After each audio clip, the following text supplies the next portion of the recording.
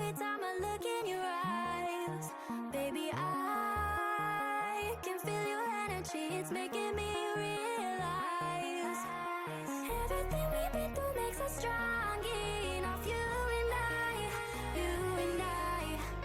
Everything we've been through makes us strong enough. You and I, you and I.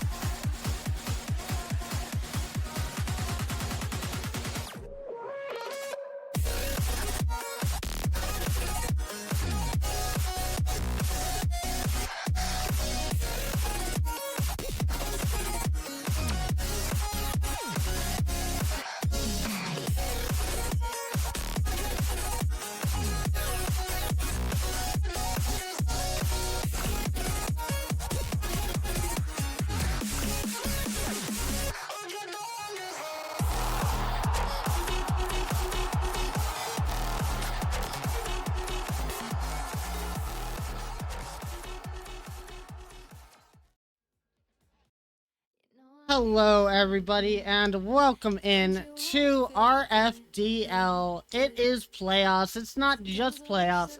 It's the final day, Championship Sunday. I am Ecliptic Fades, and I am joined here by Airlax and Docky. How are we doing today, guys? It's too early. How did I know you were going to say that? Because He's not wrong. You know, why not?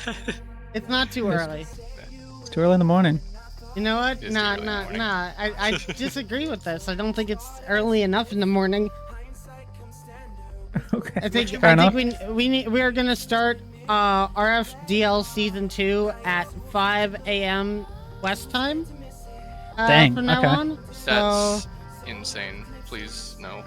I'm good. yeah, 8 a.m. EST is when we're gonna start from now on. Just to that'll be That's like 1 p.m. EU time. every RFDL stream after this will start at 8 a.m. EST. But the good news is that there is none, because this is the final RFDL stream for season 1. But we've done a lot of work to get here. So let's go ahead and take a look at what we did yesterday and where we're at today as we get our good old friend NA Production. There it is. Yeah. Took a second to get there, but you can see that we had quite a few games yesterday. We started with Big Dragon Squad and Black Bunny Gaming, which ended in a reverse sweep for Black Bunny. Lumamasi and Fox Clan, shocking result there, honestly. 3-0 by Fox Clan. And in Don't the make me upper relive that. semis, Dignipaws and Black Bunny Gaming going to 5 once again. Black Bunny taking that win, and Gentlepaws and Fox Clan going to 4, with Fox Clan winning that one. Fox Clan coming in with a sub yesterday, and it seemed to have worked out pretty well for them today, as they are in the upper finals. But on the lower bracket, we also had Gentlepaws get a win against BDS with a bit of a forfeit from BDS, so Gentlepaws just moves on, and Dignipaws and Lumamasi, very intense Game 5 series, but Dignipaws is going to be able to take that one and moves on in the tournament. And we are now at our top 4, guys. We've only got 4 series to play today, maybe 5, depending on bracket resets, but it's never happened before. I don't expect it to happen again today, to be completely honest. So, I think we're going to have 4 matches today, and it's going to be a good one. I think we're going to get some really good Rocket League. I'm very excited to see what the teams bring to the pitch. But yeah, what do you guys think about Championship Sunday? I don't know about you guys, but I'm extremely excited for this. We've gone how long now? Way too long. A long A long time. Yeah.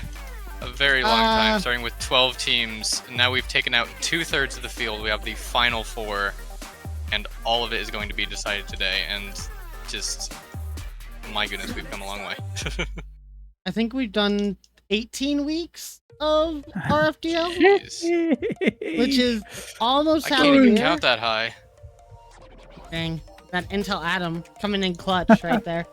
But yeah, Docky, what are you looking forward to today for our playoffs? I mean, I'm just excited to be able to watch the games, as I wasn't actually able to watch any of them yesterday. What? So I know. Yeah, this will be the first for me this weekend, and yeah, I'm pretty excited. I'm hoping we have some games that are as close as we saw or yesterday. I was gonna say last week, but that was just literally yesterday.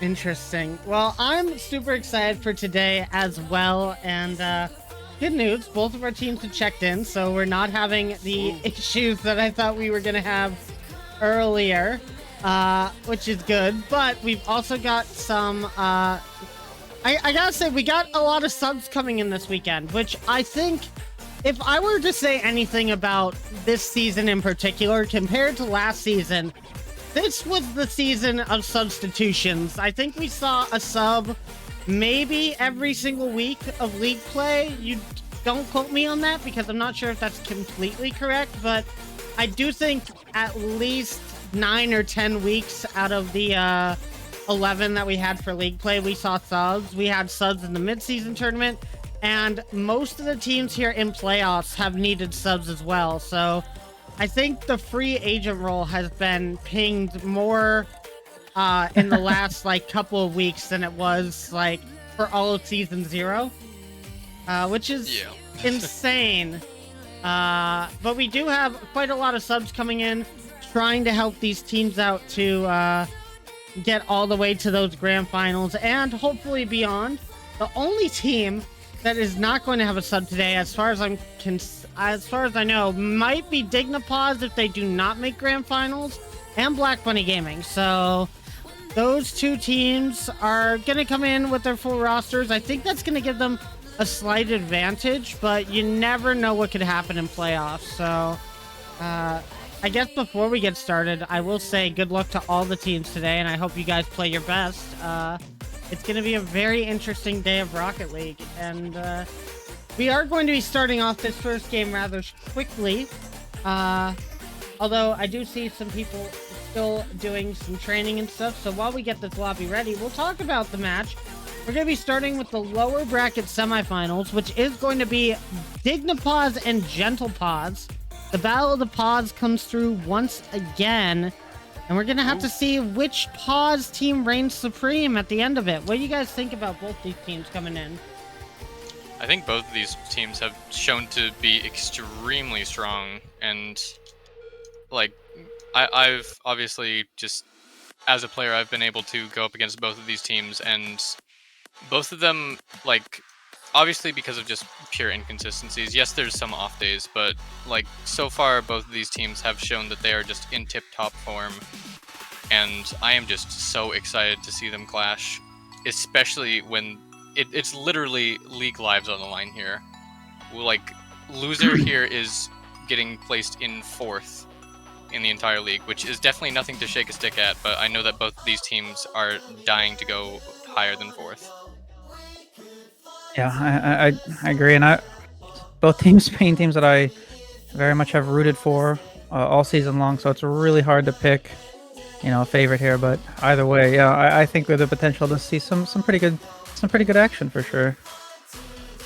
I have to agree, and I think both of these teams in a very nice position compared to where they were in the early stages of this league. I don't think obviously there have been a lot of roster changes that have happened in this season as well. We could call this the season of roster changes, but with the original teams that these guys had, I don't think anybody really would have expected both of these squads to be playing each other in the lower semifinals of playoffs for top 3. I think that they've had great strides as teams, just meshing together and getting that chemistry. And with the roster changes that have come in for both of these teams, I think that it has really upgraded their performances as well. They've started just being a lot more consistent with their teams after some of these changes. And they seem to be powerhouses, and we're gonna go ahead and talk about one of these teams here. It's gonna be Dignipause coming in, and Dignipause, such a strong roster right now. We got Nova, we've got Infernal, and we've got Sylvie, with Toads as the manager here, and I mean, it's so scary seeing two names like Sylvie and Infernal on the opposite side of the pitch as you, and then when you add Nova into the mix, it really just creates this very well-balanced team that has really good defense, but their offense is the star of the show for this team. Yeah, and like obviously I got to play against them just yesterday as the final match for Luminosity, sadly, but my goodness, just the pressure that they can put on to the opposing team's net is nothing but absolutely terrifying. Like, you have Sylvie, who's extremely mechanical, Infernal, who's extremely mechanical, and then Nova, who came in kind of like not really known too well, but has already just given a name to themselves for just how well they've been performing in this league. And like, it makes complete sense to me that this team has made it top 4, because this is an absolutely terrifying team to go up against. And I've been rooting for them all season long. I've been kind of the team simp for sure. And they're a team that from the beginning, from the get-go, I knew had, even in their initial iterations and then every iteration since then, has had the potential to, take the whole thing. They almost did that in the mid-season tournament, and they're trying to do that here again in the grand finals. And I think if any team, is a favorite in my eyes, I think this is definitely one of them for sure. I agree. I definitely think that they are a standout team. I think that on paper, they have one of the best chances to win, just based off of just skill level alone. Especially when you think that even on the player cards where you saw these guys' ranks, they're not as accurate now, because these were the ranks that they were given at the start of the season. These guys have been improving the entire season. Sylvie hit SSL last season. I think Infernal hit his peak ranking last season as well. I know Nova has gone up ranks. So these guys really are playing above what we would expect from them on a normal basis. I will say, however, I was a little concerned yesterday when it came to this team with their double commits. They were doing a bit of double committing. We're going to have to see if they're going to continue on with that trend today, playing against our other team here, which is going to be Gentlepause, which I would definitely say has had a rise to the top here. We are going to have a sub, as you can see in this square player card in silver, but we are going to have Firestreak and Strawberry on the field, with Shelby being their coach. They've been trying on the back end to help the team improve as much as possible. And, I mean, yeah, this team has been doing so well. That's all I can really say. I mean, they got top 2 in Swiss. However, I am going to, talk about the elephant in the room. They did that with Pictus. And Pictus is not here for playoffs. I want to know what your guys' thoughts are on this team swapping in silver for Pictus here. I mean, I know that both Pictus and Silver both have their differences and similarities. One of the main similarities being that they are both extremely mechanical. However, I feel that Pictus is more of a, I guess a way to put it is a chaos bringer, whereas Silver is a lot more slower and controlled. However, I feel like Silver's playstyle might actually work in favor for them in this matchup against Dignipause, because I feel that playing that more slow and controlled game is actually a fantastic way to take down that team.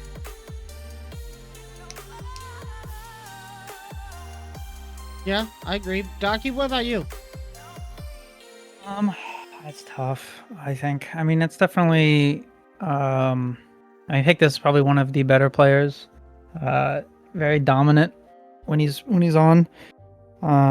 Losing that's obviously going to be tough for this team. However, like Garrelak said, I mean, Silver, not by any means a bad player, very, very strong in their own right.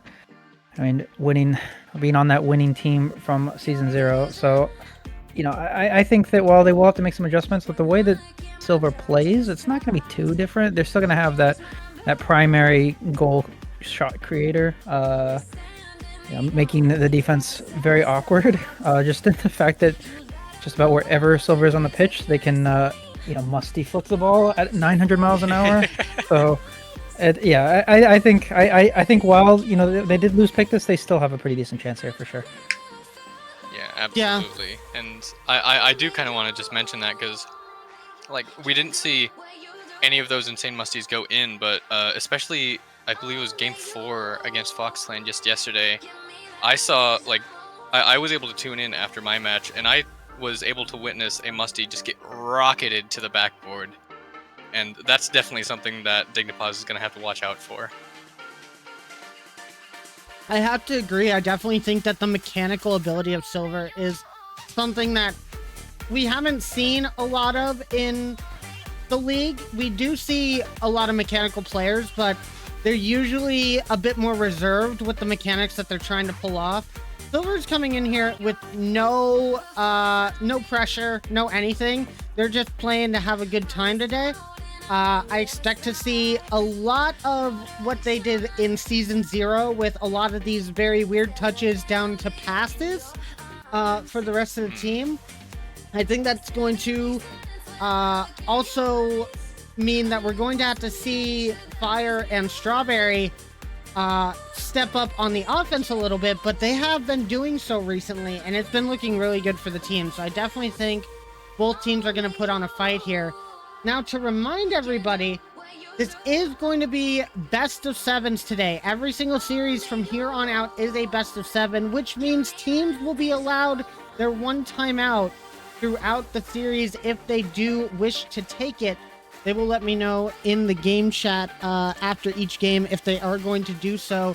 But yeah, I think with it being a best of 7, who would you give the advantage to here? Because it's going to give Dignipaz more time to adjust to playing against Sylvie, but at the same time, it's going to give Gentlepaz just more time to learn the playstyle of Dignipaz and try to counter it. Yeah, that's definitely going to be a very interesting factor, because I feel like in the best of 5 series, there was kind of a lot of rush to adapt to the opponents as quick as possible. But now that the teams are given a little bit more time to do so, I feel like there's honestly a lot of pressure that's been taken off from having to try and do that quickly, which I feel like, in my personal opinion, might actually favor Gentlepaz more, because I feel like just every single member of that team is able to adapt very well, and giving them that extra time will benefit them greatly.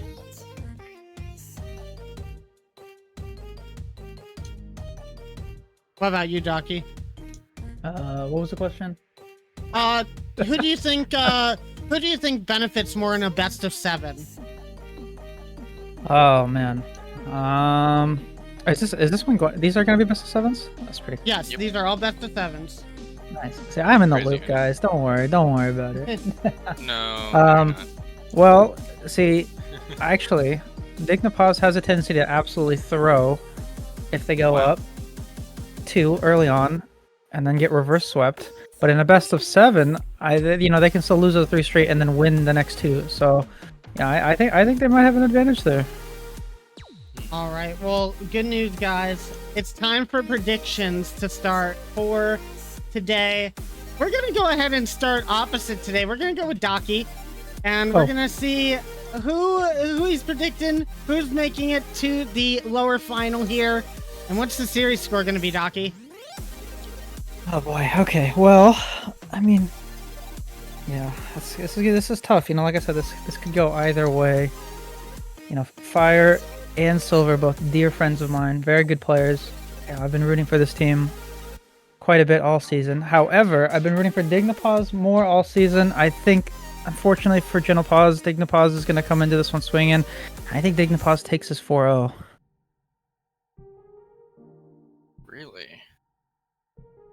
Well, for me personally, I feel that Again, like as I said, since it's a longer series, I feel that Gentle Pause is actually going to have the advantage here. It's definitely going to be a difficult one for sure, because of obviously just the offense from Dignipause is absolutely terrifying. But I believe we're going to actually go all the way to a game 7, and Gentle Pause is going to take that game. This stream yesterday had every game go to the max amount. So we had 3 game 5s yesterday. I think we continue the trend. I think we see a game 7.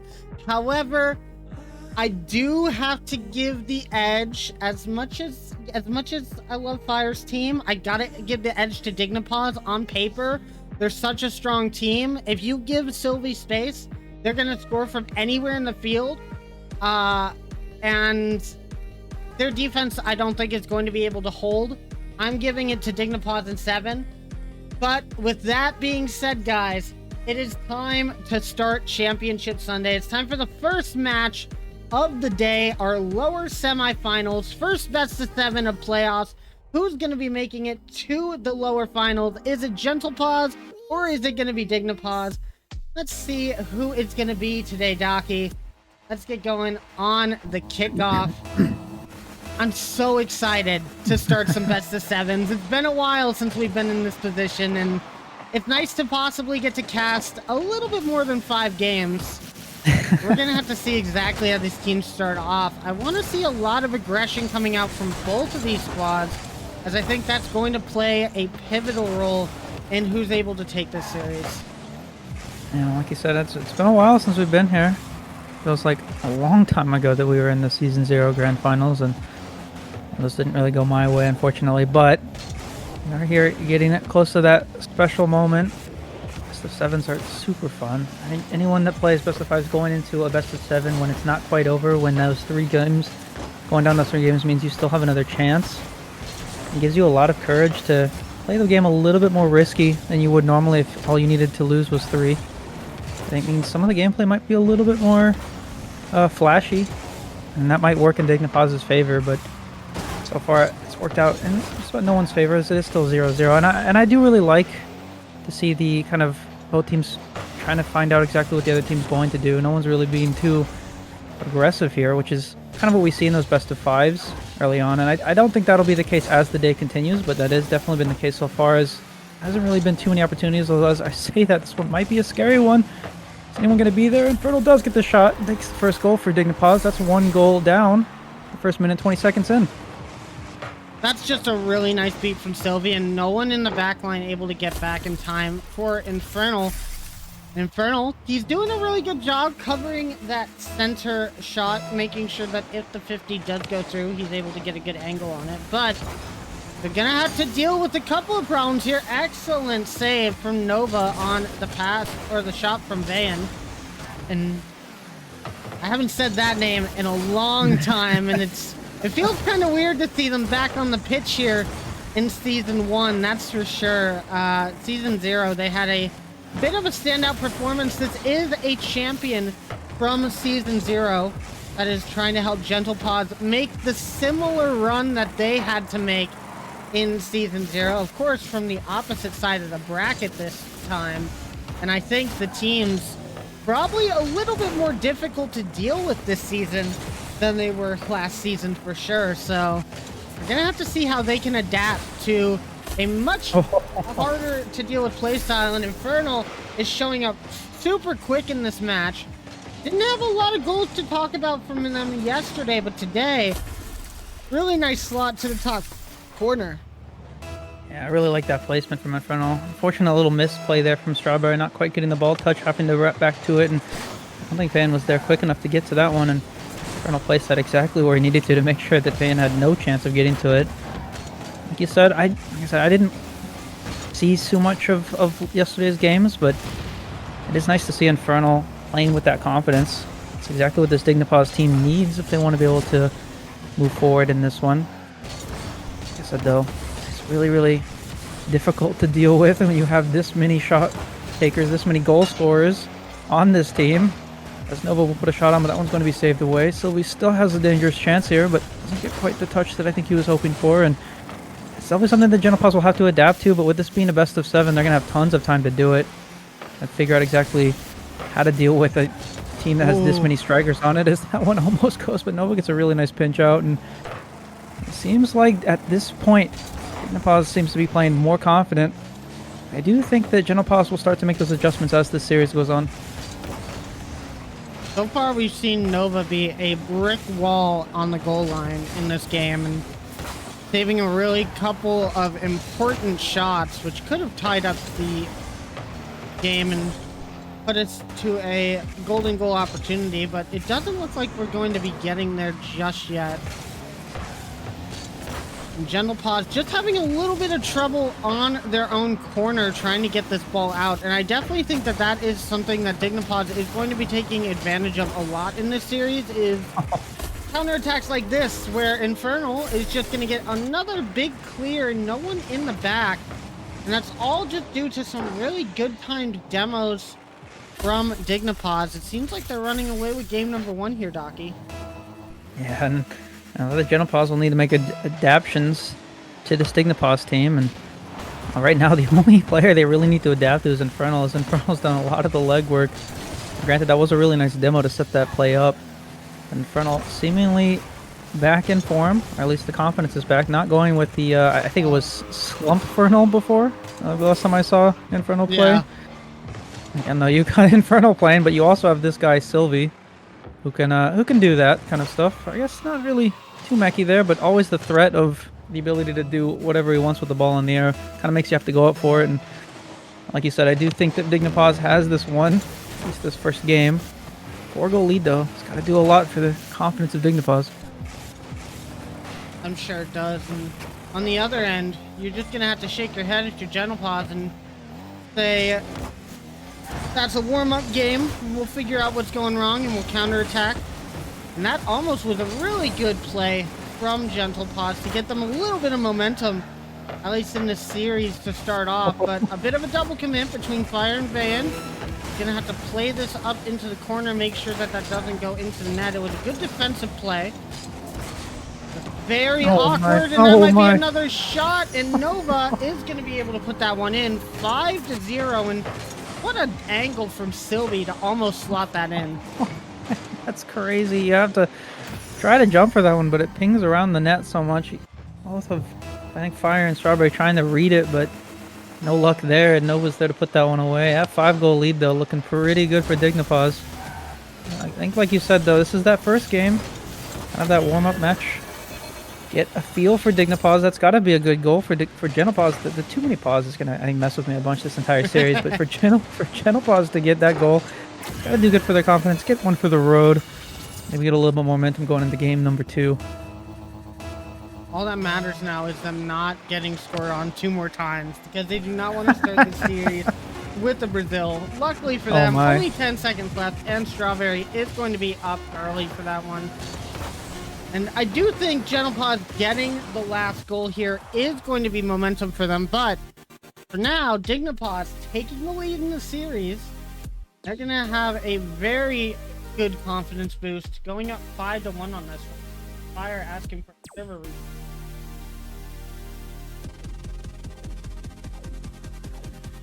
I think they call that ping diff. But either way, I mean, yeah, Dignipaws looks kind of unstoppable a little bit. I mean, that's kind of the fear. That's one of the scary things you don't want to have is have Infernal be the primary scorer, because if Infernal starts to get stopped, well, now you got to worry about Sylvie. I think that's going to be much of a better option there. So Dignipaws kind of in the driver's seat so far in the series. That is only game 1, so not much of a fast driver's seat there. Dignipaws is surely able to come back in this series. They have tons of time to do so, with there being so many games to be played. But as it stands, the Dignipaws is more than happy to allow this to continue to go like that. I am curious to see if Gentle Paws will make those adaptations. Obviously, they have a lot of potential. We know that they can play a little bit faster. It seems like right now they're just trying to not necessarily match the pace of Dignipaws, more so allow them to kind of make those mistakes. But Dignipaws not doing any of that. They've done so well controlling the ball in the midfield, continuing those passing plays going forward, and scoring a lot of those shots. That's been the biggest thing. They haven't really missed the ball. They've had a few misses, but I mean, they put 5 of them in, so they didn't miss much. If you're Gentle Paws, that's got to be a little bit scary.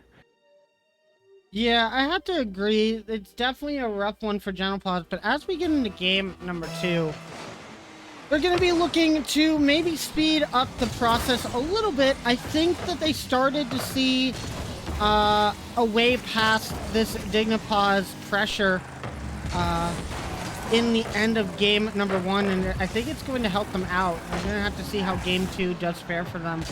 And I think one of the big things is really just not giving as much time on the ball. You really gotta be careful giving Sylvie and Infernal so much space where they're so mechanical. They're able to pull off anything they really want to if you give them the time for it. So the biggest thing to do, as you can see from Van, is going up for that challenge as quick as possible. Of course, it still almost ends up in a Dignipaws goal, and this might end up for Gentle Paws. But unfortunately, that ball bounces down too fast for anyone to be able to read. I got a bit of the hiccups. This is rough. But Nova is going to clear this out to midfield. It might be a shot opportunity for Infernal, but he's not going to be able to get the angle. And that was a really close one for Gentle Paws. They're going to have to be very careful on this back line if they're going to want to avoid any early goals from Dignipaws. And they almost feel like they have to score the first one. Didn't have a whole lot of opportunities in game number 1. They did have one here early on in this game number 2, but kind of a missed opportunity there. Is, well, I was going to say Silver, someone who is very capable of reading those waterfalls off the backboard, just unfortunately missed the first read, but gets a second chance here with a nice little lob pass. I don't know about not quite getting to that one up in time. And well, like I said, Gentle Paws, if they want to have a chance here in the second game, they need to be the first ones to score, and they've done exactly that. They've done a good job getting to that point. Now scoring the last 2 goals of the series, which I definitely think will be a confidence boost for them. Just, you know, proving that they can score a couple of times on this team. That's definitely going to help bring up the momentum, maybe bring out a bit of the chemistry. They're going to have to play this so carefully, though. They do not want to allow Dignipaws time to come back into this. And we all know, from what we've seen in this league, a 1-goal league is never enough for these teams. Now Strawberry trying to get a ball past Nova, not going to work out. Infernal looks for the shot, but doesn't get the 50. Now it's over to Sylvie. Sylvie has an angle, and what a stop by Strawberry to keep that out of the net. Yeah, I've been really liking the pressure. Gentle Paws kind of taking the speed up a notch. Not necessarily trying to match Dignipaws' pace, but just force it to be a little bit more awkward. I think they saw glimpses of that working early on in game number 1 towards the end of the series, but definitely don't want to get ahead of themselves. This one might be, but that's wide. Infernal had a bit of an open net there. Shot that one a little bit off to the side. Couldn't quite get on the other side of it. They still have a chance, so it's definitely dangerous. So that's not the best first touch. It's not going to be able to do too much with it. Goes for the ground pinch. Doesn't get too much for it, though, as Strawberry gets a nice, much-needed bounce out, allowing Gentle Paws to get boost that they very much need. Like I said, though, Gentle Paws trying to maybe ramp up the pressure a little bit, not seemingly working in their favor, but they definitely don't want to get ahead of themselves as 2 of the players are on the wall, which means no one's going to be on the other side of the pitch here. This might be dangerous if Silver can't get a touch around. Does get a nice one, but Infernal's just going to be there to cut it off. Maybe an opportunity here. Infernal gets past one, fire with the nice rotate in from behind to make sure it goes away, but they're still not out of it yet. That's a great clear, much needed. Gives Gentle Paws some breathing room. That's a great shot from Vayan there. Just noticing that there was errant touch from Nova. Nova trying to keep that safe, but the ball just bounced a little too high. And that is going to give Gentle Paws the go-ahead goal here in this game number 2. And they're definitely looking to form a comeback in this series. And that might be another rough touch as it pings off of the crossbar from Nova. That could have been a really rough own goal there. You would have thought I was on the pitch. What is that shot from Fire? It turns out being a pass, but my goodness, the placement on that was so amazing. I love this. Gets the nice little skim there, and we're not quick enough to that one. Leads to that goal, and well, it seems like the tables have flipped a little bit, or the tables have turned. Not flipped. I don't know the expression. I think that's it. The turntable. Either way, the turntables have turned. Either way, 3-goal lead after being down 4, and the other one has to feel good as Sylvie will steal that one from Nova. Look at the skim at the last second, and well, not out of it yet.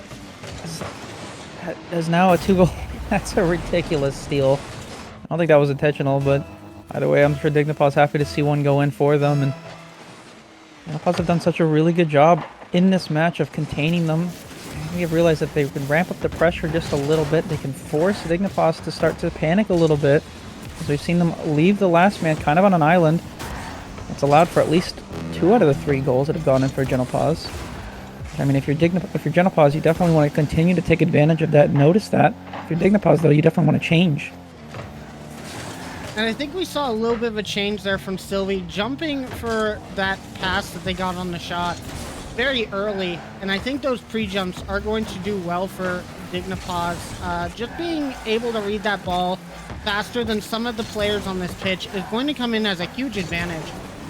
It's all just about getting that speed to get up to that ball first. That's going to put the defense in very awkward situations. But I think we're also seeing a little bit maybe too much from Dignipaws. Maybe they're just trying to do a little bit too much on the ball. And I think Gentlepaws is taking advantage of that very well with their challenges. Right now, 10 seconds left, and not really enough time to come back here. Unless this ball goes in the back of the net, it is going to bounce off the side. And Gentlepaws going to be tying up this series with an excellent game 2 from them. And look at that, Docky, no sweeps. Well, I had to say the sweep, and like I said, I'm Dignipaws' largest supporter all season long, so I had to do it at least once. But either way, though, I am happy to see this one go that way. Gentlepaws did exactly what they needed to do coming back out of that one, forcing Dignipaws to be a little bit more panicky. You do not want to let them have that ball control, because when they do, obviously they'll put 5 goals on your net. But if you get them to be a little bit more awkward, that really high aggressive offense tends to come back and actually bite them a little bit. Like I said, we saw sorry, I'm laughing. We saw that third man left on an island a little bit too much. Also, just to point out, Airlax, I am not their smallest supporter. That is mean. Oh, wow. That is mean. That's toxic. Admins? That legitimately made me lose my train of thought. Yeah, no, but for sure, I would say leaving that last man on a bit of an island has definitely given Dignipaws a little bit of problems, and I think that's something that we see a lot from them. I think that might need to change, maybe have a more defense-focused rotation on some of these plays to help them out, but Gentlepaws taking really good advantage of it, and we'll just have to see what Dignipaws can do now to adapt to the play here in game number 3, as we are going to move on to our new DFH stadium. We will be using the stadium all day, guys, so get used to Shogun being in the casting desk with us for at least one of these games every series. You're going to be hearing a lot of him. But we are going to start off here with some Dignipaws pressure, which is not necessarily the best thing to see if you're a Gentlepaws fan, but they are able to clear it out with not too much difficulty. Infernal, though, trying to find the pass out onto the back wall.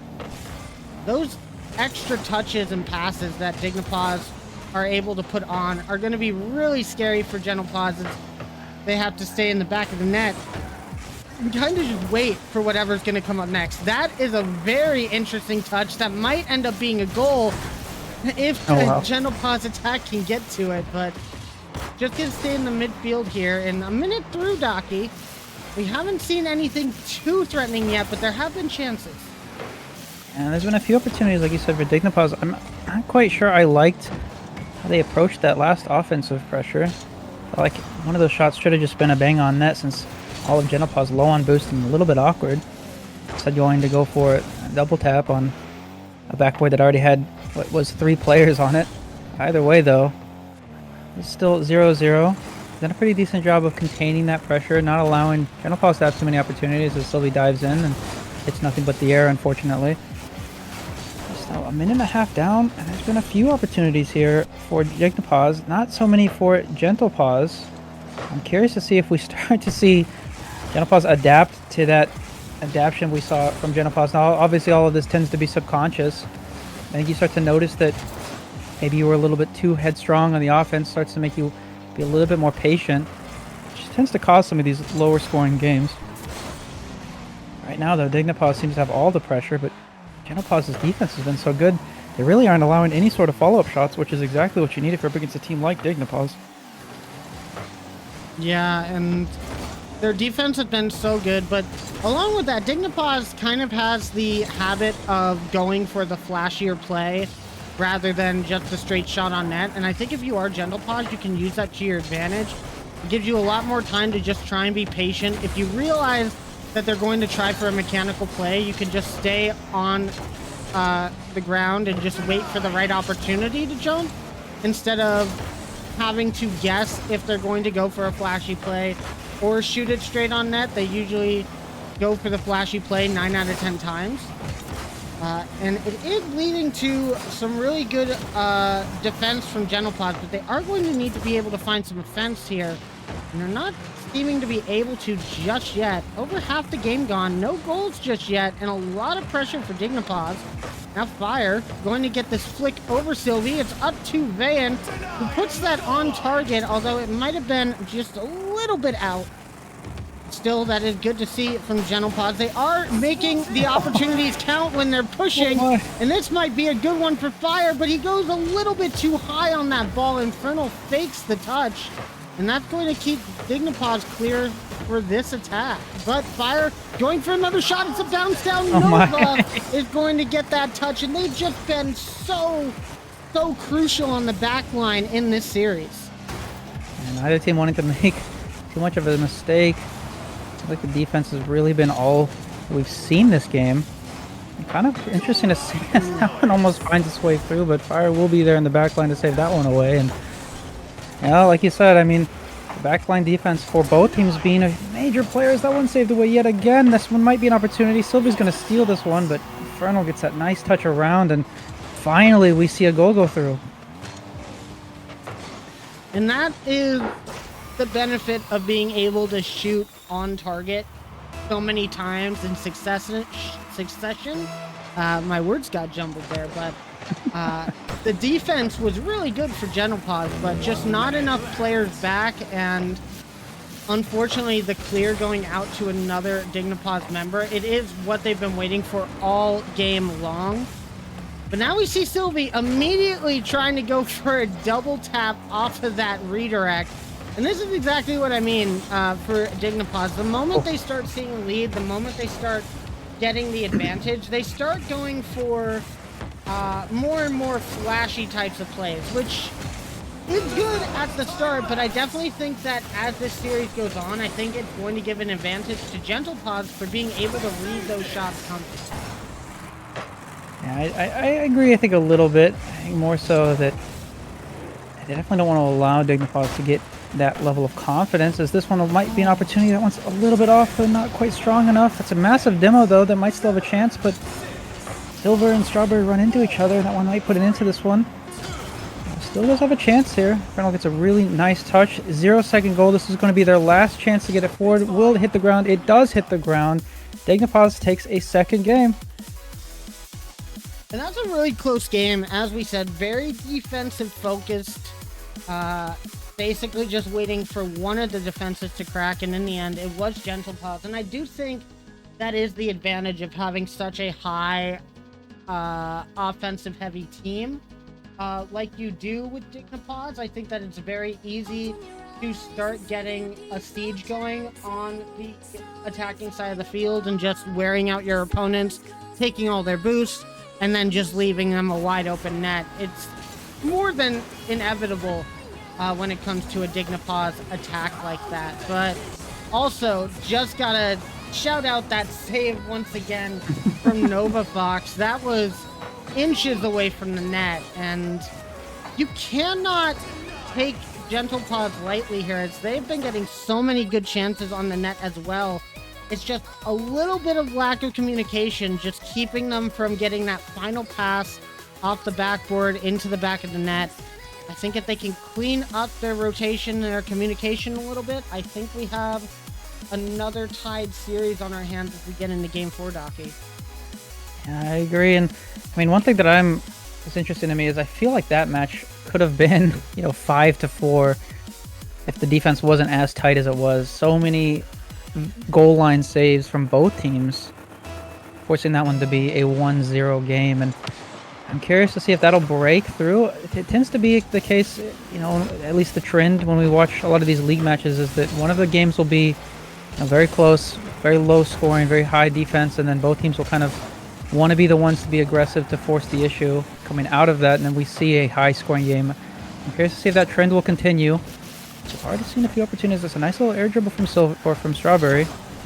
Does get saved away though, and of course it could go the other way. It could just be another defensive game. Of course, we'll have to see though. Either way though, it looks like both teams coming out of this pretty confident. I don't think that loss seems to have slowed Gentle Paws down at all. They want to come out of this one doing the scoring. They were not able to score at all last game. You can tell they definitely want to get that first one here. There's a bump on the side of Gentle Paws. Strawberry able to get this save though. And that's going to be a rough one as Fire just can't get their paw on the ball there. Their Gentle Paw, should I say. Okay, I'll see myself out. It's fine. Had to do it at least once per season, guys. Either way, gonna get this touch down. Strawberry just no boost, and no boost on the side of the entire Gentle Paws team. All of them at 0 at the moment.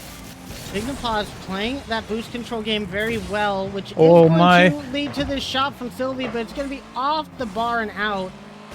You're going to have to be super careful if you're Gentle Paws allowing these things to happen. And of course, boost control is going to be the first step in your key to success here for Gentle Paws. If you can get Dignipaws off the boost control game, don't give them a lot of boost to work with. They can't go for those high flying plays. And then you can get a shot like Strawberry just put on net. Fortunately, gonna be saved away. Now the pancake over to Fire, but Fire doesn't flip into the ball, looking for the 50 instead, and that's gonna be a goal left to chance there for Gentle Paws. Now another shot, this time for Bayan, and they just know how to put it in the back of the net. Gentle Paws go up by 1. Yeah, it's a massive mistake from Dignipaws. All 3 players on the ball and no one getting a good touch. Leaves it to Silver, leaves it to Vayan to line up that double tap, and then defender in net with 0 boost. Not much to do there but sit and pray that it's off, and Silver's not missing that one. Very good for the Gentle Paws team. They definitely wanted to get that early goal, or at least the first goal. They were not able to score early on, and now they just need to do what they continue to do in the last game and lock down on defense, but they have to deal with Infernal, and Infernal's going to make sure that that does not happen and ties this one up. And it's just so much space given to Infernal. A bit of a double commit from Gentle Paws and Strawberry on the back line, but you can see Infernal tilts his car into the air dribble to push it into the back of the net. But no matter where Strawberry's at there, at 50, just got one place to go. And unfortunately for Gentle Paws, not able to keep that lead for too long. And that's something that I would say it's kind of expected. It looks like Dignipaws has up the pace of this a little bit. They will have to be careful, but it does seem like a bump play coming out, I believe, is going to leave that back wall just completely open for Dignipaws, and they are going to get a bit of a freebie. That was a really nice bump coming out from, I think it was Sylvie, but it is going to probably going to be in Gentle Paws' head a little bit, because now that's just another facet of Dignipaws' defense that you're going to have to watch out for. And that goal swing's got to be a little bit frustrating. Like I said, they wanted to get that early goal. You could tell by the way they were playing, and they got it, but then just as quickly as they got it, they lost it, and then now they find themselves on the other side of that, down 1. A lot of time though. Just under 2 minutes rather. It's quite a bit of time to come back in this one, but it seems like no one having boost there for the defense is going to make that difficult. Silver's going to have it, but no boost is going to have to just leave it to Strawberry. Gets a decent touch forward. That's a really good 50 actually. Completely halting them, but no one's going to go up for it. Allows Nova to get there first. That's an awkward pounce. Is anyone going to be there? Yes, Strawberry does get a touch. Gets the demo too. That's massive. They have an open net opportunity. Are they able to take advantage? No, they're not. That's so unfortunate. That felt like a for sure goal. Infernal missing that one. Now at this point, if you're Dignipaws, they've done really good on defense last game. They're going to have to do a little bit more of that. I'm sure they would love to get a buffer goal here, or a cushion. It feels like Gentle Paws is ramping up the offense.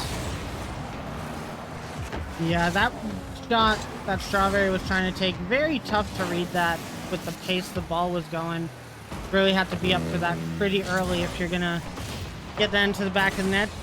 Unfortunately for Gentle Paws, not able to do so, but they are ramping up the offense. As you said, Strawberry with a shot, but it's gonna be down on the ground. Infernal in the perfect spot to take that away. Now Fire with an interesting beat. Strawberry with the demo, and that's gonna work out perfect for Gentle Paws.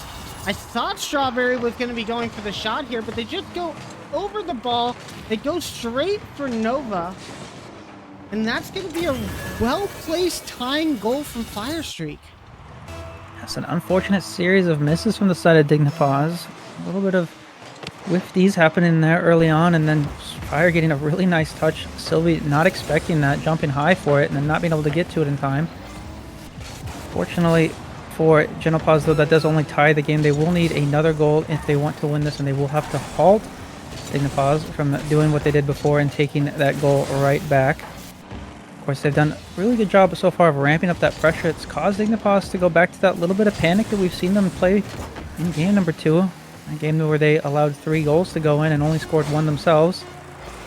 To see, though, if they're able to communicate. Like you said, Dignipaws kind of having a little bit of a communication issue yesterday. Seemingly, maybe a little bit the case here is some of these passes they're going for just not really connecting. A lot of these high off the backboard passes going to no one but Genopause, and that's making it difficult for them to find those scoring opportunities. We do have overtime, though, and this is a big overtime here for Genopause. Yeah, you are definitely not going to want to go to match point against Dignipaws right now. And we might be seeing a timeout be called if that is the case, but we'll have to see who takes this OT. And this is going to be an awkward spot for Dignipaws, but Nova just waiting on that goal line to clear it out. Now Sylvie with the ball, the double tap is a possibility, but not able to get the right angle on it. Silver can't get that past Infernal on the back wall. It's going to be up to Strawberry to try and get it clear. Nova with the touch off the corner. It's going to be Sylvie once again. Strawberry does get a huge clear out to Fire Streak. Strawberry gets the shot, but it's going to be Infernal on that goal line for the save. We're seeing a bit of pressure come out for Genopause here. It just gets put straight back into their own half, and Fire Streak's not going to have any boost, which gives Nova so much time in the air looking for the sidewall Psycho read. That would have been impressive if they hit that, but Infernal now going to have time off the backboard. Fire's in a really awkward spot. The shot from Sylvie, but it's off to the side. Dignipaws maybe giving that one away. Yeah, that's a big missed opportunity from Dignipaws. There was more than a few shooting opportunities, but just hitting it not in the best position, allowing Genopause to get to it, and now they find themselves on the other end of it. No boost for Dignipaws. Are they going to be able to escape from it? That's a huge clear, but the mid boost is going to get stolen by Svean. Some huge boostos. That's a big demo, but is anyone going to be up for it? Sylvie playing this one very patiently. I think at this point, if you're Dignipaws, you just want to allow yourself to create some space. Sylvie wasting all the boost to touch nothing. It's a huge miss. Let's get a nice touch forward, but they're in such an awkward position here. They're going to have to really fight to get out of this one. That's a big 50, though, from Sylvie. Has tons of time. Goes for the breezy and hits it. I think that went off of Silver, but what a play there from Sylvie. You can see Silver gets some boost here, but sees Fire up, hoping that they get a touch, and that ball is going to be going straight down. Unfortunately for Genopause, that puts them against elimination point for this game, for this tournament even. And we're going to have to see what happens here. We are going to, I guess, find a new lobby once again.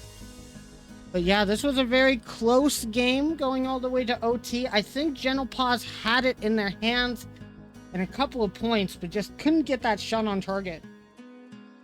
Yeah, I mean, they were definitely fighting for their lives. It felt like they had a few opportunities, but Dignipaws snatching every single one of them. There was some dangerous shots that they had a chance for.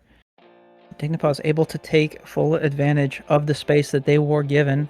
So they're going for that nice little breezy flick, and I mean, the way that it hit the post, going all the way down that corner, rolling down, that's so difficult to read. You're hoping that it's going to pop out, and then magically it's on top of your car and rolling in to the net. And it's got to be a little bit frustrating. But if I know Fire, if I know Silver, they're not too upset.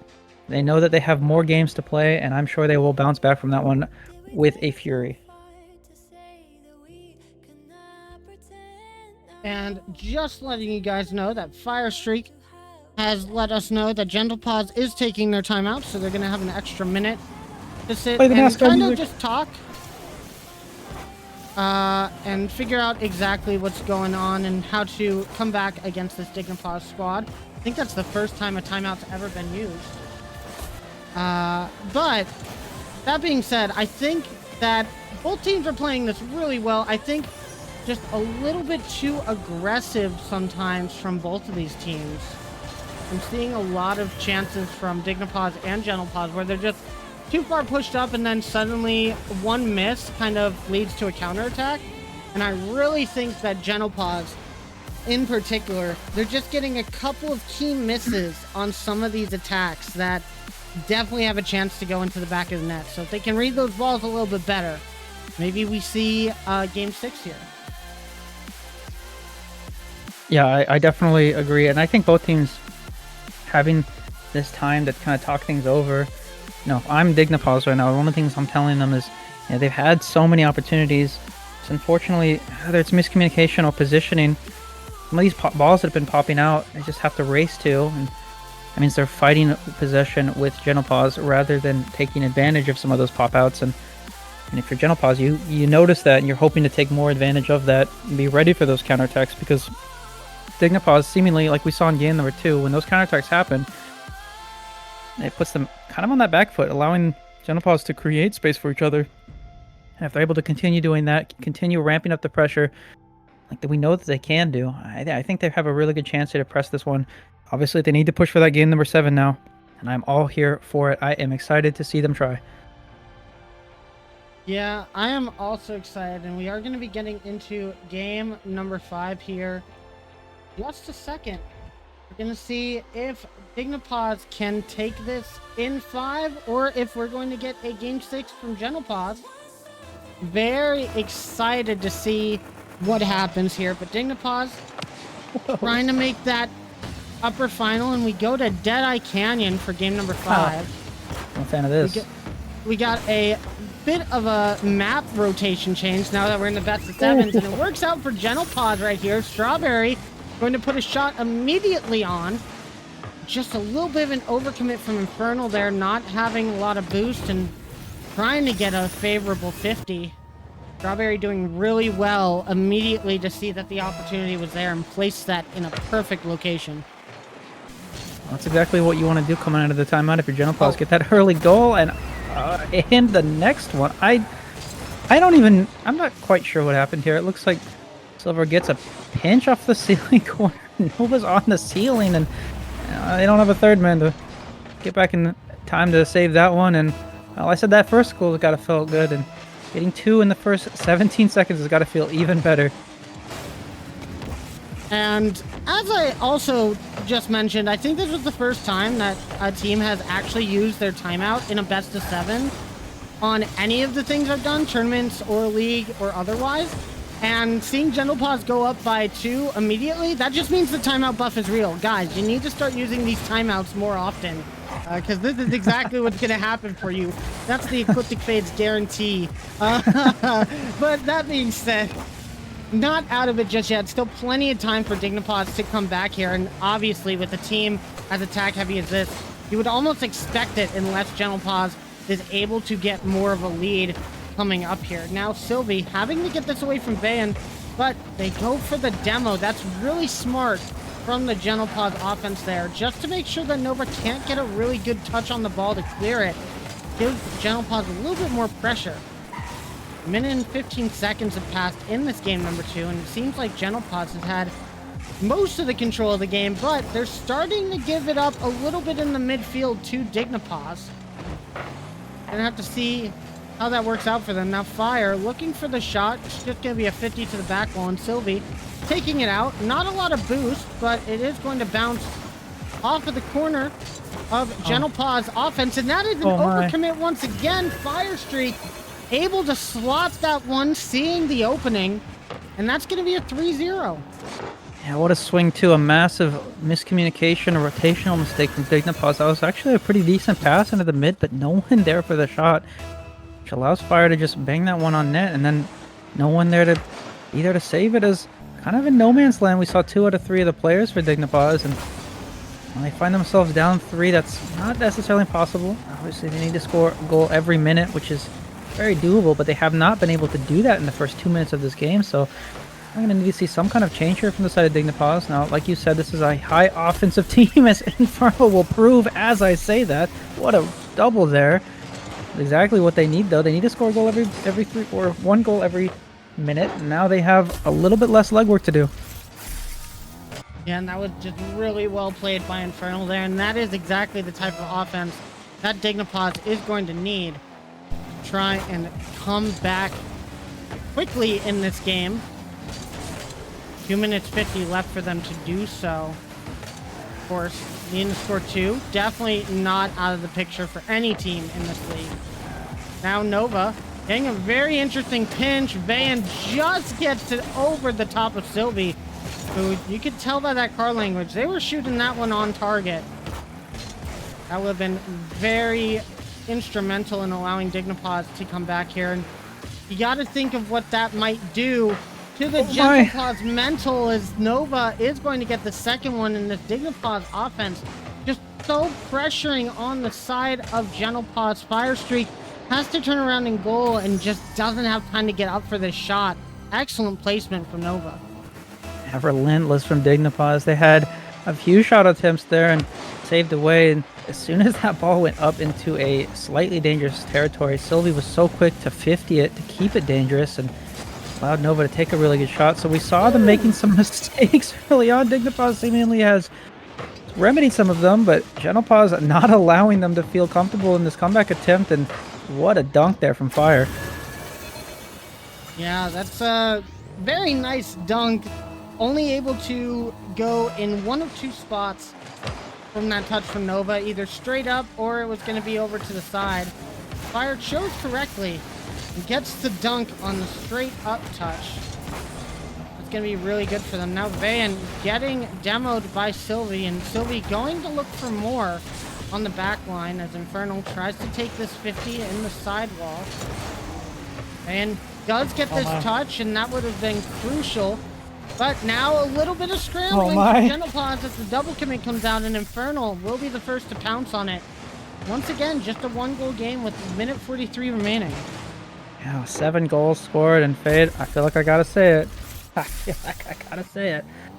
Barn burner going on here. Yes, and, we have a barn burner of a goal scorer. Let's go! Let's go! But either way, though, Dignipause more than happy to see that 1-goal game come back. This is definitely manageable now for them, and gotta ramp it up just a little bit more. Do not allow Gentlepause. See, I think the pause thing was gonna mess me up a little bit, but not allow Gentlepause to get that momentum back again if they want to take that lead. They at least want to tie this one up. But either way, though, Gentlepause has looked so good. Silver has been so consistent with some of these ball touches, and that's a missed opportunity there. Might not have had enough boost to get there and make a shot opportunity there. As a little bit of a fake comes through here, and Nova and Sylvie bumping into each other might put it into that offensive attack that they had. Sylvie with another big miss, and Dignipause, they had momentum, but they might be slipping through their fingers here. I'm not gonna lie, maybe this is a little bit biased, but I want to see Neo Tokyo. I want us to go to a game 6, and Gentlepause is trying to lead us there. They still need to stall for about 45 more seconds, though. And on their own back end with Strawberry with no boost, that's going to be tough. Another double commit coming out from Gentlepause, and they're going to have to scramble. Van is going to get the save on that, but Sylvie has the shot on target. Strawberry doesn't have it, and Infernal doesn't have the best touch. That's going to be in the back of the net. No, Van is a little bit off with that shot, and that's going to give Dignipause a chance as Strawberry gets such a good save on that one. Last 15 seconds. You're going to have to see Dignipause make a full field push. Last 10 seconds, Infernal gets a touch on the ball. Flicks it past one. Van with the save, but it's not going to be enough. And Infernal with 4 seconds left. It's 4-4. I can't believe no boost. Gets the touch around Fire. Gets the touch past Van and Strawberry. Well, you said they needed to make as a team the full field push, but looks like all they needed was Infernal. With 4 seconds left, we might have a second overtime here to win or go home for Gentle Paws. It is gonna hit the ground, and I thought there might be a chance for Gentle Paws there on that push. And we're gonna have to see how the kickoff fares. Oh my. It's gonna be fire, but he doesn't get the flick on the ball. And Nova might have a chance at a shot immediately as well. Now Sylvie going to put this midfield for Infernal. Infernal puts it up high. Sylvie straight back down, but no one on Dignipaws ready for that one. And it was definitely an opportunity there. Looks like Dignipaws has taken that last shot from Infernal and used it to give them some momentum, but Gentle Paws as well looking very strong. They've had a few opportunities, and now Silver with full boost and the ball. What can he do? Gets the flick past one, but Sylvie will be there patiently waiting. Sylvie, though, not a lot of boost to his name, is going to have to play this to the corner. Gets the boost, actually misses the corner boost. Not able to follow that one up because of that. Dan, though, not going to have much boost either. Infernal, who has been the MVP of the series for Dignipaws, is going to take this around to the corner, but no one's going to be there yet again for Dignipaws. Seems like both players are having trouble stacking on top of each other, which has allowed their rotations to be a little bit wonkier than I think they would like. So we see Nova cutting off Sylvie. Not enough boost there to do much with it, though. Sylvie's going to have control of this, though. Gets past one. Might have a double opportunity. Does smack it, of course. Sylvie. Oh, my goodness. And what can you expect from no other than Sylvie to be going for the double tap? Unfortunately for Gentle Paws, just no one able to get up for that in time. And that is going to be the series. Dignipaws move on to top 3.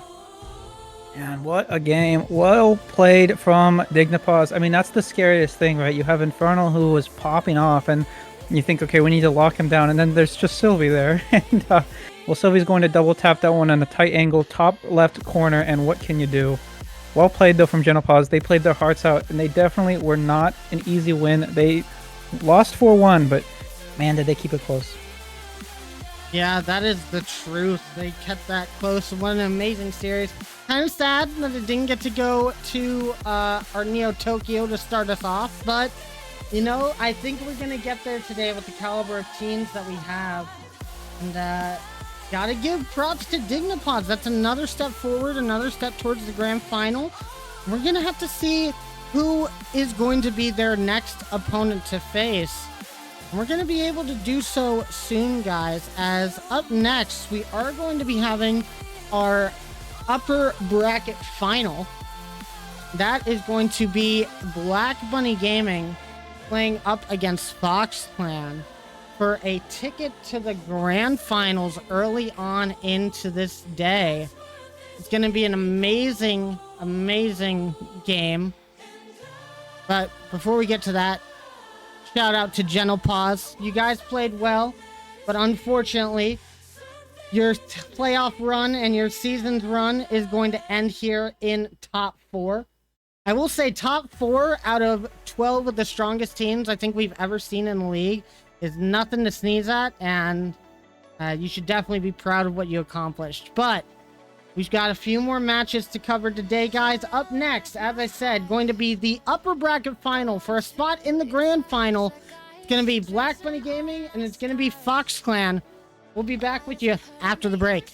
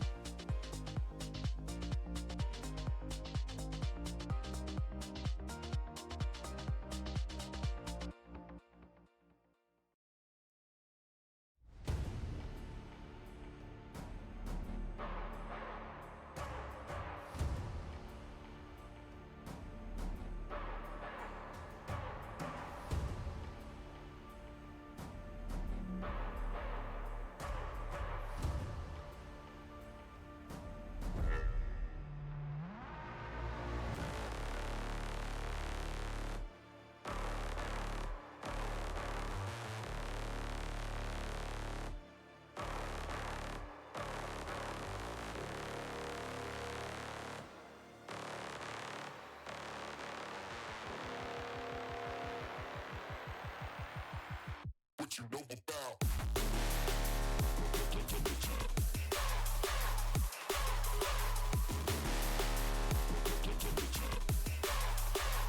What you know about.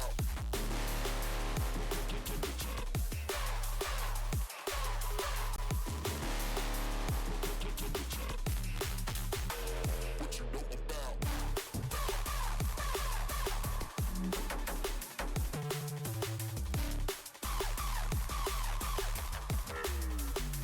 What you know about.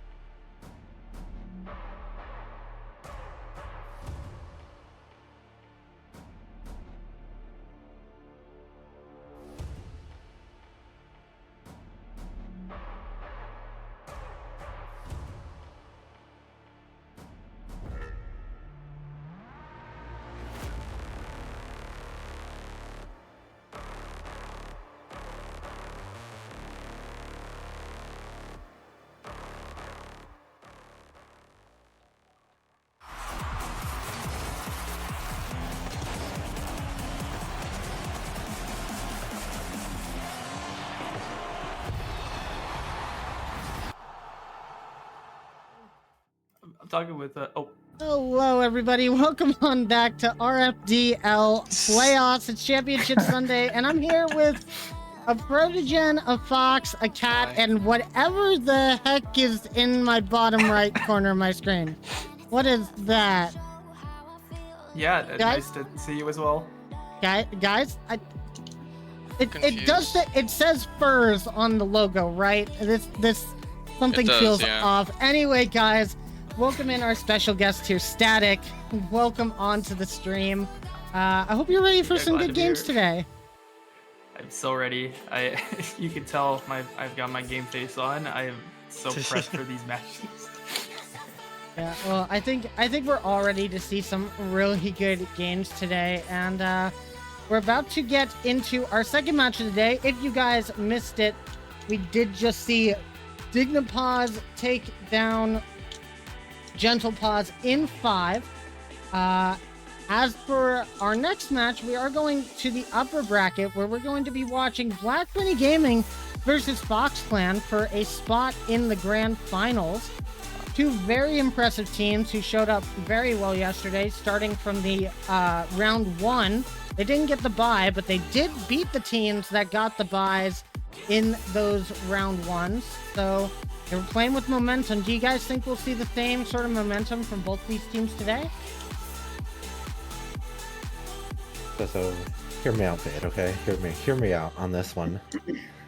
I think regardless of who carries more momentum into this game, we're gonna get a game 7 here, because Black Bunny's just been forcing things to the last game every single series during the entire postseason. So I think it should be a really good series, and I think both these teams are going to be carrying tons of momentum and tons of confidence into this series.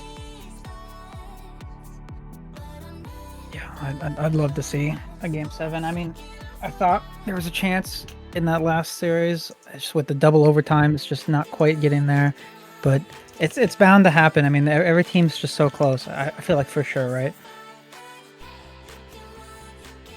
I think we'll get a really good series. I think Fox Clan plays up to whatever competition they have, and I think this is destined to go the distance. Yeah, I'm definitely hoping that it goes the distance as well. I mean, I think we'd all love to see a game 7 at least once or twice today. It's just going to make the stakes that much higher. Of course, the loser of this game goes down to the lower finals, so they won't be out of this one just yet, but the winner going to the grand finals, and that means they only have to win one more series to be crowned champions of RFDL Season 1. That's going to be huge for both these teams. Let's go ahead and talk about them a little bit getting into this one. I'm going to leave this one up to Fire Street. Go ahead and tell us a bit more about Black Bunny Gaming. I mean, Black Bunny Gaming, they were the number 2 seed coming into playoffs. They won mid-season tournament, and I mean, just look at their accolades. For Hammer first in basically everything, and then Vezix first in demo, which is the only thing Hammer isn't first in. But I mean, that isn't to ignore Kiki, who I don't know what Kiki was doing yesterday other than just dominating as that third man on the team. Like, I don't think I've ever seen a player go from more of a support player to just completely carrying the rest of their team that much before. But Kiki did it yesterday, and I want to see more of that. Yeah, I mean, obviously, Black Bunny Gaming, they've been the top of the league, not necessarily in the standings, but they have been showing excellent gameplay ever since bringing Kiki on. They've just reached a new level of competition for the league, and they definitely have proven that they are one of the best teams here. Absolutely dominating. However, as we've said, in the postseason, they have been slacking a little bit. They've been constantly going to game 5s. Now that we're in a best of 7, there's a potentiality of them going to a game 7. So that's going to be something else to consider now. And if Black Bunny wants to continue that trend, I have no problem with that. But my goodness, it just seems like whenever they get to that last game, they turn on and Hammer just does Hammer things, and then suddenly their team is moving on. I'd expect the same today, but I mean, good team either way. I think Static's getting beamed up or something. Getting beamed up. Oh gosh, can you hear that? Oh. No, we don't hear Turn it. up I the don't noise hear nothing, cancellation. but I think Stack's just just playing DM Elite lighted up. Dangerous. oh yeah, of Oh course, my, of course. oh my. That's exactly what you do during RFDL. But yeah, I mean, like, what do the rest of you guys think about Black Bunny's run this season?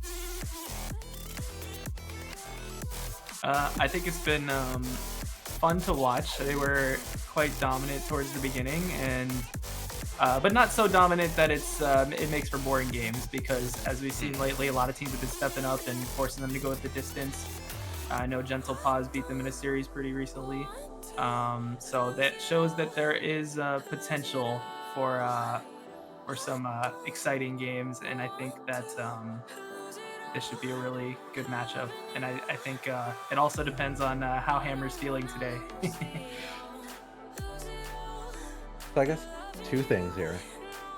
Remind me if I'm correct, but I think Prodigen Rebellion was also a team who took a series off of Black Bunny during the Swiss stage of the postseason. Yeah, and you'd be incorrect. We did not. incorrect. Oh, well, Fox I Brain appreciate don't you. work this early in the morning though, so that's my excuse, and I'm sticking to it. But petition to change Hammer's nickname to the Showman, because he always seems to want to put on a show, whether it be forcing a Game 7 or just putting together some like insane shots. I mean, I think that's kind of this team's identity, and even though they can do a lot of different things, it's Championship Sunday. We know we're gonna get Hammer's A game. Yeah, that is completely fair. Yeah, now It's let's like, talk wait- about. Oh, I'm sorry. What was that, Arrow? Bruh, come on. I'm sorry. Like- I'm sorry. We've always seen that Hammer especially just gets unlocked in game 5s where it matters most. And this is the entire day where it matters most. So I expect to see nothing but just absolute peaking from Hammer. Yeah, I mean, Hammer is Hammer. That's Yeah. exactly what I go into with the mentality of Black Money Gaming is Hammer's Hammer. Vezix has been peaking, and Kiki carried yesterday, so if they have a similar day, I'd almost just say GG for the entire tournament. But we do have some valuable competition against these guys. And that's going to come this match in the form of Fox Clan with a bit of a roster change today. Once again, no Taka. Congratulations on the new job again, Taka. But we don't have Gala today either. We got JV and we got Abyss and we got the man, the myth, the legend, the demo king, Rex, coming in to Rex got upsert in. Vezix from his demo title. This is going to be a really good match. Rex has actually been peaking in Rocket League. I still don't know why it says GC2 on his player card, because he's definitely GC1, but he plays like a really good GC1 lately. All I can say is Rex goated. Like, Rex goated. Rex is goated, and I mean, hold on, let me just give a little point to Abyss over there. Abyss has his croissant. He has the croissant. So that means Abyss is going to be popping off, and I think we're going to see some insane plays from Abyss today. I'm counting on it. And yeah, the boys over at Fox Clan, I mean, I got to stick with the Foxes, you know? Fox Clan, me being a Fox, like, these guys goated. All right, I do want to let you guys know that everybody is ready to go, and people are kind of getting a little bit antsy. So we are going to go ahead and start this game up here in a couple of seconds. Just want to ask you guys real quick as we get in. We know both these teams. We know what they can pull off. Time for predictions. Let's start with myself, and we'll just go around and end with Static. I think we got to give this one to Black Bunny Gaming. I think it's going to be Game 7, but I think that Black Bunny just showed up yesterday, and I think they'll do so again today. Arrow, what about you? It's a very good question. It's definitely going to be interesting, especially since Black Bunny has their full roster, whereas Fox Clan is going to have a sub.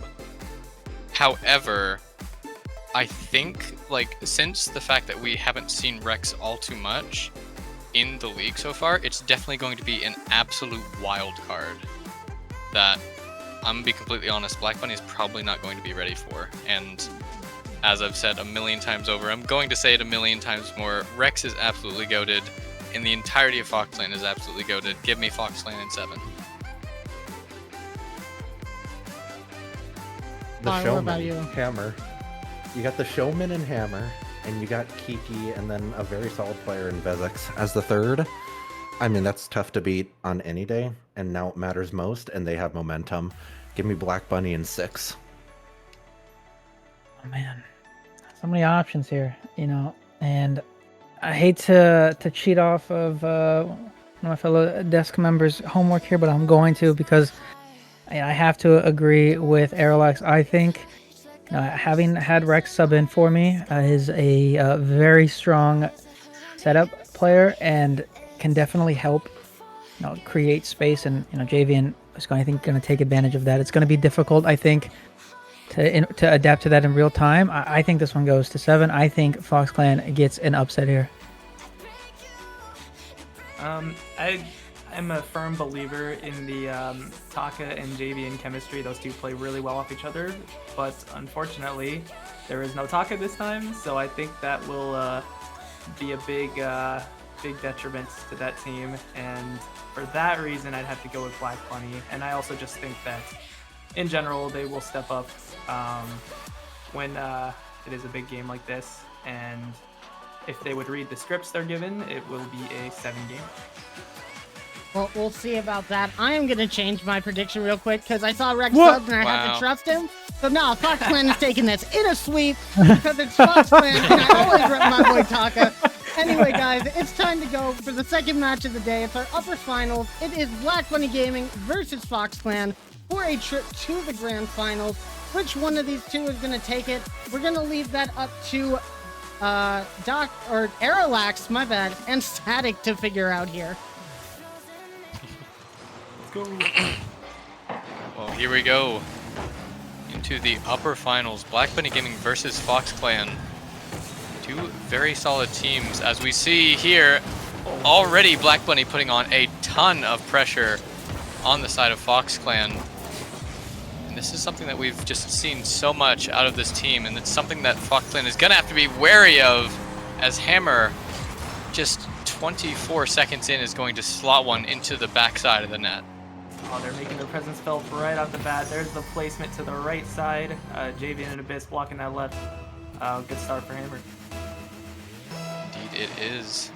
As we go into next kickoff, he and Javian taking that. Vezik's going to try up for the ceiling. It's going to go over to Abyss, and we're seeing a lot of back and forth now, as opposed to that first play where it was just all Black Bunny Gaming pressure. It looks like Fox Clan might already be trying to adapt here.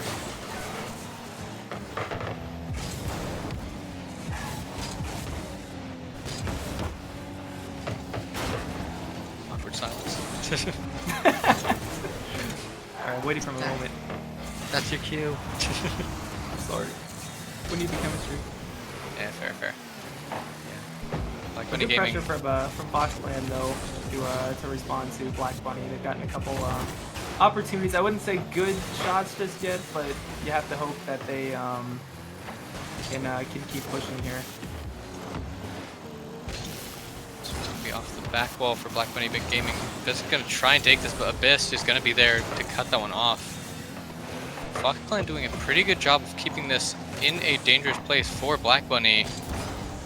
However, we've seen so far the Black Bunny defense is doing well. However, the bump on Hammer nearly spelled disaster for Black Bunny Gaming, but Fox Clan just not quite able to adapt and get that shot when they needed it most. I do like the bump attempts though. That is something that Foxland does very well, and I think it'll. Oh my goodness! Wait. Oh, what a save! As a ridiculous save from Hammer and a ridiculous shot as well, but 2 minutes into the game and it's already just so back and forth.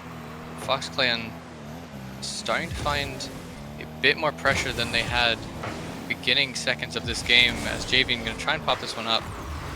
Physic's gonna put this one down to Hammer, who's gonna try and tap this over Abyss. Abyss still able to get there.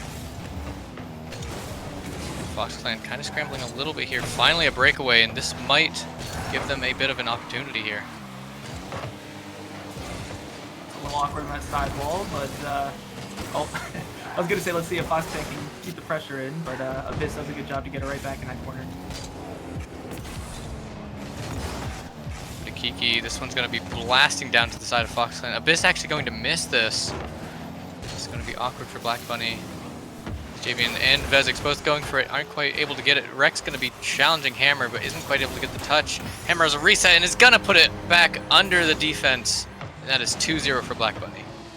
Oh, that's just Hammer being too good. It looks like it's gonna hit the ceiling there. It actually just goes a little bit below, and Hammer's able to get that reset and slot it.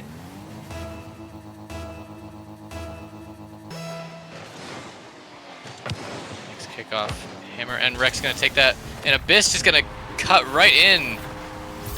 Fox wow. Clan finally finding their first goal here. No cheat kickoff for Black Bunny's gonna punish him there. Abyss with the nice cheat. The ball is dead, and that is an automatic goal in threes. With 2 minutes left, Fox Clan might still have a chance here. As Abyss gonna go up for this, try and put it in a dangerous spot for Black Bunny, but Kiki just gonna blast this one away. Tries for the touch, but isn't quite able to get it. Now 50. Javian, a bit of a fake as well, is going to get him that boost and the ball control. Fantastic play here, but it's going to lose control. It's still going to be dangerous, but Hammer is going to finally put that one away, and Kiki going to follow that as well. Really nicely done from Hammer after Javian had gotten a pass too. Oh, hold on. Such a close opportunity there, but Hammer doing a very, very good job of saving that one away, but now almost a touch from Vezix. That would have been dangerous for Fox Clan. Kiki with the ceiling double there is going to be awkward. Javian has to cut this one away. Hammer gonna get control here. Gets the boost as well, gonna try and put it over, but Rex, the GOAT that we know him as, is going to be able to keep that one away, and with 1 minute remaining, Fox Clan is still going to be only down by 1. Oh, great pass. So close. That's so good from Hammer. Sidewall as well to keep that pressure up. Fox Clan just trying to get this off here. Oh, no. And that is an open net, and Javian just going to slam that downfield. No bounce. Wow. Fox Clan is able to tie this one up. Oh, the double commit there for Kiki and Hammer. Looked like Hammer wanted to stay with that, but Kiki wanted to take it, and just ends up in an open net. With 39 seconds left, we're starting to get into golden goal territory. The next goal might give that team the win. Is Javian gonna try and put this one up? Hammer isn't fast enough. And Fox Clan is going to steal the lead away from Black Bunny. Wow, what a fake from Javian, and it looked like Hammer had a chance of getting that. I'm sure on his screen he probably had it, but that's where that server difference matters. And what a shot from Javian. Hammer. Try and put on the pressure here. Abyss gets a good touch, but it's just going to be popping mid. Vezix with the shot. It's not going to hit. And Abyss able to get a save as well. With 20 seconds left, Fox Clan has the control here. Tries for a redirect from Rex, but not quite able to get there. Just going to go up. Hammer misses the ball, actually. But Kiki able to cover. 10 seconds left. To count down the final few seconds. A bump. But it's not going to land. Hammer going to try and get this one mid. And that one's going to be down, and Fox Clan is able to take game 1. Wow, what a comeback from Fox Clan.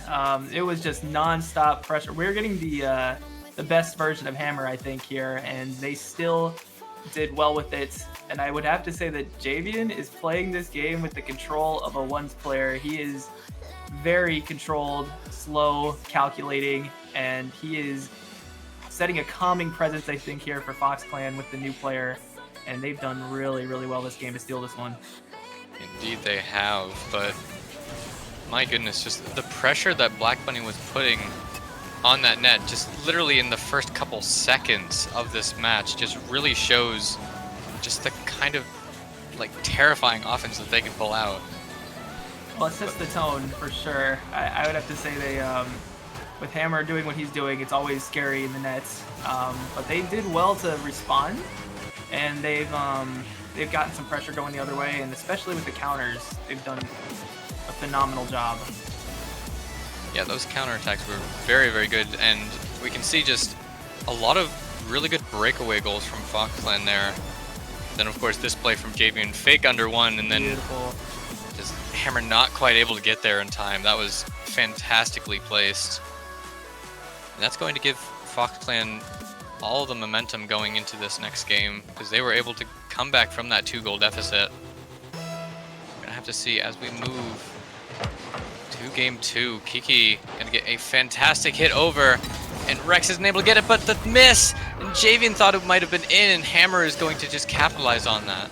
Well, this is where that adjustment comes in. This time you have Kiki cheating up on the kickoff, where it otherwise would have been maybe another scoring opportunity for Fox Clan. This time, Black Bunny sends a cheater up. And that's just that adaptation that we've seen from Black Bunny this entire league. Shown that they are able to adapt to pretty much any team given enough time. But Hammer especially just putting on all the pressure for that team, as Vezek's gonna try and put this one through. It's not gonna quite be there, as Hammer gonna try and get this one up. Gets a mistouch here. And Kiki gonna be able to cover for that, but that is a very uncharacteristic miss from Hammer.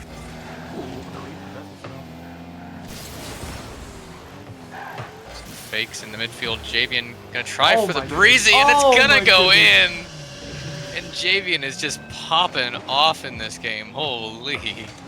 He really is playing this like a ones game. He goes for the fake, but then it actually ends up being a little musty there, or breezy as you said, and God, what a shot.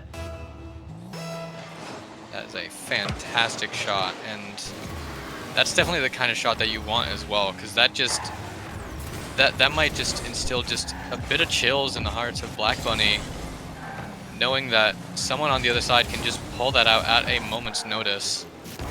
That is always something dangerous that you want to be wary of. However, of course, Hammer, known for those sorts of plays, is Kiki gonna blast the one off the bar, and Vezek's almost doing the same, but that one's going to be a bar in. Black Bunny going to steal that lead right back. Well, I think it's Hammer and Javian just going pound for pound here. They are throwing haymakers at each other, and it's really fun to see. Indeed it is. We get the kickoff here. Rex going to win this one. This with a good follow, but Kiki going to be there to blast this one downfield. Javian gonna wait for this one, letting Hammer get awkward touch, but now a bit of midfield shenanigans here. Abyss gonna just take this control. Doesn't quite get the flick, and Hammer is going to take this one, start some offense for Black Bunny here. I like the idea though. Yeah, we've always known Vez is just always causing chaos on the other side, just getting all those bumps and demos, all the disruption is allowing Kiki and Hammer to get some good shots, as that one just gonna go off the bar, and a massive demo on Javian. And Kiki going to score that one, and where did Vezek's come from in this one? Yeah, it's kind of hard to tell with everything going on here, but I was just about to say that the demos from Vezek's haven't yielded any results just yet, but there we go. There we go indeed. 3 minutes left. Fox Clan still not out of this one. They've come back from a 2-goal deficit before, but they're gonna start needing to land those shots, as Javian just gonna put one off the bar. And Kiki with a massive clear downfield. Vezek's gonna go for the far boost there. Gets a massive 50 there on Abyss. Javian gonna get the follow-up though. And another bump on the side of Fox Clan. Hammer gonna try and put this one through. Javian with the save. He's gonna have to get a follow-up. Gets a fantastic follow-up. And is he going to be there in time? He will not. Kiki is going to be back in time. With half the game remaining, Black Bunny Gaming still holding on to that 2-goal lead. Yeah, the pressure from Black Bunny is just making it hard to see. Oh, well, I was gonna say, where are the opportunities? That might be one right there.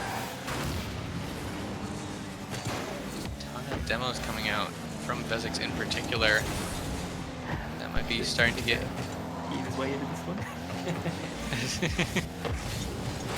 seeing that is starting to disrupt Foxland quite a bit as we see Kiki joining in on the party a bit. With 2 demos right there, and Hammer gonna get that one over!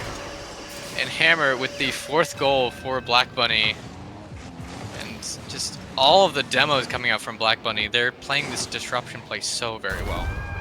Yeah, I think they found a new strategy for the series. It's Hammer and his bodyguards. That's honestly a fantastic way to put it. We see Rex gonna try and put this one downfield. Hammer try and get this one down. Gets a good play. Gonna try for a demo here, but Javian is not coming out enough for him to get the play there. Now Javian try and pop up. We saw a bit of a bump attempt from Foxland as well. I'm starting to wonder if this field is about to become a minefield as we see another attempt from Rex to Vezix. This one's going to be blasting downfield off the bar. Vezix going to be for the follow, and 5-1 for Black Bunny. With 80 seconds left, Foxland is looking in a dire situation in this game. Yeah, I think we're seeing a lot less overcommits there from Black Bunny. Every time Foxland tries to get anything going, there's someone from Black Bunny waiting back. And then they kind of just push forward and then wreak havoc with all the demos while they're at it. Yeah, absolutely, but there's a little bit of opportunity from Foxland here as a massive demo on Hammer from the Demo King himself, Rex, but might be coming just a little bit too late. However, in these games where you're down by quite a bit, as Vezix is going to put in another one, Foxland is definitely going to have an opportunity here to just try whatever they need to try and just kind of learn as much as possible from this Black Bunny Gaming team and kind of just throw things at them and see what sticks. Because 5-goal deficit with 58 seconds left, that's, let's be honest, Static, that's pretty much over. Yeah, I am not that much of a believer. I think this would be a really good time to try and get a little bit of momentum going in the next game, which it does do something. If you can get like a goal going into that next one, have it in their heads a little bit, see if we can yield some results. Yeah, but counting down the last 30 seconds, Kiki still trying to increase that goal lead, as Black Bunny most definitely going to be trying for the Brazil. Foxland going to try for something here, as Abyss going to get the redirect. Hammer, fantastic save over to the side. Still finding a bit of back and forth. Hammer going to not quite have the flick for the Musty there. Going to be blasting over the corner as we count down the last 10 seconds. Foxland playing very well in this one, but Black Bunny just seemingly woke up in this game. Yeah, the defensive structure there for Black Bunny has solidified. You know, they got some of those free goals off of kickoffs and overcommits last game. There was none of that this game. And you saw in the first game, it was almost the Hammer show where he was just doing everything. And this time around, you see Vezix with the hat trick, and you see even without the points, Kiki and Vezix are playing a huge role with those demos. It felt like more of a team effort in that second game on both the defensive and offensive end. Indeed it was, but just once again, just a ton of offense from the side of Black Bunny. And one thing that I saw in particular is that, like, anytime they had an opportunity, they were making the most of it. As we saw with that play right there, it went off the bar, but they were just able to keep up that pressure and eventually convert it into a goal. And that's one thing that you probably recognize, especially against this Black Bunny Gaming team, is just like when they have those opportunities, even if they seem like they're about to go by the wayside, they're able to just somehow convert them into a goal. Yeah, it's a result of all that pressure they have. They even if they don't put in the first open nets, there's like 2 other people there ready for the cleanup, and they're also just taking Foxland out of the game while doing it. So many opportunities. Indeed, but as we go into game 3, all tied up in the series, Jaden gonna try for the quick shot, but that's gonna clear that one away. Now Hammer with the control is going to go up. Tries for the double, is not quite able to get the touch. And I know I was saying it at the end of last game, but That might be the first opportunity that we saw that finally went by the wayside for Black Bunny. However, you can't really blame them because that was an extremely difficult angle to hit. And they'll hit the next one anyway. Yeah, of course they will. Just Kiki showing Hammer how it's done, how to hit those doubles, slamming that on the head of Javian, just putting it far side as well. Just absolutely no hope for Foxland to get that one. As we go into the next kickoff, Kiki going to go up for this. Javian, the quick beat. Hammer gonna have to rush back for this, nearly getting demoed. That's something that I'm gonna want to be seeing more as we have a Rule 1 between Abyss and Vezix. It is now a 2v2 between Hammer and Kiki versus Javian and Rex. And Static, who do you think is going to win that one? I think Fox Clan, yeah. That's my prediction. I would have picked them anyway, though, I think, because I do really like Javian's 2v2 skills. I know he's got a lot of 2v2 chops. I would trust him in a 2v2 over anyone. That's completely fair, and honestly, with how fast they converted on that, that might be something that Foxland might want to try and take advantage of, because... More ones, yeah. Yeah, more ones, but like specifically, like they were able to take out, I'd say, the main Chaos Maker in Vezix on the side of Black Bunny, which is definitely going to stunt them quite a bit. However, as I say that, Kiki just going to slot in another one off the pass from Hammer. Foxland once again going to be back, and that is actually an insane carry from Hammer. That is just clean. The patience there to get it by one, and then the mechanics to get it by Javian at the same time. Really nice setup from Hammer. Indeed it is. Go into the next kickoff. Javian going to try and just bop that one on net. Hammer going to get the save. Now already on the offensive here. Going to try for the reset. Tries to get it under, but isn't quite able to. Vezix to follow. And that one is just barely going to be saved away. Foxland going to be thanking their lucky stars that that one didn't go in. But the pressure's there, and it seems like it's kind of just picking up from the second game here, and they got to be a little bit cautious about having a repeat here. Yeah, Javian gonna try and keep up the pressure here. Vezix gonna have to get an awkward touch. Javian there with the follow, but doesn't quite get the catch that he wants. That's going to allow Hammer to get a massive clear. Abyss has to get a touch and isn't quite able to get the height needed. Hammer gonna get credited with the third goal for Black Bunny. That's just very unfortunate. We saw all of Fox Clan just pushed up just that little bit too far. Black Bunny was able to capitalize very well.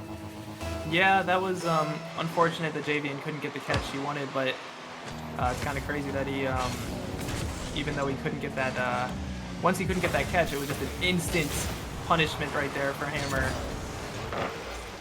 Yeah, and that's something that you always got to be wary of with Hammer, because just pretty much any mistake that you make is definitely going to be at least an attempt to be capitalized on.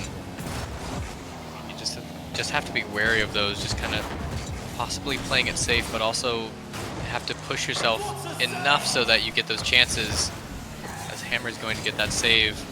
And another attempt from Rex. That one's just barely off the bar, and Hammer gonna try and push this one back towards the Foxland side. And it is looking very dangerous right now with Black Bunny. But there's been a few moments like this where they've overextended just a little bit. Foxland can't capitalize though. Just that opportunity going by the wayside for Foxland. Abyss gonna try and keep this one safe. It's going to be dangerous though. Puts it under. Javian there for the cover. With a minute 50 left on the clock, Fox Clan is gonna have to start scrambling for another goal here. They do not want to go down in this series. What a shot! Oh man, let's go Rex! Just slamming that one off that sidewall. Absolutely fantastic shot there. Just Kiki just sat in net, and Rex just putting that as high as possible. Zero hesitation. I can see why, who was this, Fade or Donkey? Someone said he was popping off lately. I can see it there.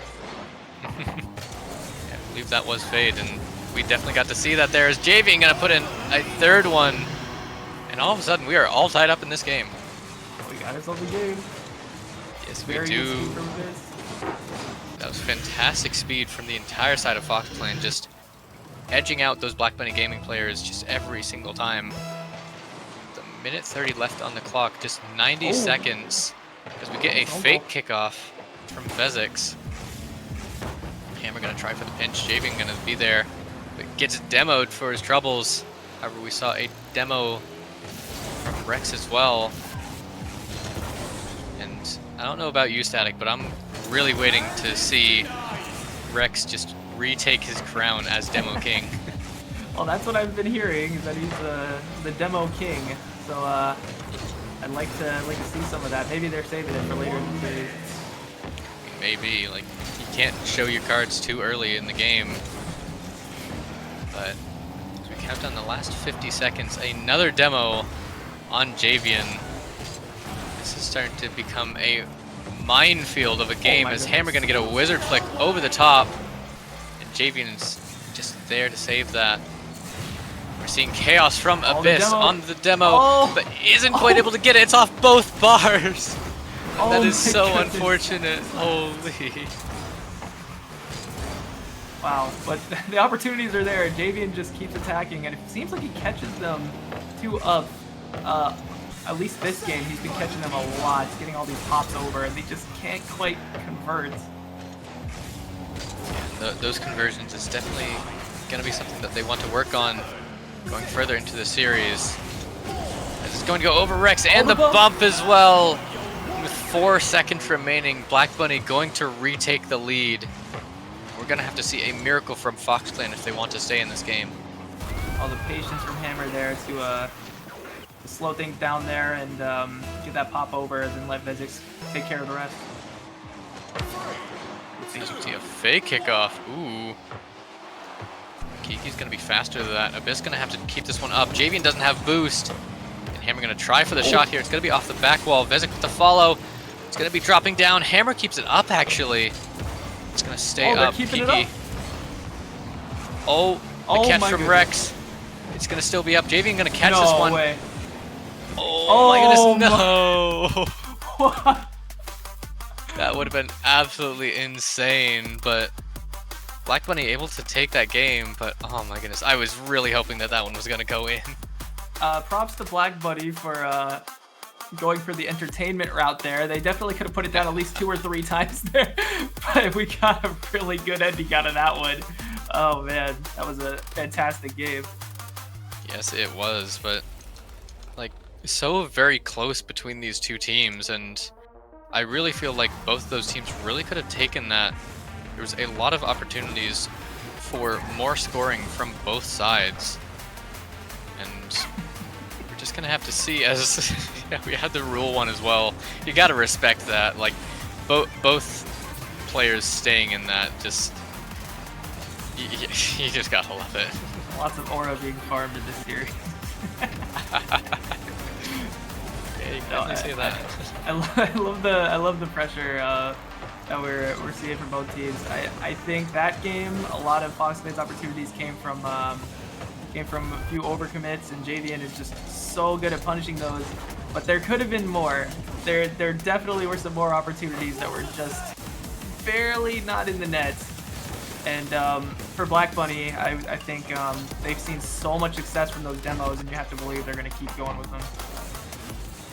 Yeah, but just Foxline was putting on a lot of pressure just this entire match, but Black Bunny just getting a ton of offensive pressure themselves as well, and just especially the bumps and demos coming out. I know for a fact that after the series, I'm gonna look back and just see how many demos were got in this series, because my goodness, I feel like it's going to be a lot as we get another one.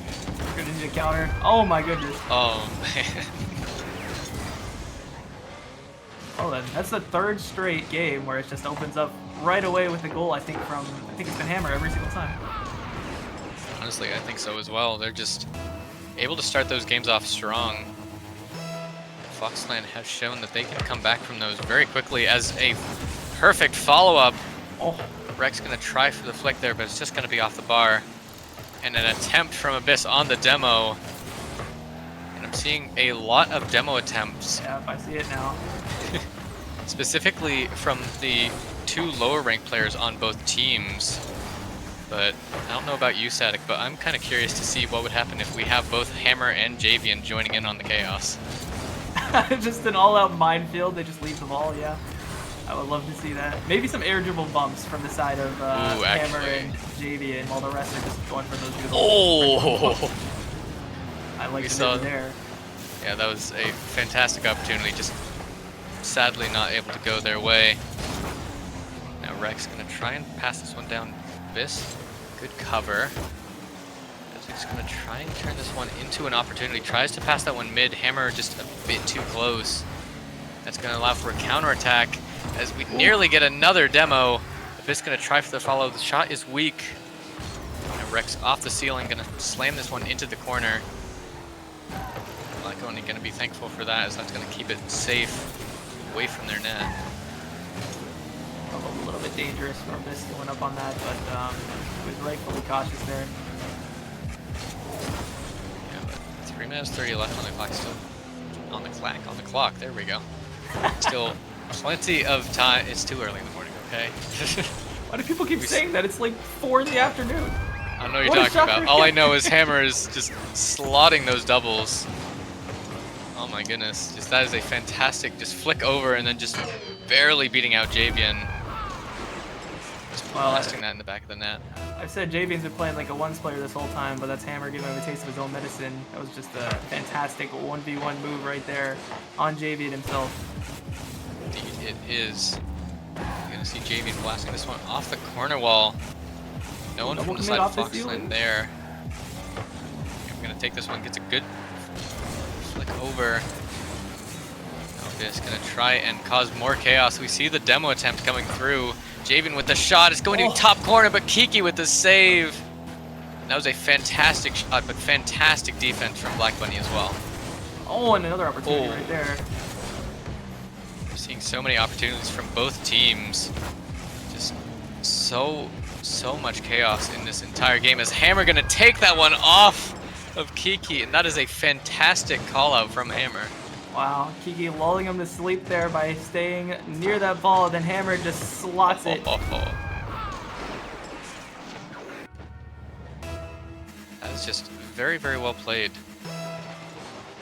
Black Bunny now putting on a ton of pressure on Foxland, not allowing them a single goal this game so far. As we hit the halfway mark, however, as I say that, an opportunity comes through, but Javian gonna opt to take this one off the ceiling. Tries for the musty, is going to get it over! That is a fantastic play from Javian.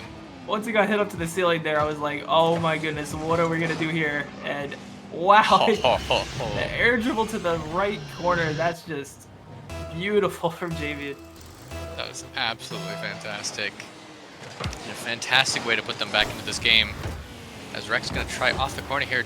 Kiki with a massive clear. Javian gets a crucial touch on that. I think that might have just been dropping in, if not. And we're going to try and push this one through. Rex with the 50. Now Javian clearing this one out, but Hammer's just going to be there. That's something that I've been seeing from both of these teams as Hammer nearly gets a great double. Is that every single time that a breakaway opportunity has shown itself, it feels like there's always at least one player back to cover that. That was a good adjustment from the beginning of the series when it just felt like there were just too many open nets there for Foxland. Black Bunny has been a lot more solid. Yeah, but as we see Kiki try and put this one up, a miss from both Abyss and Rex, but that one's just going to go high. You see, I think it was like Javian landing on Rex there as well. Abyss nearly with the demo.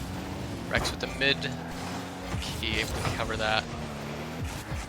Knocked down to the last 60 seconds of this match. Black Bunny looking to take match point as Hammer going to come off the ceiling. This is dangerous. Oh, he's Try going for the tried for the ground double, and Vezix is there for the cover. 57 seconds left. FoxClan now down by 3, threatening match point from Black Bunny. Oh, you gotta love the crazy shot attempt there from Hammer. Just even just the thought of that shot going down puts a little bit of fear into Fox Clan, and Vezik's able to clean up with a really nice finish there.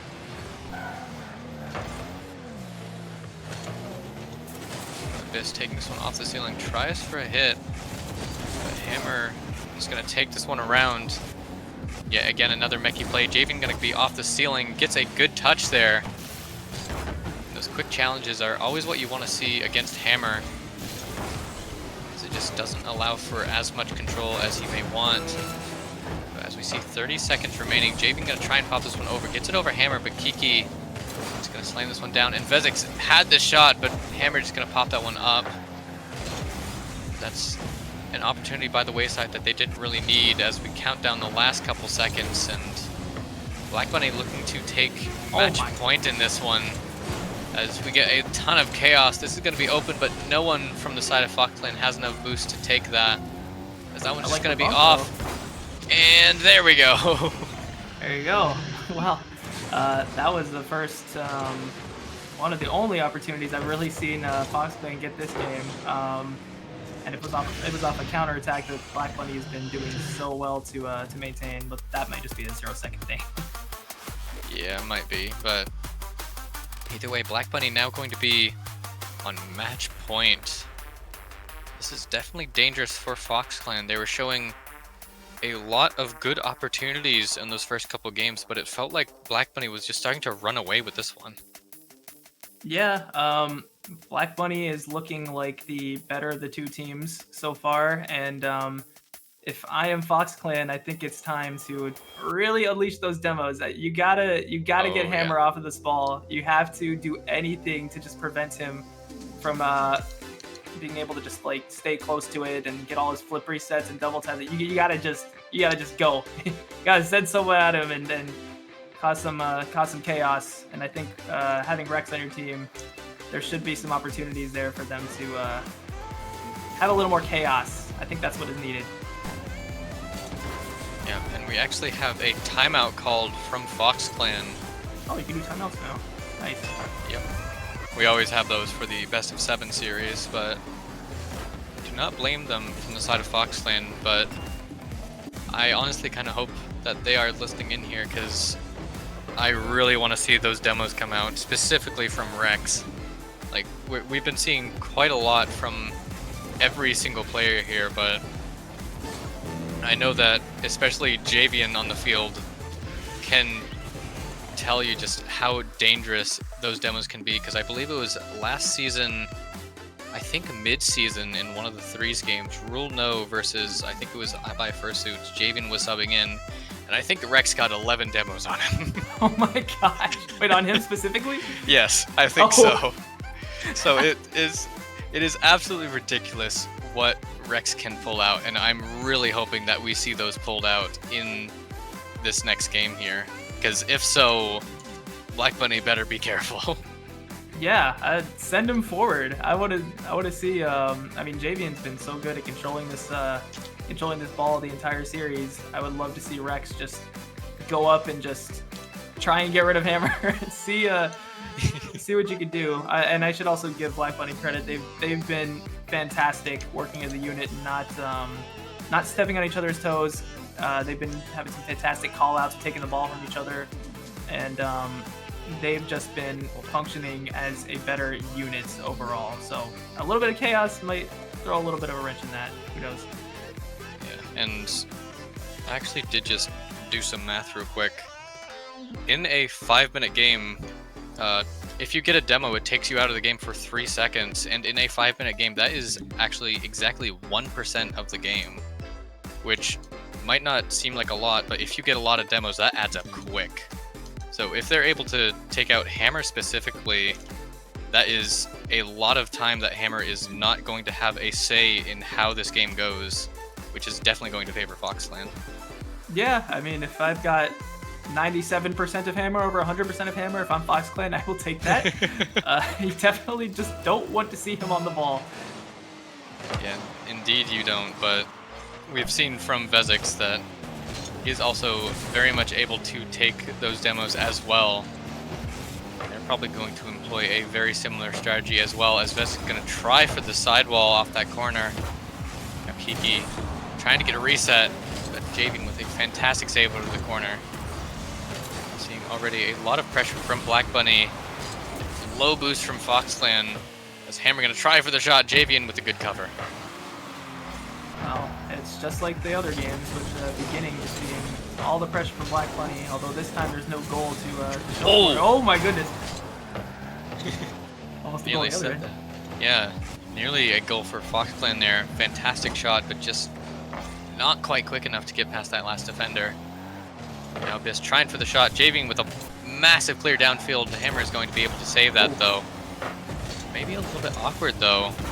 You see Kiki having to clear that one away. Vezek's trying for a redirect. Isn't quite able to get us there. A minute in, still 0 goals for both sides. However, as I say that, Vezek's tries for the redirect, is not quite able to get it. That would have been dangerous. Indeed it would have, but static, oh my god, okay, never mind. I was about to say just how we've had pretty much a lack of demos all game so far, and then as I say that, Rex is going to get a demo.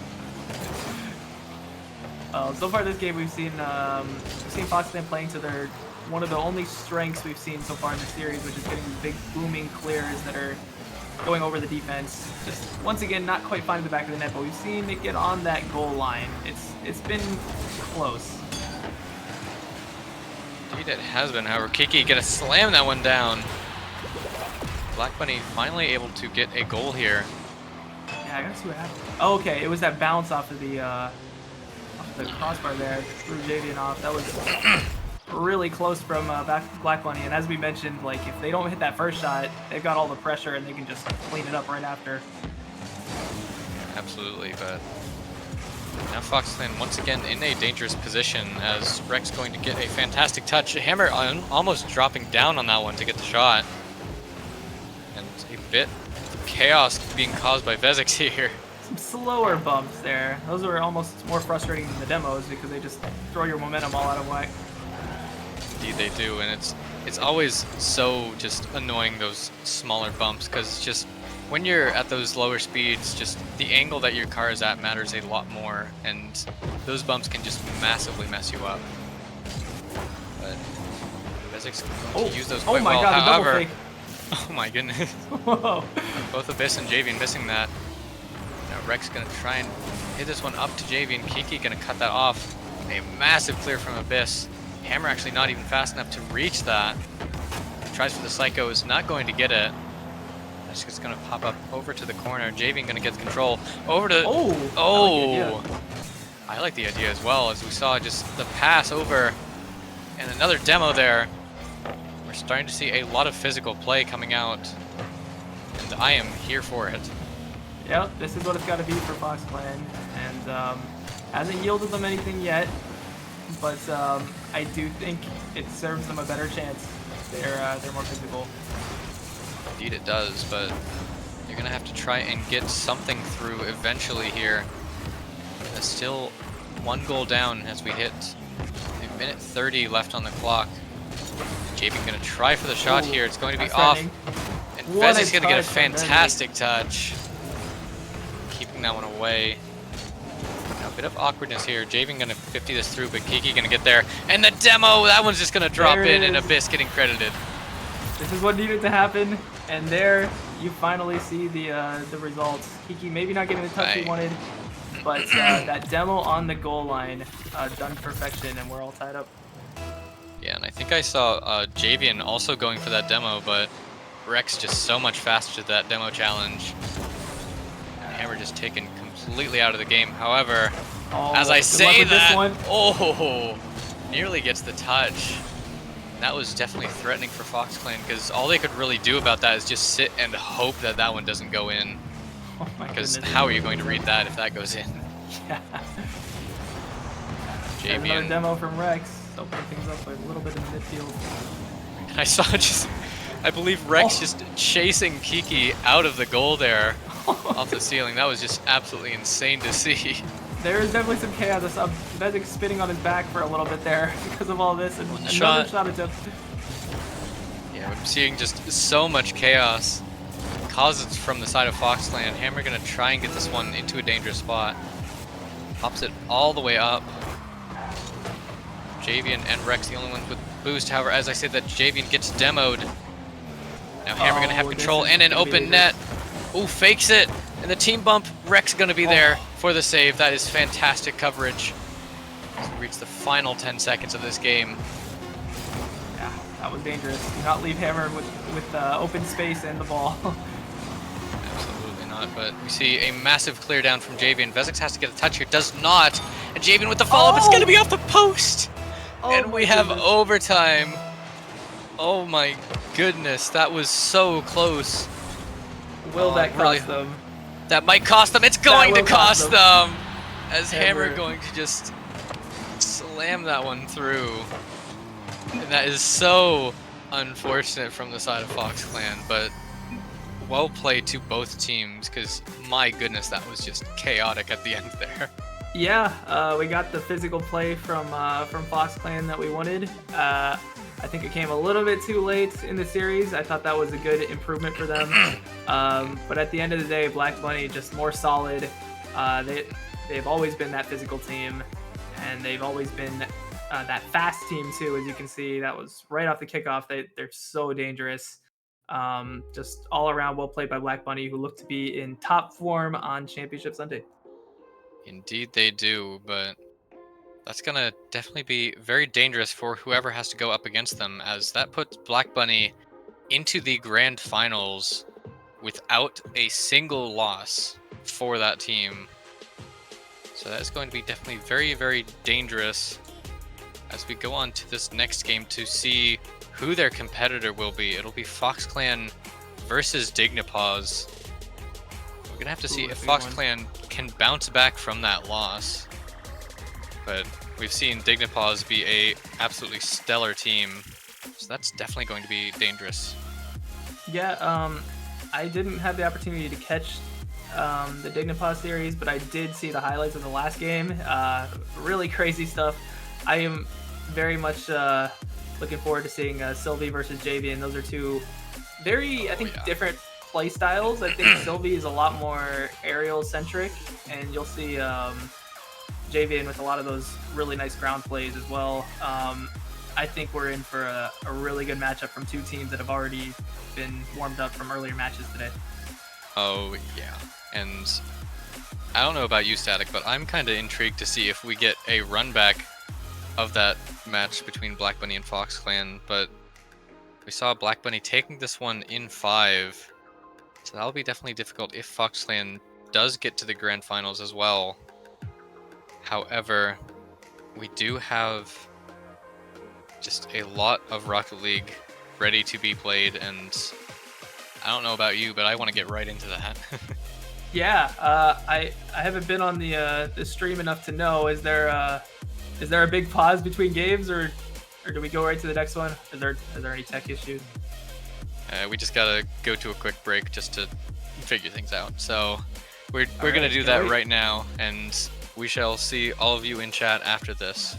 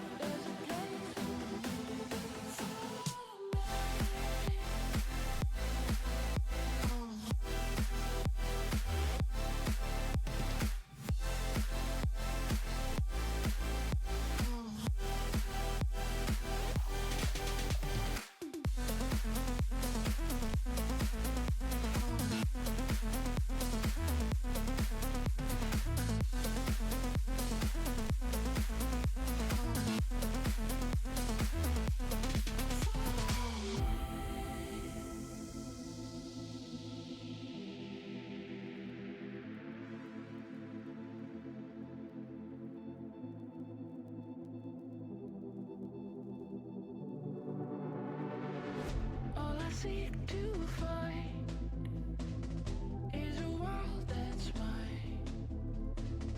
Need a place to hide. Will you free my mind? Following the lights of a world that's blind. In your eyes I see there's a place for me. Far there.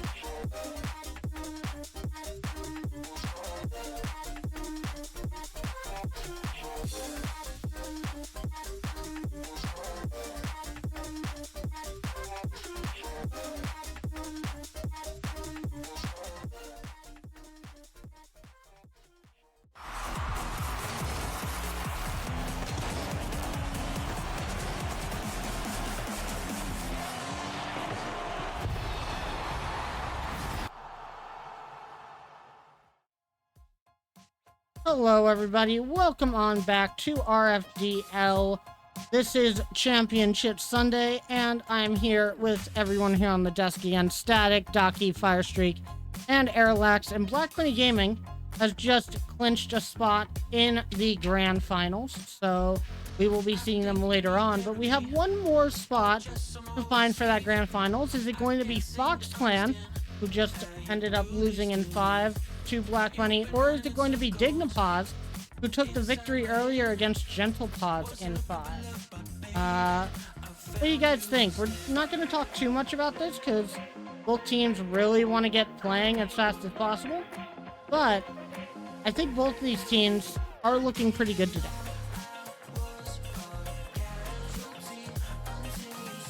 Yeah, I mean, we just played Dignapause, and they definitely are looking pretty solid. There wasn't too many opportunities for us to take advantage of like rotational errors or anything by them, so they were playing really well earlier today against us. And I mean, Fox Clan just a solid team, so we'll need to see. But yeah, that's definitely going to be a good matchup.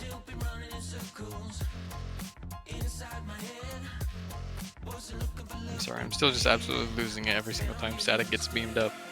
You can like I see my icon doesn't like light up, so I figured, oh, I'm good. I adjusted the noise suppression. Okay, anyway, yeah, I think this will be a really good series. Yeah, and I think, like I said with the arrows, like I think that Sylvie versus Javian matchup is gonna feed some families, and I think we're gonna have.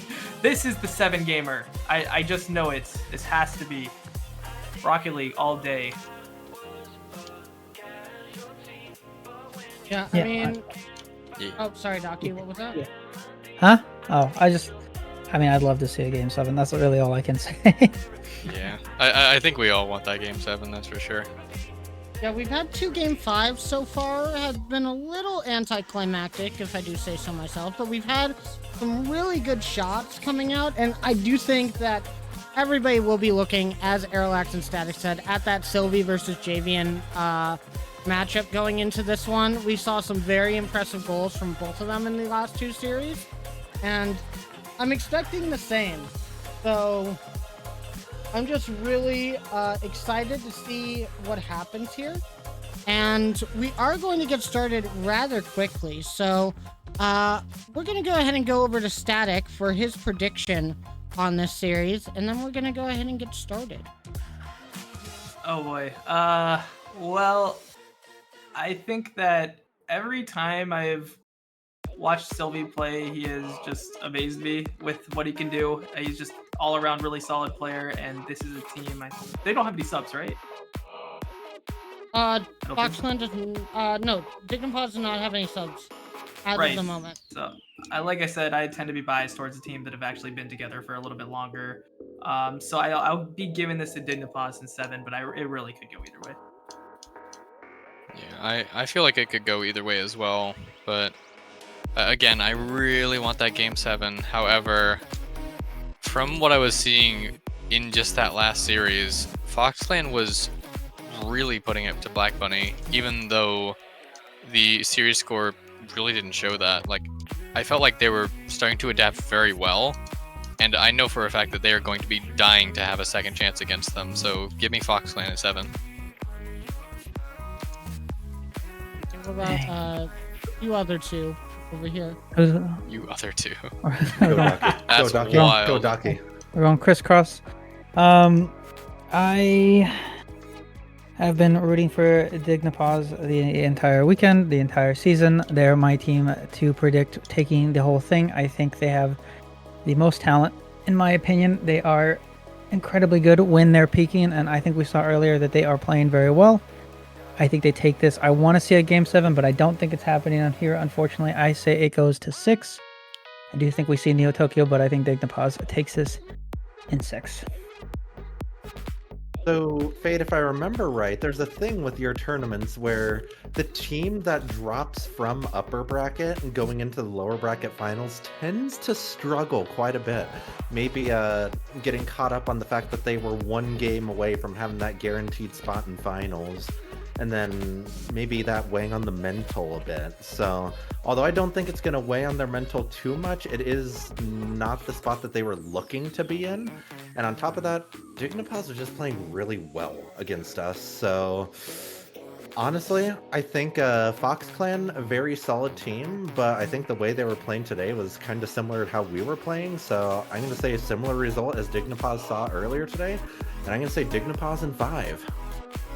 Well, I'm going to say Fox Clan in 6. I think that they are a great team. I think that they have what it takes to take Dignipod down, and I think that they can really put a damper on Black Bunny Gaming's Grand Finals run if they can adapt to both of these teams. So they've got a road ahead of them, but it is time for our lower bracket final, guys. Let's get started here. It's going to be Fox Clan, it's going to be Dignipod, and even better, it's going to be me and Static on the cast here to see who is going to be making it to our grand final. Who will meet up with Black Bunny Gaming? Let's find out right now, Static. Let's go. I'm very excited for this game. In particular, I'm looking to see who pops off more, Sylvie or Javian. But you cannot doubt Nova or Infernal, because it looks like he's going to score the first one here. I like the little swerve there to kind of catch the ball, and then Fox Clan just not prepared on that goal line right off the bat.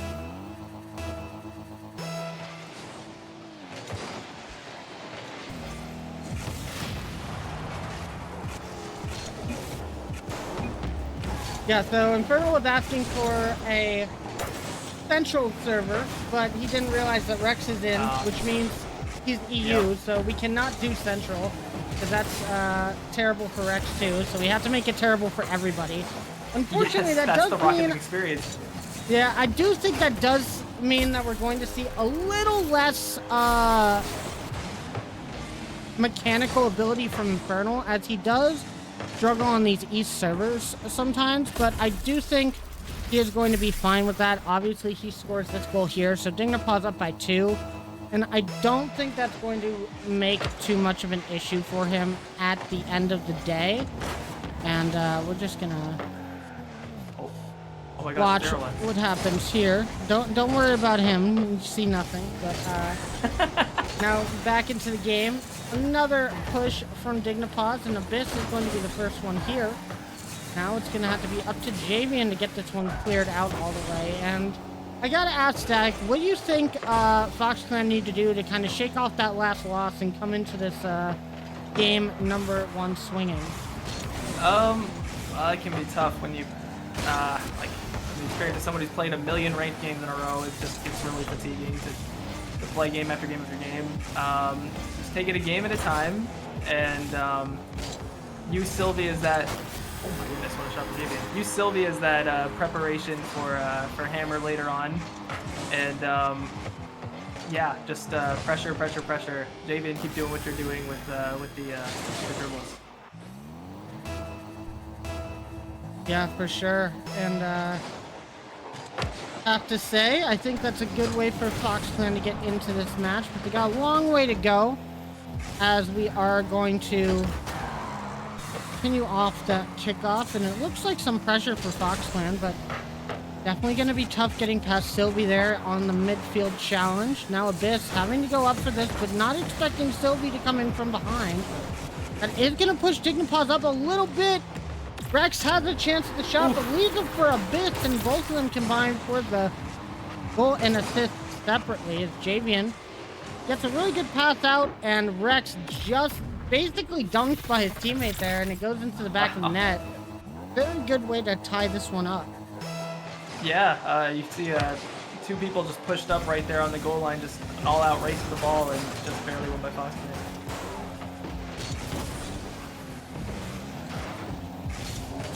Off the kickoff once again, looking like a lot of pressure for Fox Clan. They've been ramping up really quickly, and you can see Rex already looking for demos, which might not have worked as well as they wanted to against Black Money Gaming, but a new team, more adaptation that needs to come from them, and maybe the demos are a good trick to make them very uncomfortable. Now Yeah, Rex I off do. the ceiling. That was a great shot. What was that, Static? I do agree with the demos being. Oh my gosh, what a shot! I do agree with the demos being something that they got to do. I think it'll help them play to their strengths. I think even though they didn't get the win against Black Bunny, I think it's something that showed some promise, and I think it would be very helpful to do that with another player as talented as Sylvie on this other side. Now Sylvie off the corner will have the flip reset, but no one challenging just yet, so just gonna get away from their car. And now a big bump from Oh, what a Javian. fake! Fake for Rex. Oh, Good call out from Rex to get the shot on net. Must have seen the angle there, and Javian turns off it. Rex just has an open shot over to the bottom left-hand corner. Well placed. That's gonna give Fox Clan the lead. And what we thought was a Dignapaw's great game 1 start kind of devolved a little bit as some backfield issues have occurred. Maybe a little bit of positioning need to be worked on here as oh my goodness, Oh. the fake from Rex touches Sylvie out, and that's gonna be a goal for Abyss, the second one of this game. Yep, yeah, you can tell that was just fake on the goal line. Really well done for Fox Clan. It seems like they're throwing a lot of people up, and it's just throwing Dignipaz off.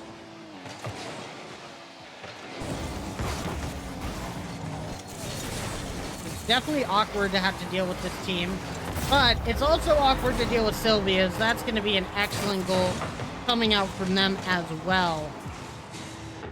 And yeah, that was also a fake. Sylvie just basically saying, hey, I can do this too. We can all miss the ball. And I mean, another 1-goal game, once again, right back to it. And you can see off of that kickoff, Rex going immediately for the bump play, noticing that they were going to be at a disadvantage if they let anybody touch that ball. Javian and Rex getting a little bit caught up with each other with the double commit, and Rex is going to be in the back line. As I said in our earlier series on Dignipaz, I think the main way to counteract this team is just to make sure that Sylvie and Infernal get the least amount of time on the ball as possible. Don't give them a lot of time to set up any sort of insane plays. Just go straight for the shots, and that is what Rex is going to do. Well placed to the top corner again. He is on tear when it comes to some of these shots. Yeah, that's a really good setup from JV and taking advantage of the touch off Sylvie and the fact that all three Dignipaz players are kind of huddled back near net. And just a really good cleanup there for Rex. That's going to be an awkward situation. Sylvie not getting the touch on this ball. It's going to bounce down. Javian gets the touch. It will be Sylvie this time to clear it out, but not a lot of boost on the Dignipaz side. It seems like Fox Clan had a monopoly on the boost control in this game. Long clear downfield, but it is going to go straight over to Javian. Sylvie there for the dunk. Tries for another against Rex, but not able to get it. And Infernal going to have to try and find a pass to midfield. It drops down for Nova, but it is going to be stopped by the defense. 10 seconds left, and 2 goals down. It seems like Fox Clan going to be taking this first game victory in this best of 7. Yeah, really well played from Fox Clan after that tough start. Seems like they're back to playing off that momentum they had, I think, at the end of that Black Bunny series. They were looking kind of better, I think, towards the end there, and I think we're seeing a lot of that picked up here. Yeah, I definitely saw some good stuff from them here. And sorry, I'm trying to read the chat on the side, as they didn't call for a timeout, but there was a preset change going on for Infernal. Very but important. I definitely think that Foxland, not the best start, but very good mental for them to be able to just shake it off and come back really quick. And I'm seeing some really impressive shots coming out from them, really catching out the Dignipaz defense at some very crucial times. And I think it's working well for them. Now you're gonna have to figure out how to come back if you're Dignipaz.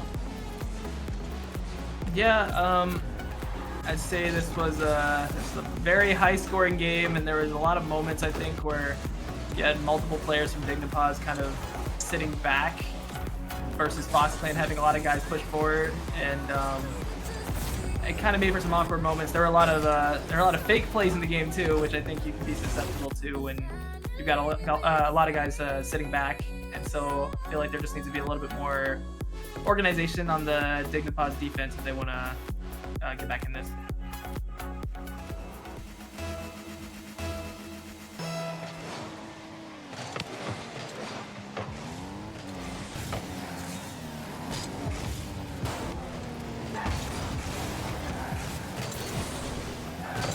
All right, and we're into game number 2 with Fox Clan taking the lead, but it might be an early goal for Dignipaz.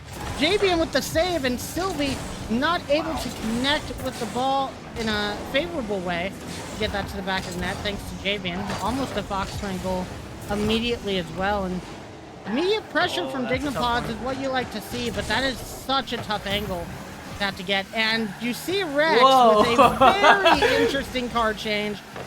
And he immediately gets scored on, which is exactly what happens when Rex changes to Scarab, and that's why I tell him stop playing Scarab. So, Okay, so there was also this card change. Okay, I think it just needs some time. We'll see if this gets some good results for them. Not a good result there, but you know, it's a long game, I'm sure. You never know. I mean, Rex has, okay, Abyss, don't let me talk, that's fine. Excellent shot from Abyss, but that was a great play from JVN2 just to get that past Infernal, and Nova thought it was going in, so they dived, but unfortunate for them, it was the post, and Abyss is going to get away with that one. I will say, Rex has a tendency to lose when he's in the Scarab, so I think that the change is not necessarily the most wise, but what do I know about Rocket League? He just scored. Well, maybe he's just trying to vanquish some demons, and then if they could move on and play Black Bunny, then, you know, that sets the tone. They vanquished some demons there, then they could vanquish the Black Bunny demons after this. I mean, imagine a full Scarab roster of Foxman versus a full Scarab roster of Black Bunny. I would love to see it. Scarab Grand Finals, I'm here for that, but I'm here for that.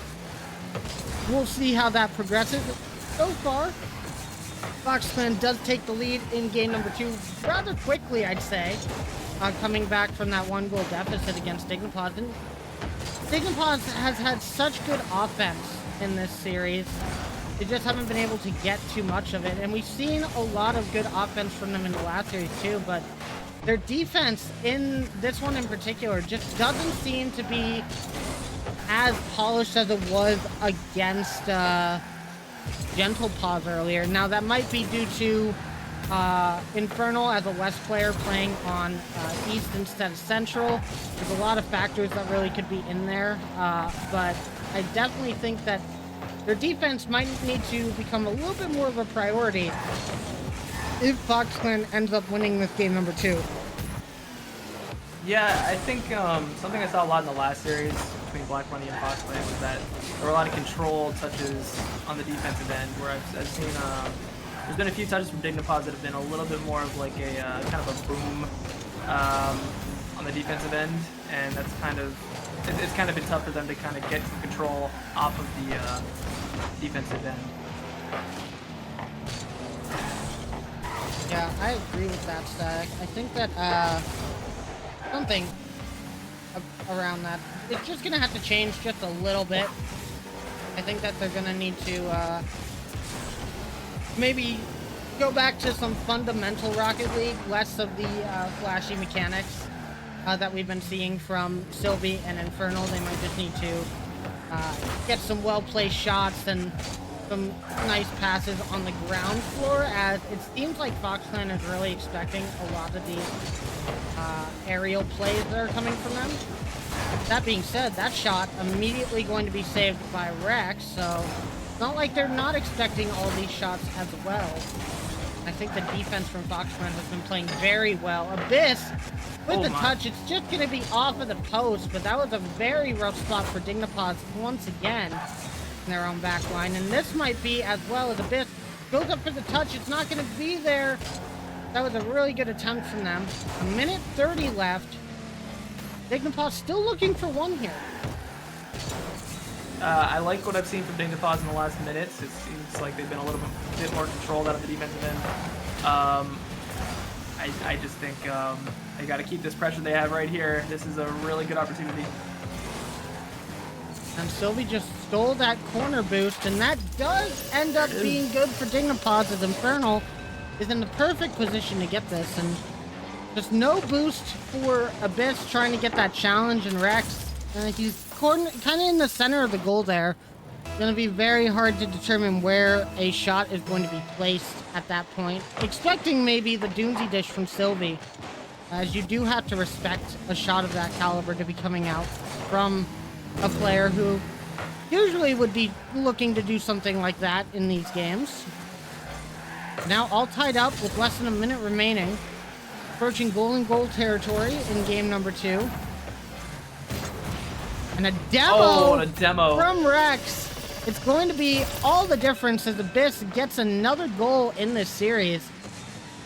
Just Nova not expecting Rex to come in. I don't think they've really had to play against a very demo-heavy team like this Fox Clan team has been in these last couple of series, and I think it's a very big change from the normal Fox Clan playstyle. So you really cannot expect Fox Clan to play the exact same that they would with Taka on the team as they do with Rex. It's a totally different dynamic coming out, and you can see Infernal is going to take advantage of Nova adopting the playstyle as well. You can see Nova going immediately for Rex, getting that dunk and that demo, and Infernal is just in the perfect spot for that too.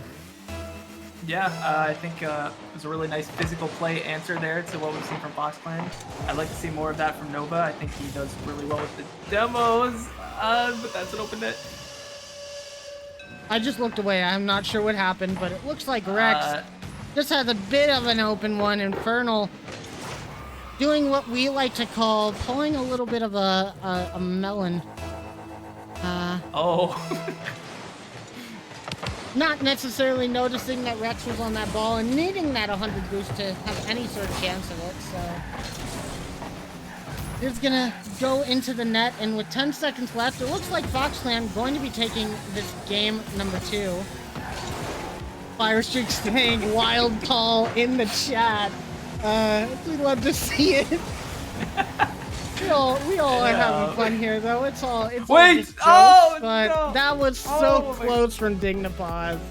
But Fox Clan will be taking game 2. That was insanely close, Static. I thought we were going to overtime. I actually would have liked to see that because I hate seeing a game-winning goal like that where it's just a bit of a misread. But it happens. Dignapause has to get it together here a little bit. They've shown some flashes of how good they can be in that game. I think a lot of it comes down to just cleaning up some little mistakes here and there, some inconsistencies.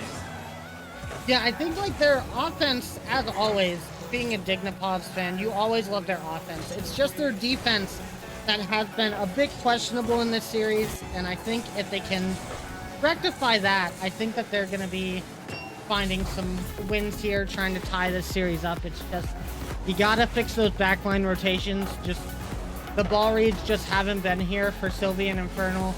And it's so hard to read when you're kind of placed as the last man back, and you gotta read the ball, but you also gotta read Rex and that Scarab coming for you at the same time. It's just, it's so difficult, and Fox Clan really has been using that demo game to their advantage heavily in this series so far. So hopefully we can see a bit of a change in that as we get into game 3 for Dignapause. Yeah, I think it's getting better and better for Fox Clan as well, utilizing Rex in his playstyle. Yeah, I agree there, Static. I think it's definitely a change, and that's something that you really gotta think about, is the adaptability of Fox Clan in this entirety of playoffs, to go from different teammates every single time and just utilize them with the most effort. That is what Fox Clan has been doing really good. They've always been a very adaptable team when it matters most. And Javian going to get this save off of Infernal. A lot of pressure to start this game number 3. But it looks like Fox Clan might find the first goal, and it is going to be one. Javian in the back of the net off of a great dunk from Abyss. Just no respect for Sylvie's catch there. Just goes for the ego challenge, and Javian reads that corner so well. I love that from Abyss. No boost, pushing forward anyway, just not giving Sylvie any room, and you see Sylvie's forced to rush that touch, and it results in a really nice finish from Javian there. This is tough if you are a big fan of Dignapause here. You want to see them able to get this comeback, as they definitely don't want to go into a reverse sweep against Fox Clan, but Fox Clan has just been doing so well in this series that it might be inevitable. However, this is definitely a chance, and Kitty spawn back. no spawn coming back for Fox Clan, as I think Fox Clan was the one that got the demo. Oh, they Abyss, did. It was just a little bit. I couldn't tell who it was either. I thought it was Fox Clan that got demoed, but unfortunately for them, They were the ones doing the demoing, and it just was a little bit too eager from Abyss there, as that 50 does ring out, and it allows for a very good goal to come out for an equalizer in this game. And now Sylvie trying for the fake on the flip reset. Not going to work out against Javian, though. And I got to say, Javian probably playing some of the best Rocket League that we've seen from him today. It has been outstanding. I know I called him like a ground-based player from what we've seen, but he's had some really good stuff in the air, too. Not to mention just the defense all around. He has been he's been making very few mistakes. Abyss having a chance here, but gonna have to get past Sylvie. Does get the 50 over to Javian, though. Javian tries to take that in the air, only gets it past Sylvie, but Sylvie is going to be there for the redirect. Javian takes that over to the side. A little bit of a double commit. Good pass, though, to Abyss. Gonna clear it into some open space, allowing FoxClan to move forward a little bit more. The shot off target just by a few inches. They're going to have to look at the drawing board once again. Rex going in for another shot. Going to be off to the side, and Infernal keeps it out of the net. But that's going to be a huge double commit from Sylvie and Infernal. Rex can't hit the ball. And that's the Scarab coming back to bite you. It has such a weird hitbox. You really have to know what you're doing when you're pivoting that car around in the air. And Rex just not able to get anything on it. Now that might be a Dignipod goal, but it's going to be bouncing off. Infernal with the shot on the post. And it looks like FoxClan scrambling. Once again, Rex no touch. And you're going to want to change off of the Scarab after this game, buddy. You are not getting good touches here. It's just been complete spaghetti here. Just non-stop here from Dignipods. They're finally able to get a goal out of it. It's hard to describe what I just saw. I agree. It is very hard to describe. Now, oh my goodness, this is starting to turn into a minefield like last series was. As the demos are starting to ring out more and more. As it just seems like the farther we get into these series where bumps are prevalent, it just seems like more of them just start happening. And now we're trying to see Abyss go for something. Maybe they thought that FoxClan had a chance on net there. Wanted to find a preemptive bump to try and take the rotation out for Dignipod. Now, a good chance, but Nova will be able to clear it, and it's just going to be Rex back. Infernal with the fake on the play. Maybe was looking for a teammate to pass that to. Going to go straight over to Infernal once again. Javian with the touch. It's going to be a drop-down shot. Rex will be denied by Nova. We're going to continue on.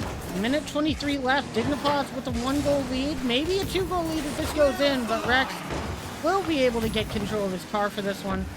And does clear this one off to the side.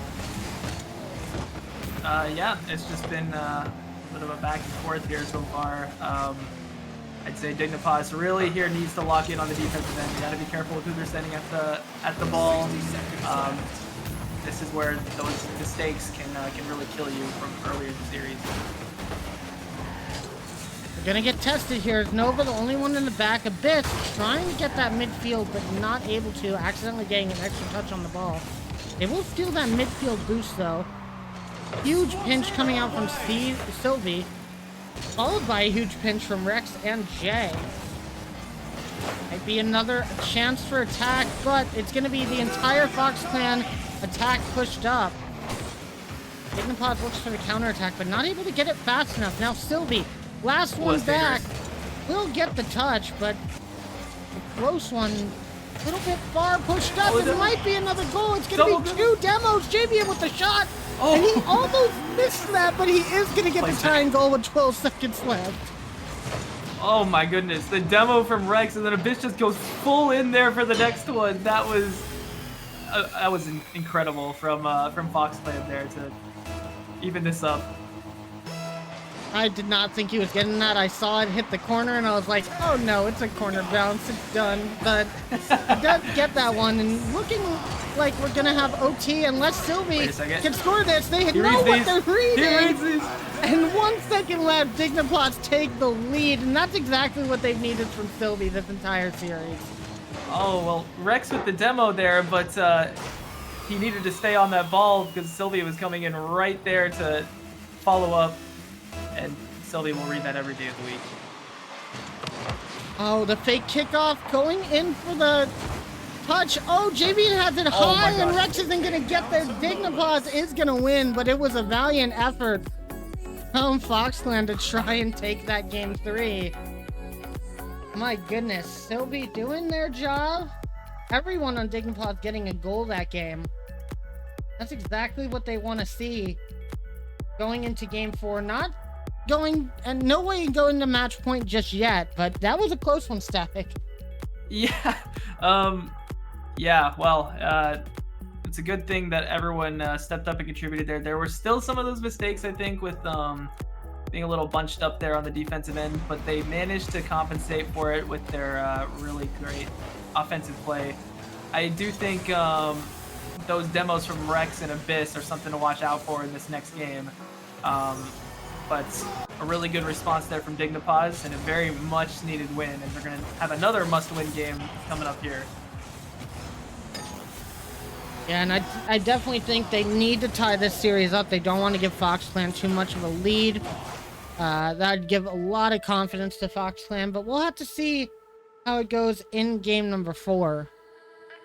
So far, it's been a good series. Still got everyone going here, so gonna see how this is gonna run. Game number 4 is about to start. We're gonna get to Forbidden Temple here. And Dignapause, a lot of weight on their shoulders. Infernal, AFK. I think he had a bit of a controller DC, or maybe an AFK strat. We saw that from Pictus in the Swiss stage. Did he actually didn't do really that? work. That's insane. Yeah, but Fire and Pictus were calling for AFK strats in their first match against Foxman. Didn't really work out to their favor, so I don't think it will work out for Dignapause here. Meanwhile, Abyss looking for this shot. Looks for the pass instead. Wise choice now.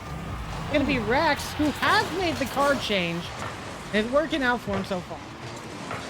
Yeah, good chip around there from Javian, and fortunately for Sylvie, flipping the wrong way off of that post, and he may have had a chance to save that one, but that's a tough one.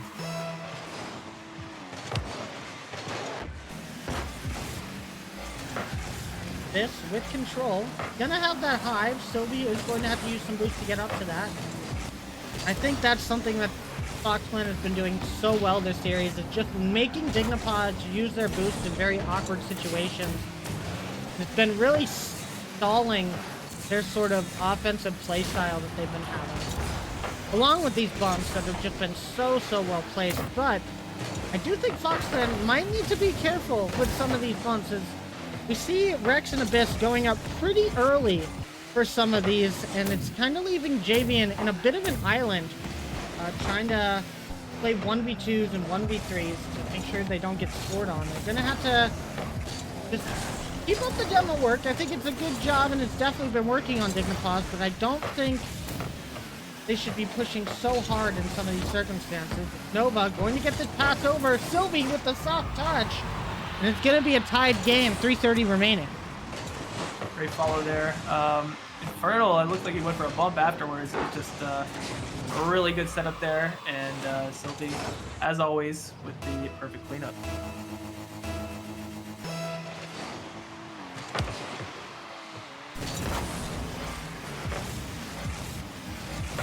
Now, bit of a miss from Sylvie there. Nova is going to come forward to clear it into the corner, but a huge clear coming out from the Fox Clan defense.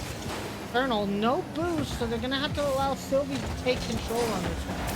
A bit awkward from Fox Clan. You can see they're all kind of in the same corner there. I need to widen those rotations a little bit. Now awkward to Rex, but excellent pass over to Abyss, who takes the shot on net. Not going to be able to get there with the speed of the ball, but good chance at making a move forward. Now a bit awkward from Infernal as he has to clear this. Oh, it's Sylvie, a bit of an open net missed here, but will be able to get the follow-up, and Dignapause go up by 1. Ooh, well, that was a initial open net miss there on the side of Abyss. Maybe Abyss wasn't expecting it to just get hurled right towards him instead of the net. So luckily for Dignipaws, they get another chance at that one. But great counter, and it goes to what you said about them pushing so far up. Foxland, they get countered on right there.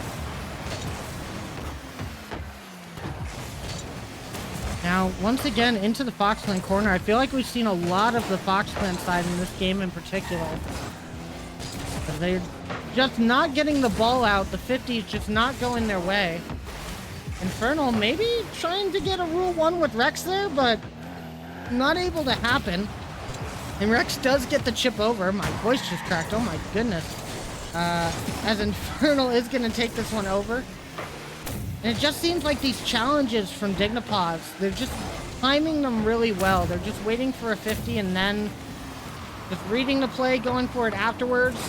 It seems a lot more controlled than some of the overcommits and double commits that they were getting previously in the series. I think it's working out pretty well for Dignipaws so far. Minute 43 left, and Foxland still has to score one. What was that stat? I'd say I agree. You're seeing a lot of the same kind of defensive wild touches that we saw from Dignipaws. You're seeing them come out for Foxland now from all this control pressure here from Dignipaws.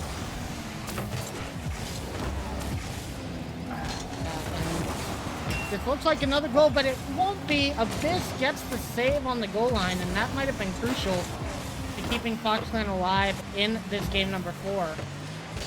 Foxland, I'm sure they would want to go to match point as quick as possible.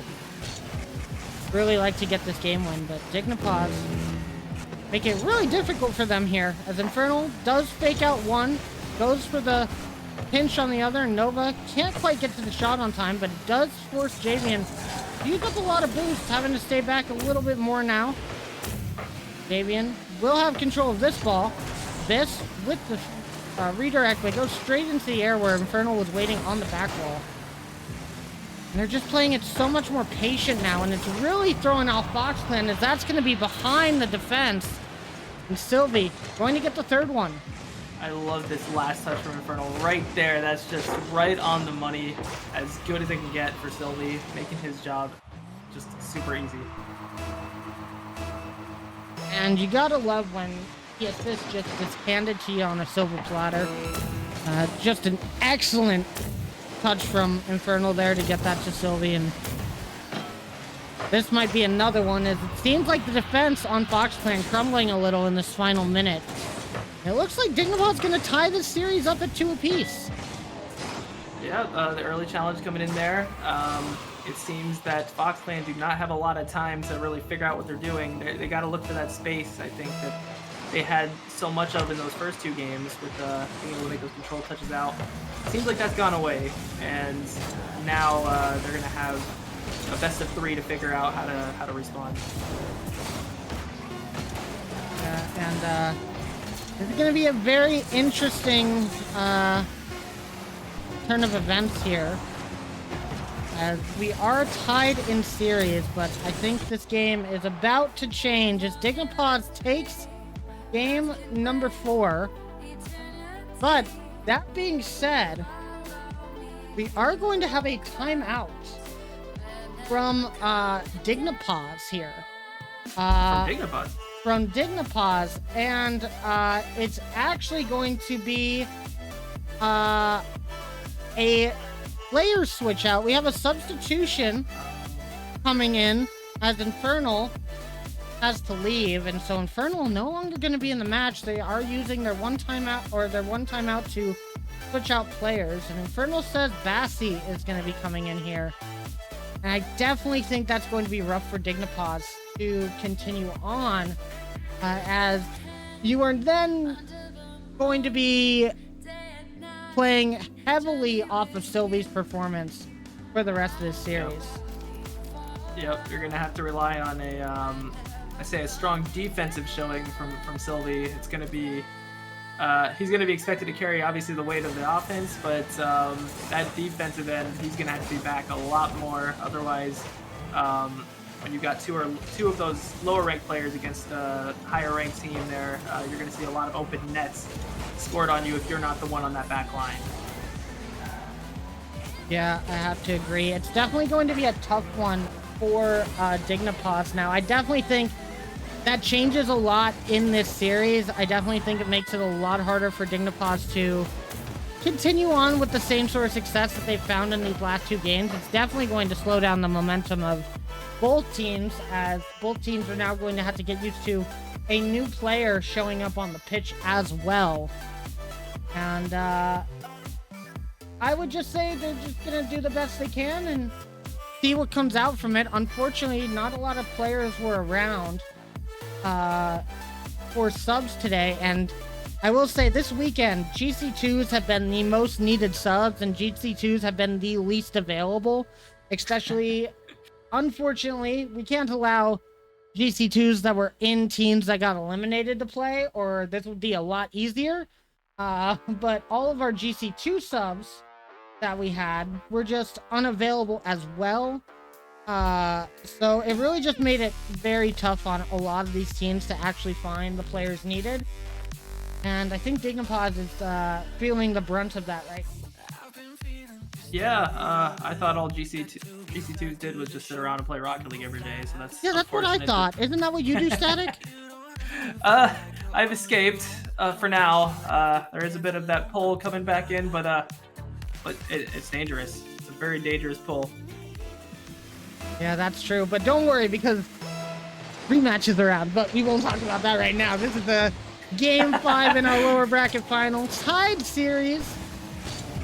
And we'll have to see how these guys play. And I don't know how much warming up Sassy has had, but hopefully it's been a lot, as they're going to really need to show off their best performance today if they want to make it to this grand finals with Dignipos. But you're going to be playing up against Black Bunny Gaming if you make it there, and that's going to be a tough matchup for anybody. Now Javian going to have a touch off to the side, pass out to Rex, but it's going to be taken away by Sylvie. And as you said, Static, I think we're going to see a lot more of a defensive playstyle come out from this Dignipos team. Might be a lot different of a style of series that we see going into the next 3 games. Yeah, well, oh, that was close. According to Stacking Toads, I think that's their manager, it sounds like Sassy's gonna go kill everyone, so it sounds like he's got a very demo-heavy strategy, so maybe that'll open some stuff up. Let's find out. Well, that would be very interesting to see. It would be another Vezix versus Rex type of scenario there, and I'd love to see what they can do. We continue on. No goals scored in the first minute and a half, as both defenses have been solid on their respective sides. Now it's going to be up to Nova. Can't get a big touch. Sylvie, that's going to be awkward, and that's going to go straight down, but oh, I thought it was looks in. like me too, and I think the shot was just a little bit wide. And Foxland going to leave one Whoa. to chance, and that's not going to be good for Foxland. That was definitely an open net opportunity. Oh, here's one from Abyss, and it's going to go straight in. I shouldn't have said anything. Well, it came a lot later than we expected, but there's the goal. As expected, I think when you got Sylvie up, it's going to be putting a lot of pressure on that on the lower ranks there to defend those counters, and that time it was an open net. Yeah, and that's just tough. It's all about risk management of that scenario. It's especially when you're the one who's the highest rank in this lobby now, I'd say, besides Javian. Although I would say Sylvie with an asterisk, because they have hit SSL now, but you really gotta be like, is it worth going for this challenge and leaving my 2 teammates back to defend? You really have to pick your spots so well. And if you don't, you pay for it in quite a bad way, so definitely a lot of pressure put on Sylvie in this game. It sucks for someone with Sylvie's playstyle too, who likes to go for a lot of these really mechanical, kind of high-risk plays. You can't really go for those anymore because you're at risk of leaving your 2 teammates back. But they tried to get this save. I think they expected the touch from Rex here, and it just does, or maybe it's just a misread on the backboard. There's a little boost And what is going to happen is going to be another Fox Clan goal as they go up by 2 in this game 5. I will say, we're at least getting a game 6 static, and I can be at least happy about that. Yeah, it wasn't quite time for, well, I mean, there could still be a game 7, but, you know, I would love that script to really come through at some point, whether this series or the next one. I just love seeing Neo Tokyo. Fair, yes. We're going to have Nova going for this challenge. Gets a good touch out. Sylvie going to clear this one, but it only goes as far as Rex, who cuts in really quickly on that. Bathy going to be able to clear this out to the midfield. And Rex just going to take his time. Gets dunked, though. And we might be able to see a Dignapause offense, but you can see Rex immediately gets beat and just doesn't even worry about it. Goes straight for Nova Fox, who doesn't see the demo coming.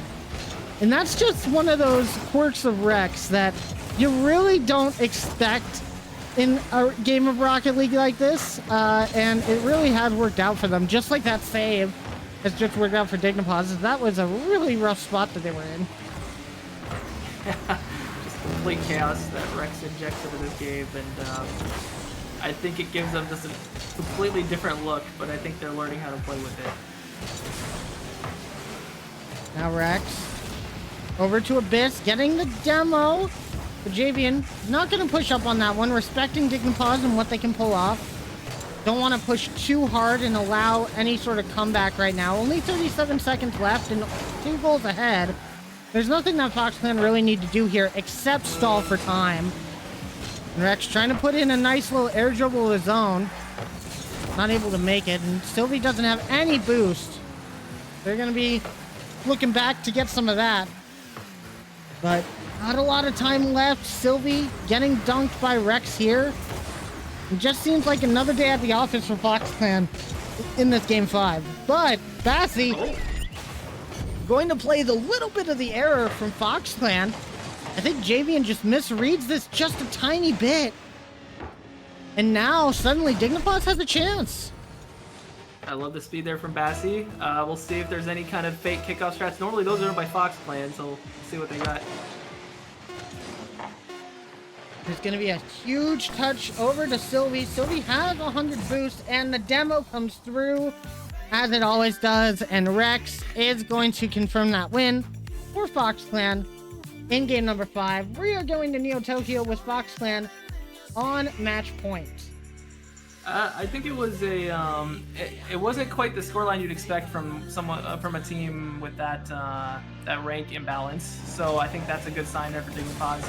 They still had some moments there, like right there, where there was just an open net, lots of pressure against them.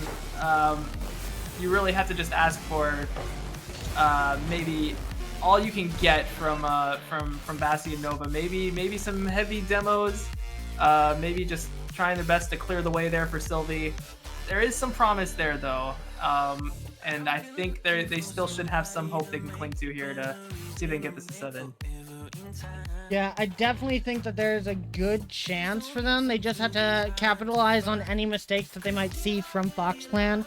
We have talked about how it has been frequent that Abyss and Rex maybe go up a little bit too far hunting for those demos. If they can take advantage of that, then I think we could see a game 7 on our hands, but we'll have to get through game 6 first. I think we saw a bit of a car change, and Abyss calling for a timeout, so we're gonna get a Fox Clan timeout as Rex is bugged or something. I think we're gonna have to get these guys back in. But I'm not sure what's going on, but we are gonna give them their timeout. That is fine. Just to get everybody back in. I think Rex is restarting his game. Try and get him back. And I got a notification to nothing, so that was weird. The whole game's breaking. Yeah, everything is breaking as usual. This is classic Rocket League, guys. You guys know exactly what this is about. They make one update and it ruins everything. But we are going to Yep. get this game going as soon as possible. But yeah, Rex and Abyss having a little bit of some problems here, Both of them are? Oh. I think. So I think they're restarting their games. As soon as they're back in, we will get them in here and we will get going with game number 6. Tech issues. You gotta love them. Luckily, it Classic. didn't happen earlier in the series. Just gonna tell them to hurry up and get back in the game. But I gotta probe your thoughts, Static. So, if FoxClan win this next game, what do you think they need to do to adapt to the Black Bunny Gaming that defeated them earlier?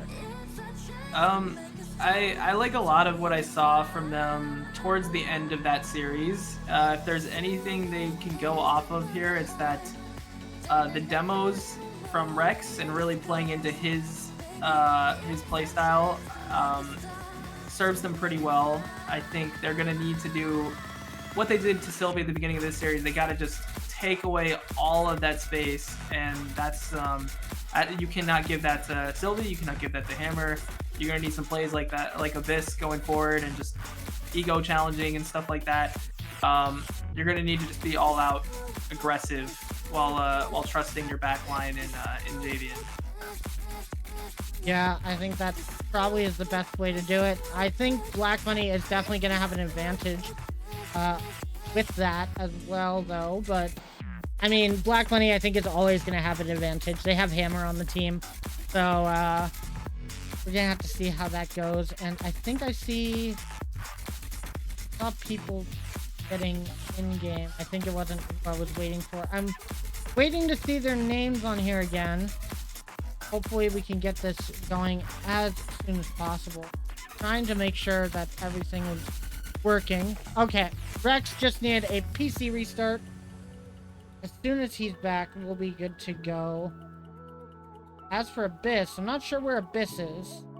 I'm gonna go ahead and figure that out. But Rex will be back momentarily, and as everybody knows, we do have a little bit of leeway when it comes to tech issues like this. They get 8 minutes of time, and then after that, we kind of have to get the game going. So we're gonna try. Okay, it seems like Abyss is still in the game. He's just not in the party.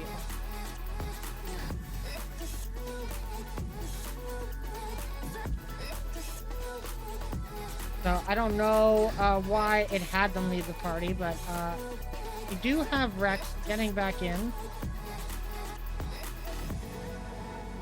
And it looks like he's here, so as soon as he joins the game,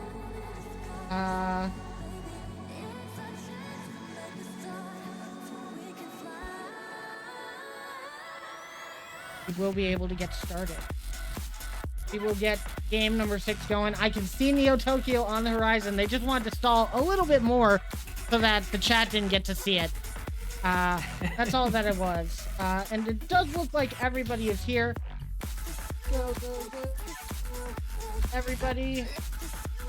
And we shall be ready for game number 6. And once again, that's going to be a bit of a slowdown for FoxClan. So maybe Dignipods can use that to their advantage, as it is going to cool off the momentum that FoxClan did have from the previous game. So I would take that as a bit of a blessing if you are Sylvie and company. And they're trying with immediate offense too, so I think they took what I said to heart. Yep. You want to see that aggression coming out? They got nothing to lose at this point. Just do your best, have some fun, put the pressure on, and see what you can get. And now we've got Rex maybe not getting the best challenge there, but we'll be looking for those demos immediately off rip. And that might just be in the back of the net from Abyss. What a shot! Just going underneath the entire defense there. And Javian, it looked like Javian was gonna take it. And I didn't realize that was Abyss. down there. That completely fooled me. What a take. And a slot to the bottom right corner. That was just beautiful from Abyss. And I don't know what happened there. I don't know what happened there. I looked away for half a second and it's in the net. And I think it's just a slow kickoff from Nova. And Javian always going to have that advantage with that speed flip. And that's just unfortunate for Dignipaz there. They're really going to be reeling after that. And that's going to make it even worse. Is no cheat on the kickoff. And that's going to be another goal for Fox Clan. Less than a minute into this game. And I don't want to call it just yet, but this is a little anticlimactic here for game number 6. Yeah, they did have the cheat on that kickoff. It was just one of those kickoffs where it just gets pushed a little bit too much forward and not much Sylvie can do about it. But they have time. That's the one good thing about this, is that they have some time to make this more interesting. Now Abyss gonna play this off the back wall. Sylvie gonna have a lot to do along with Nova and Bassi here. They want to get the comeback in this game, force a game 7. We'd love to see a Champions Field today. It might not be in the cards for this series unless we get a miracle from Dignipaz. Now, Bassi gets past 1, but still gets a chip on the ball. Sylvie with possession, and we're seeing some good offensive pressure. Javian can't get a touch, and Abyss just going to go for the pinch there. That angle looked a little bit weird from Abyss. I thought it was going to just go straight up, but it does go off to the side. But that leaves Fox Clan in a very weird positioning. Javian has to clear this out. Sylvie kind of waiting midfield, waiting for an opportunity to strike, which they found right now, but Rex is just in the perfect spot, and it's a pass straight to Javian. Goes for the air dribble. Not enough boost, but it is going to go straight back to Rex, who's going to put the 4th one in for Fox Clan. Yep, just like you said earlier, day at the office for Fox Clan. Good outplay there from Javian. The great follow-up speed there from Rex. And at this point, if you're Dignipaz, it's just there is no defense. It's just got to be, you just got to go all in and just see what you can get. Yeah, and 4 goals with 3 minutes. We've seen harder comebacks happen during this season even, so definitely not out of the realm of possibility. I definitely agree with you, Static. I think full aggression has to be the way you go here. But any sort of overcommit that Fox Clan gets past you, at this point, it's just shrug your shoulders, what can you do? But looks like they're doing a decent job so far. It does go back to Dignipod's corner. But it is going to get cleared out immediately by Sylvie. Now Sylvie v Javian 1v1. This was the matchup we were waiting for. Unfortunately for Sylvie, the flick just not quite right there. That's going to be a Fox Clan clear. Abyss with the redirect, but Sylvie saves it. And Rex is going to get the goal scored. That was insane from Abyss. I mean, if Abyss is doing that, if you want to have a chance of winning this game, you're Dignipaz. You hope that the lower ranked player plays like the lower ranked player on Fox Clan. That is just Abyss is just saving his best for now. You'd love to see that going into the grand finals though as well, because these teams definitely wanting to win here. Obviously, a lot on the line for these guys. I mean, in particular, I will say this isn't something that we've talked about too much, but I constantly say we're playing for Discord titles. But in this game in particular, you are literally playing for Discord titles, because it is going to the top 2 teams are the teams that get Discord titles now. Seeing that everyone has already gotten the elite title, made it into playoffs. So you're playing for the grand champion and the grand finalist tag. You're confirmed at least the grand finalist role if you get this series win. And Taka, I'm betting at home, at work, possibly watching the stream. He's probably too busy at work to be doing that, but he'll probably watch it later. Either way, I'm sure he's proud of how far this Fox Clan team has gone in this tournament, getting all the way to top 2. I know as a OG Fox Clan member, I'm definitely happy to see it. And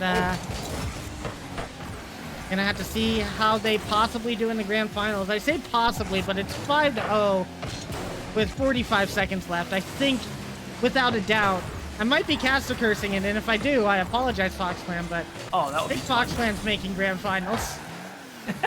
In I'd say before so, Sylvie too. scores 5 goals. Oh, here it starts. It's There we starting, go. guys. It's starting. Keep We're going. shocked. I want this. And Foxland definitely making grand finals at this point. Winning this lower bracket.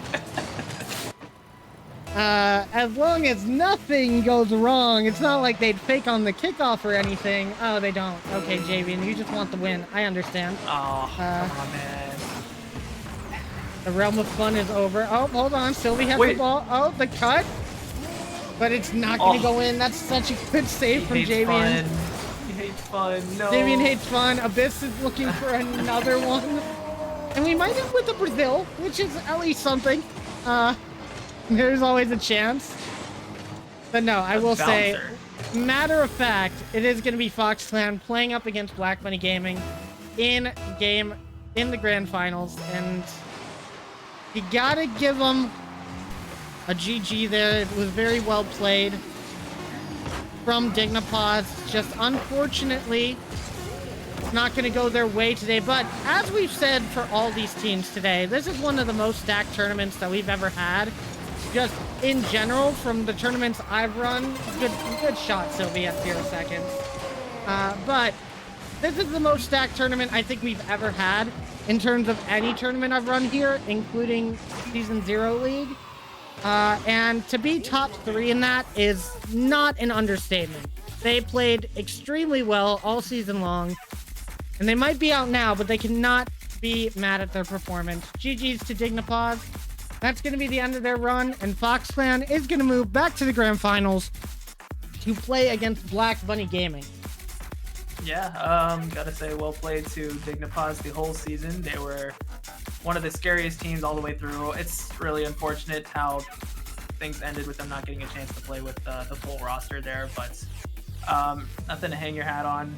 They really were one of the best teams, and they rightfully finished in a spot that reflects that.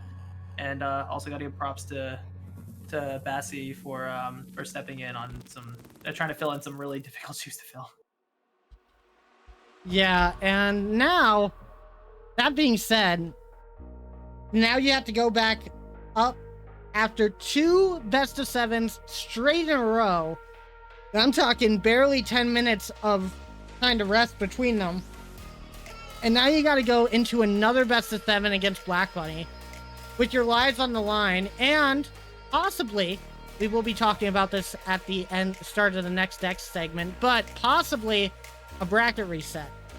We are going to have a little chat behind the scenes with the teams, because we did tell them at the start of playoffs that if both teams would agree, wanted to agree to a different format for the grand finals, we would do so. And we do have both of our teams for the grand finals now, so during our break we are going to go to those teams and give them the option.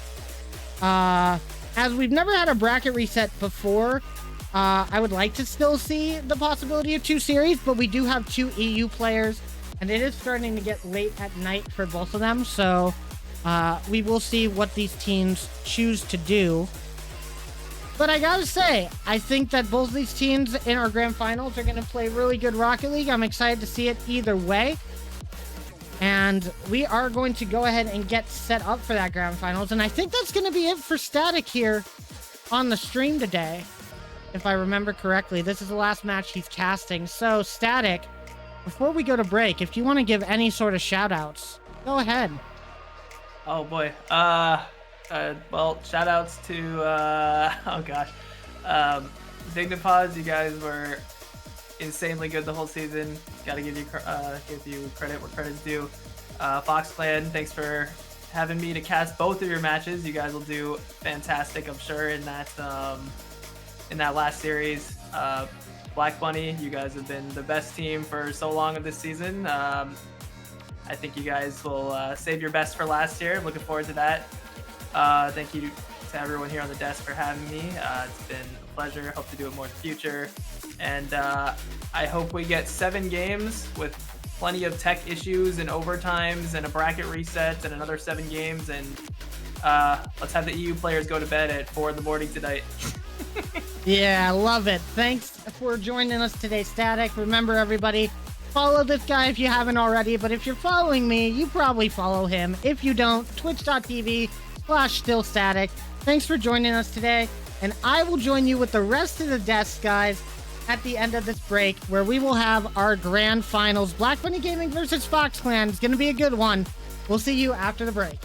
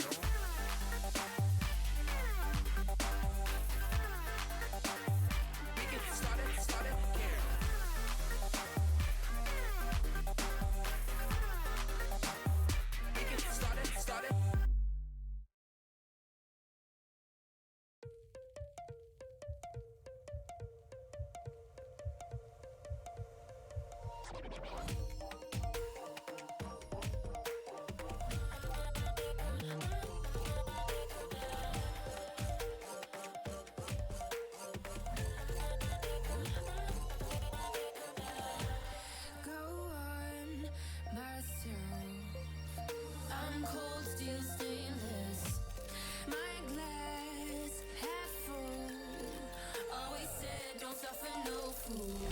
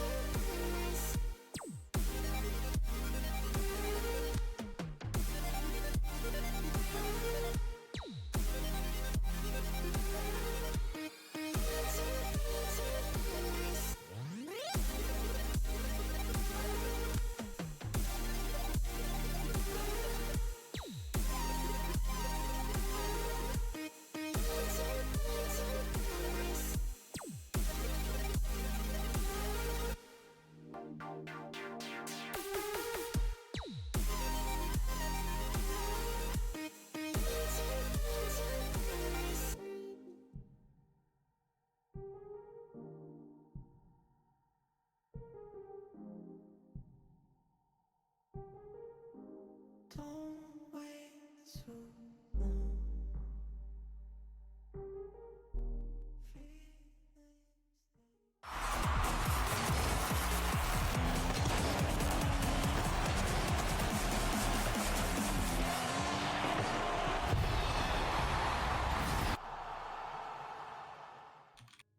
did Javian just Wait, say? wait. Oh no, tech issues. Ah, where's everybody? Oh, no, wrong. We're here. Hey guys. Wait, is Whoa. Ducky back? Uh, Wait, hi. is Ducky back? Huh? Wait, Yeah, we got Ducky is back. Oh, nice. Oh, Ducky sweet. back. Okay, cool. But anyway, No guys, back. we Whoa. are here and we've got some news for you guys. First off, What? hello, Static. Welcome back. I thought we were going to be Hello. losing you, but we are not. Not for the death No, I'm segment, still at here. least. But Static we is always here. We are getting ready for our grand finals, guys. It is going to be a great time, and I will say, we talked to both of the teams, and what they have decided is that instead of a bracket reset today, Fox Clan and Black Money Gaming are going to play one best of 7, and Black Money Gaming is going to get a 1-game advantage into that series. So they're going to start off 1-0. Obviously, it's late for the guys in EU. They want to get this done pretty quickly so they can go to bed, which is understandable. And so this was the best way that we could accommodate. Both teams did agree to this. This was not a ask only the EU players decision. We asked both teams, and both teams did agree to it. If one of the teams didn't, we would have just went with the bracket reset. But both teams said, yeah, let's run that. So we are going to be doing one more series for today, and it's going to be a very interesting one, especially with there is some news that we might be getting talk back on Fox Clan at some point during this series as well. So that would be exciting to see. But he's going to be relying on the rest of Fox Clan to kind of hold down the fort for him while he is on his way back home. But for now, guys, let's go ahead and talk about the teams getting into this one. We are going to start with our top seed in this grand finals. It is going to be Black Bunny Gaming. And we're all going to go around, say a little bit something about them, as this is the final time we're going to get to talk about these teams in this season. And, I mean, what can you say about Black Bunny Gaming's run throughout the league? They started off really slow. They started off having a few issues that they weren't expecting to have, getting some losses against some teams that I don't think they would have usually lost to.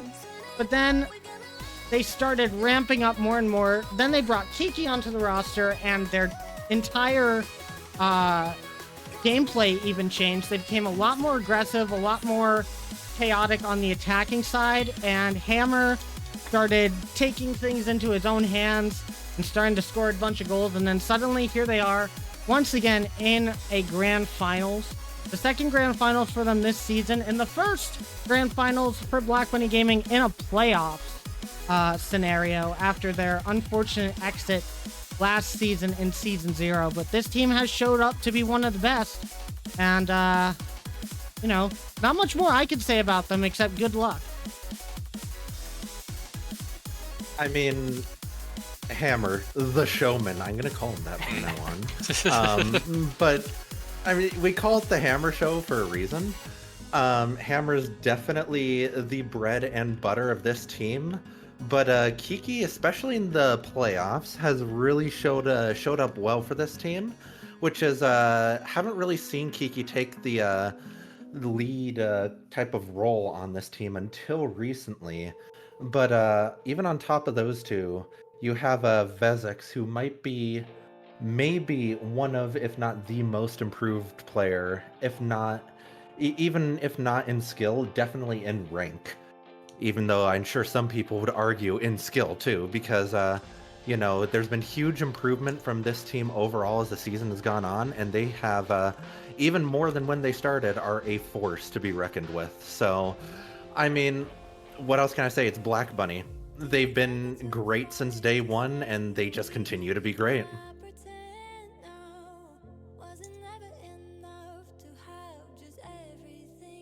Who's next? Who's next? We all gotta say something. Okay, yeah, Black Bunny, I mean, from what I've seen in the last half of the season. They've just been really, really good.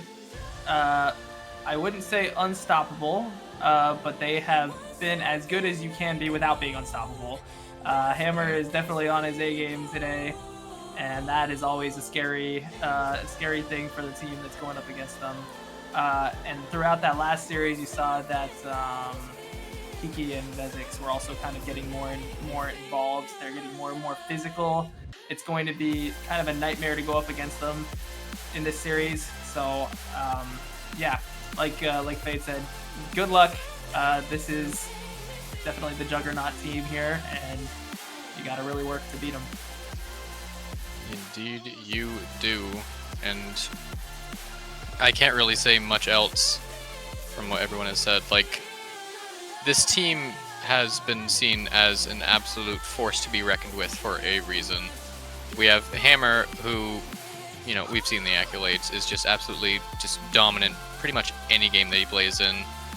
Vezix, who's always able to just cause as much chaos as is humanly possible. And then Kiki, who is able to just be in those little awkward positions where the other team just really doesn't want them to be, but they're there anyway, and it's a really, really good team dynamic that they have, and it's definitely going to be difficult for Foxland to go up against that again. Yeah, I agree. I think Black Bunny does bring a style of game that is much unlike a lot of what we've seen in RFDL. Much more chaotic than their old style used to be, but I definitely think right now, I think Foxland actually does have a good chance, even with their sub coming in, as they have shown very, very good games in some of these with this demo play coming out from. But yeah, let's go ahead and talk about Foxland getting into this one. As I said, we might be getting Taka later in the series, but we are going to be starting this one off with Rex today, and Rex has been a really well-placed sub in this team, along with Javian and Abyss, who have had quite a run on Foxland since the beginning as well. Javian, at least. Abyss coming in a bit later, but he's kind of been the cornerstone of the team, kind of been keeping the backline clear, while Javian and Taka have done their whole duo mentality that they've had. And I think Foxland's been one of the best teams here, and as an OG Foxland member, I am so happy to see Foxland in the grand finals. That is completely fair. And I know for a fact that I am very, very excited to see this Foxland team in the grand finals as well, because like it's such a good team. Like, obviously we have the sub of Rex, and of course Rex obviously goated, but we also, as you said earlier, Fade, we have the opportunity to possibly have Taka coming in for the final time for this team, which is just nothing short of spectacular. Because you got to think like this Foxland team had to make it all the way to the grand finals just for that chance to be there.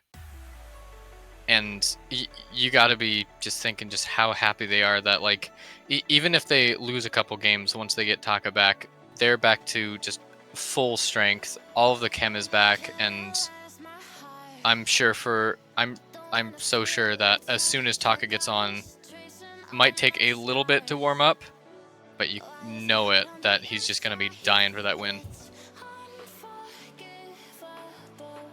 Yeah, I fully agree. I think it's gonna be it would be really cool if we saw like the Fox clan with Rex starting it off, and then the Fox clan with Taka kind of finishing it off, because that's just two completely different teams right there. It just, the dynamic completely changes when you switch from Rex to Taka, and I don't know how you'd react to that if you're Black Bunny. I think that would be just a lot of fun and a lot of chaos, and I have to give the two consistent members of Fox Clan credit as well. Like, Javian has been absolutely fantastic today, at the top of his game, and I think Abyss has been, especially in the Dignified Pod series, is hitting some really crazy shots. So crazy. I think my goodness.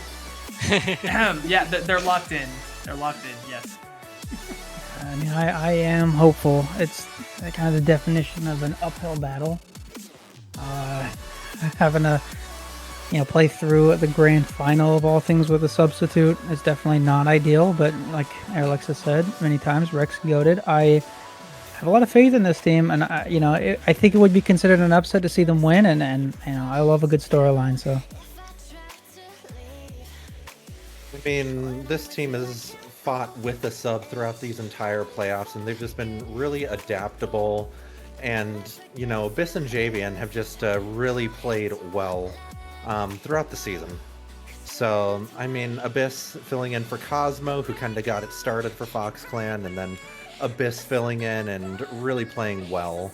I mean, this team has been on our radars from day one, and they're really showing up. Rex, filling in for Taka in the playoffs. He's been playing extremely well, really playing above what his rank would suggest. But, I mean, there's a reason why from day one we said the Taka Javian combo. We've been talking about it since the draft, and We've been talking about it. yeah, we've been talking about it since the draft, and it's, there's a reason for it. So, I mean, I'm really pulling for this team to really show up and make this entertaining series, and I think they have the capability to do that. So, I mean, fingers crossed we get a Game 7 here. Game 7 overtime, maybe even? Let's push to a long one as well. So. Well, let's see what we're gonna get here. It's almost time for the final game. It's time for our final part. Static, we're gonna start with you. Our final predictions of the season. Static, who do you got winning this? It's one series to determine the champion, with Black Bunny Gaming taking a 1-game advantage. The Black Bunny only need to win 3 instead of the 4. Who do you think takes it all? Well, I can't pick Fox Clan in 4. That's the one no-go. Other than that, I think this is a matchup between two teams that are at their best right now. I think because of that, we're going to be getting a very intense series. I think we'll be getting a very physical series. There'll be a lot of demos to go around, even maybe after Rex. And so because of that, I think it'll go the distance. And please let the script actually work this time and say, I'll give the edge to Black Bunny because they've been the best team all season, and Fox Clan's going to have to really earn it if they want it. So I'll pick them in 7, Black Bunny. All right, Docky, you next, and hurry it up a little. We got some complaining going on. We want us to get this game started. Oh, AMG. But I mean, I'm gonna copy the homework. I want a Game 7. I want the script to go Game 7, and I think this goes Black Bunny, but I need the Game 7. Okay, Fire. Hear me out. We get a Black Bunny starts off fast. Takes Okay, I the said first hurry 3 up, games. Fire. We gotta go. I'm going. We don't Black have the Bunny takes script. the first 3, and we got a reverse sweep by Fox Clan. Oh my. I guess. So I That would gotta be make it a little That'd bit be cool. spicy, okay? Okay, Arrow, what about you? Fox Clan in 6. All right, I'm saying Fox Clan in 7th. I need to give my old team some support. But let's get going, guys. It's time for the grand finals. It's time to get everything going. It's time for Rex, Javian, and Abyss versus Kiki, Hammer, and Vezix. One of these teams going to end up being our grand champions. One best of 7 to decide it all, and with Black Bunny taking a 1-game lead already. Oh, And Vezix getting this first goal. Obviously, we're off to a great start. all right then. That's a definitely very interesting way to start that, to feel like we just walked in the room and already something exploded. The Black Bunny gonna already have a goal, and as was mentioned before, because of the agreement that these teams made, Black Bunny is going to start a game up. So we can only have a maximum of 6 games played. And I'm hoping that we definitely have that, as Rex gonna try and pop this one middle. Hammer gonna slam this one downfield. And Black Bunny gonna already start just guns blazing as Kiki tries for the shot. Fox Clan already under a lot of pressure. We're gonna have to see here Arrow and Docky.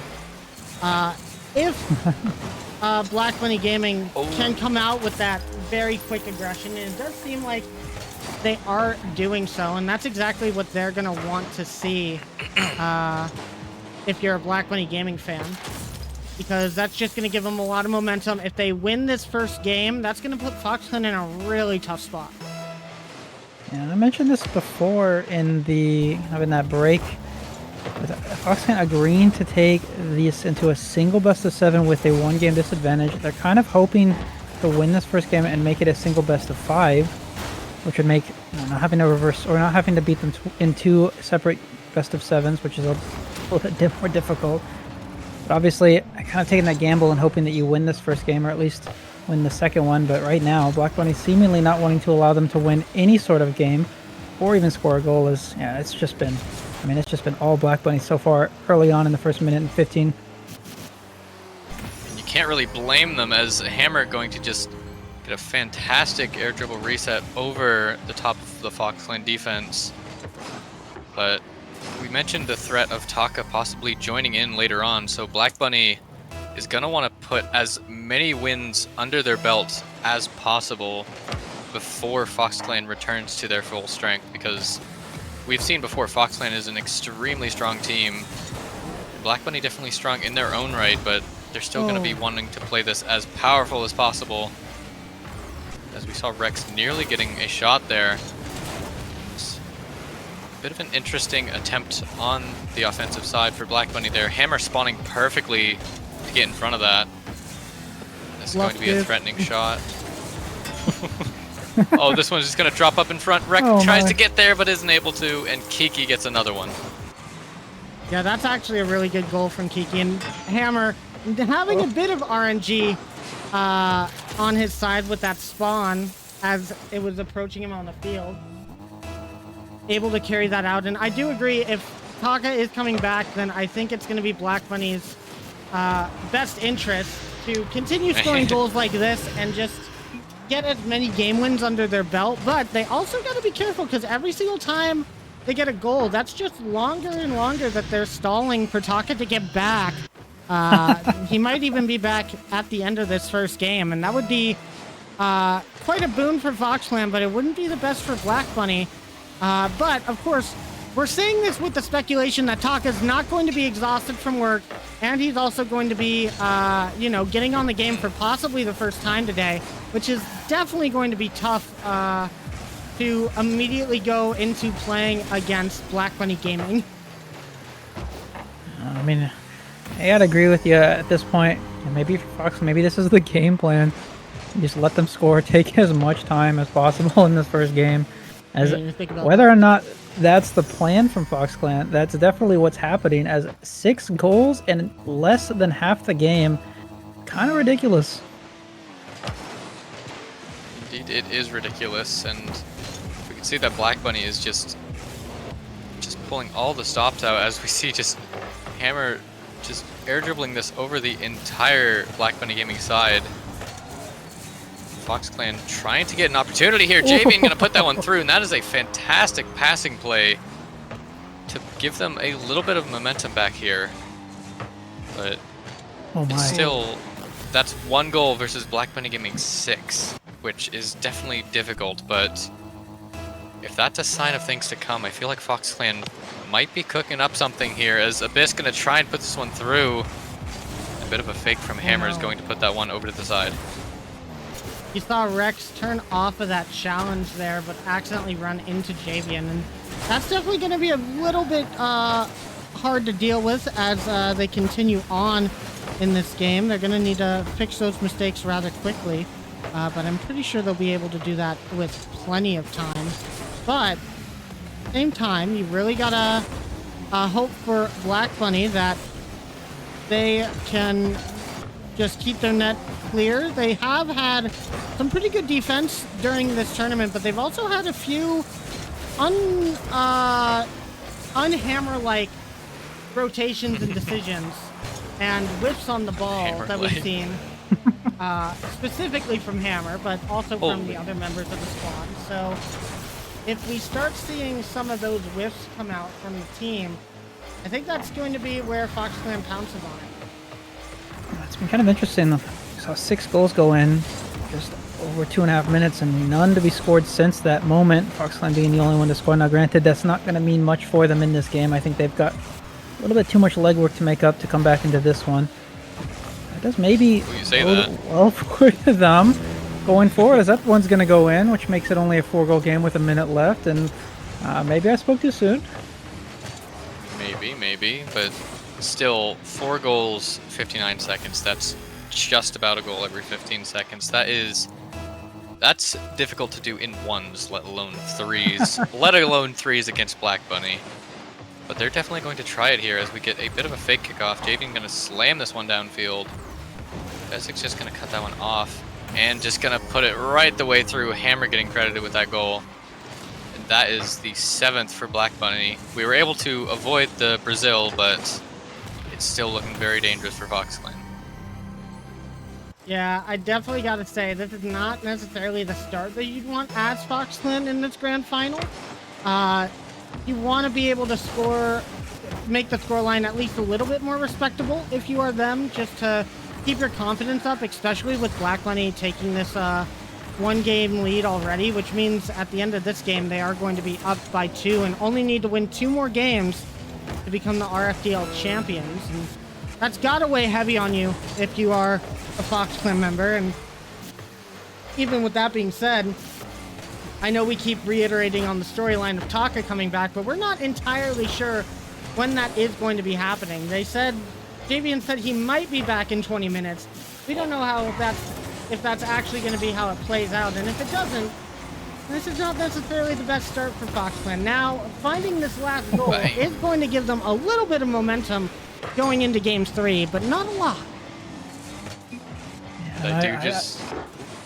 No, you go, Docky. I mean, I like the resiliency is basically all I was going to say, and that doesn't seem like they really gave up at any point. They did allow a lot to go in, but during the second half of the match, they kind of locked down. And I mean, if you go off of goals just scored in the second half of the game, they technically are up in that goal differential, which might mean a little bit going to game number 2. Maybe, and we did see in the chat Rex throwing out the GGs because as goated as he is, we're going to need the full squad of Fox Clan, and we are going to have Taka joining us in. Whoa! Black Bunny going to have that 2-goal lead, so this is definitely going to be difficult for Fox Clan, especially since Taka is just getting on. But I don't know about you guys, I'm very excited to see this. Oh my. Alright, well, we're going to have to wait for Taka to be in the game before we can get started with that. But obviously, game 1 going over to Black Bunny Gaming, so that gives them a 2-game lead going into this. And what a way to start off for Black Bunny. It's such a high scoreline that is going to give them a lot of confidence going into this. And honestly, being 2 games up means that Hammer can play just full on some of the best Rocket League that he can, and that probably would be enough for them. However, going up against Taka is going to be tough. We're going to have to see how they deal with that. But I'm waiting to see what's going on here. And I'm gonna be completely honest, I'm starting to think that the reverse sweep idea from Fire might have actually been the way to go.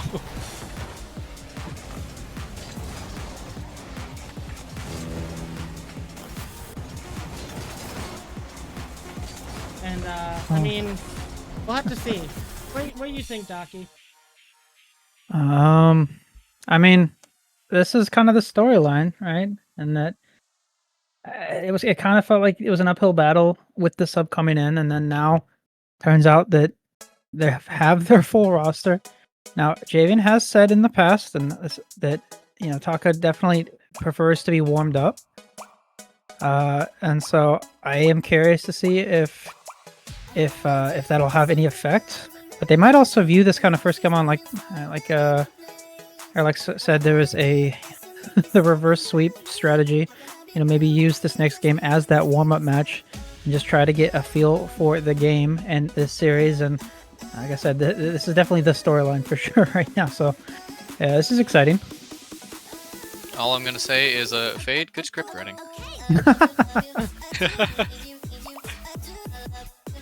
but this is gonna be so exciting because, like, as you mentioned, Daki, yeah, Taka is definitely gonna like prefer a warm up.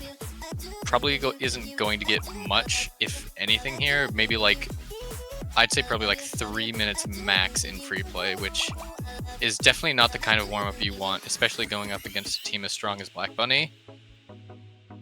But at the same time, like, you have the team of Javian and Abyss who are going to support you there. Like, even if they lose this next game, I know that just being able to have that support system is going to give Taka just kind of like that calmness that he'll need to kind of just focus in and play his game.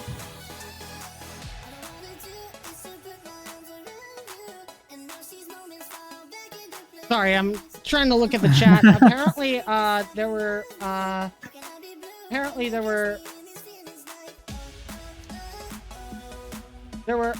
some bugs. I guess Rocket League has a bug that's crashing games on invites right now, so they were having a little trouble getting on. So, but Taka is in, and I think everything is good. So let's get going. And we'll see how Taka does getting into this game. Now, I did hear you say that Taka likes to play warm. I actually think the opposite of that, Daki. I actually usually see Taka play some of his best Rocket League when he's cold. It kind of just happens. And watch, just right here, it's going to go in. It didn't go in, but I almost called it.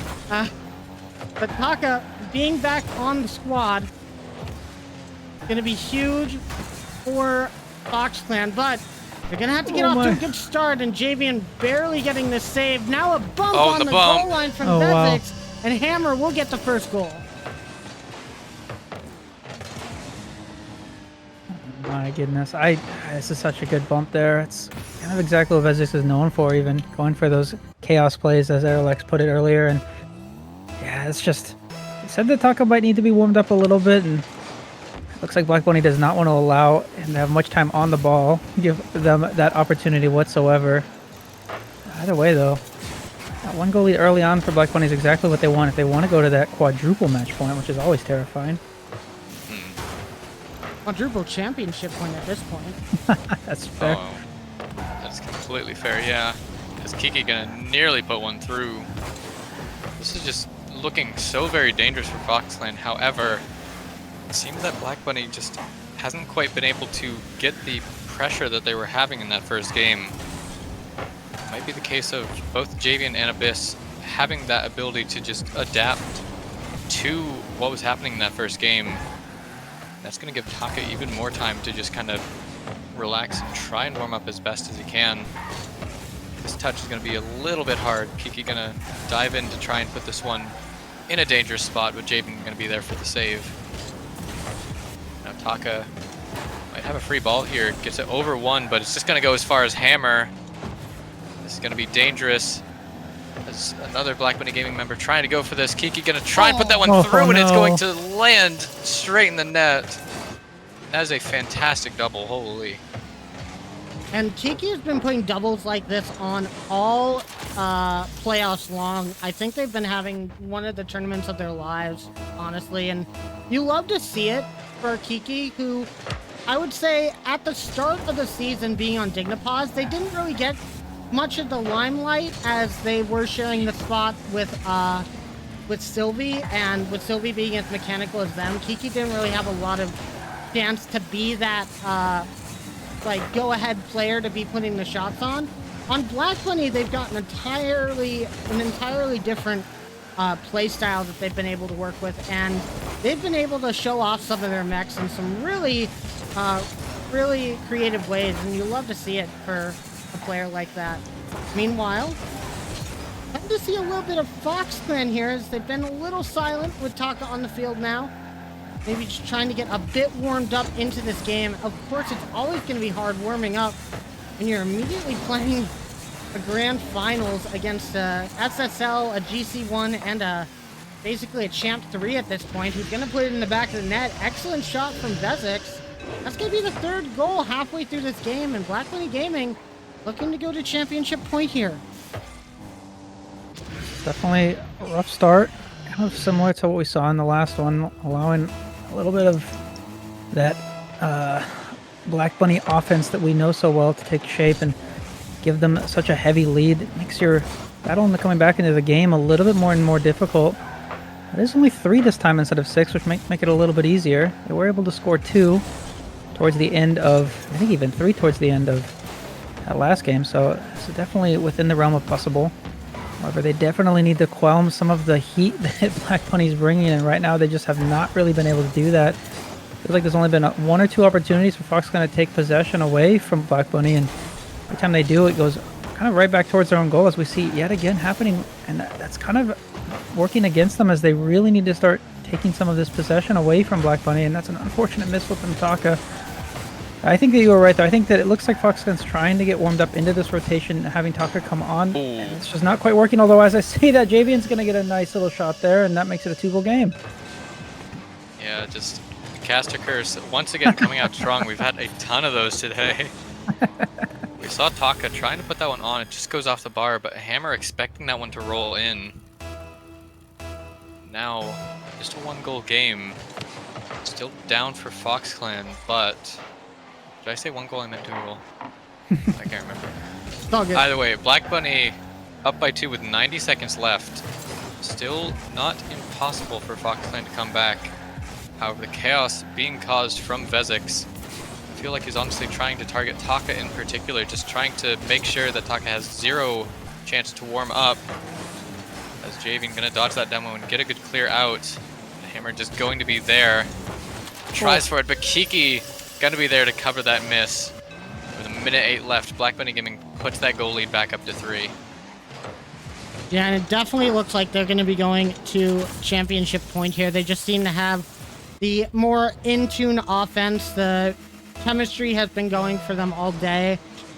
Meanwhile, if you're Fox Clan, you're really having a tough time of trying to get that together. And as you said, it does look like Vezix may be targeting Taka a little bit. He was kind of saying that we were trying to stall earlier. Maybe he had something against Taka playing or something. I'm not sure, but I think he just wants the best chance for his team to take the dub. But so far, so good for Black Bunny Gaming, and seems like Fox Clan just need to figure out exactly how to get Taka back into these rotations. It's been a day and a half without them playing together here in this tournament.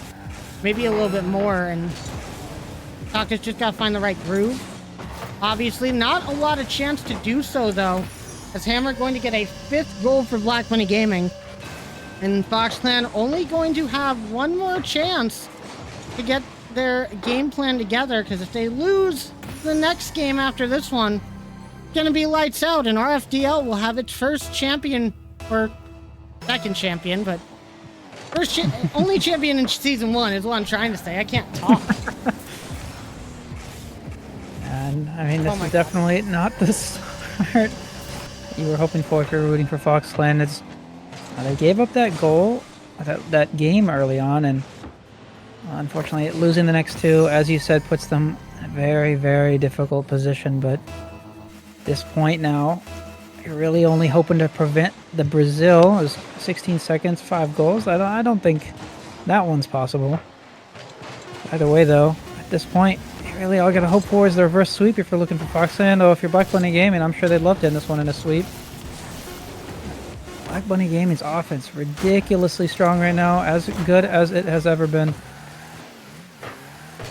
It's going to be terrifying for Fox Clan to go up against, because as this one hits the ground, Black Bunny Gaming now going to be on quadruple championship point.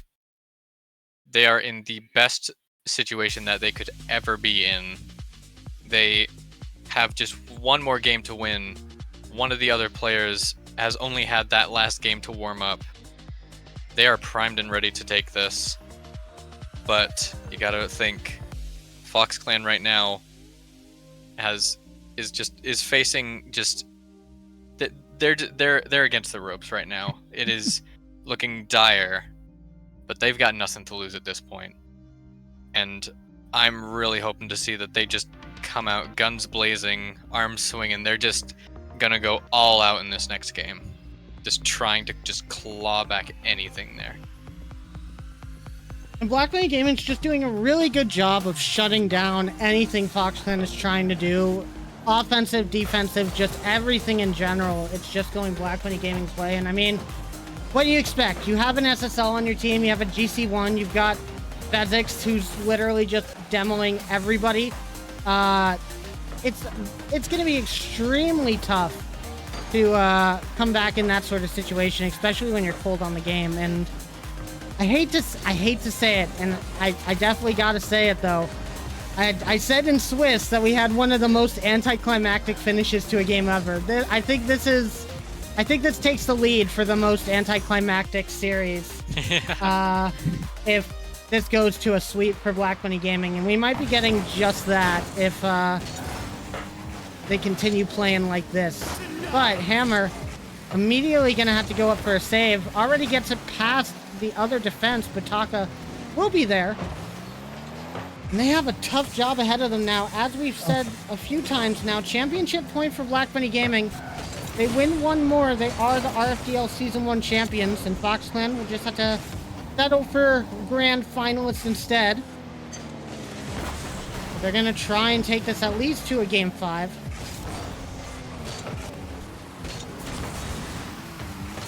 Now Javian. Oh, sorry. Go ahead. Sorry, you're good. I mean, I was just, as Alexa said, at this point, I'd love to see FoxClan kind of go all out. You got nothing to lose at this point. It really doesn't matter if you take too many risks because you kind of have to. Curious to see if that leads to some more faster paced offense. We know they're capable of doing it. We haven't really seen much of it this series so far, and Taka might be a little bit more warmed up after that first game. Back on the Octane. Might see that as an opportunity. Isaac's there for the demo, but not going to lead to much. This might be a counterattack opportunity. Kiki gets a cutoff, but doesn't actually get it out of a dangerous scenario.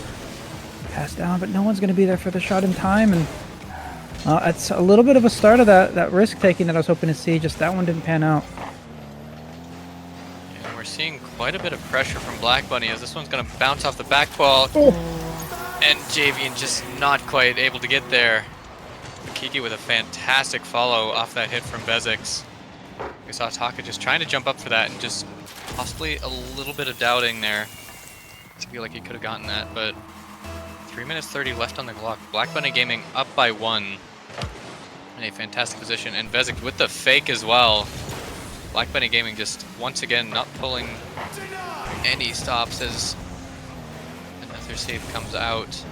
FoxClan gonna try and keep up this pressure here. Taka tries for the demo, but it's not gonna land. Now Hammer doing a good clear away. Abyss has to try and keep this one dangerous, but it's just gonna bounce into the corner. Taka with a massive hit up off the back wall. So we reach 3 minutes left. Abyss going to miss this one. Taka now in a dangerous position, is able to get a good touch, but not quite able to follow it, and that is just going to lose all possession for FoxClan.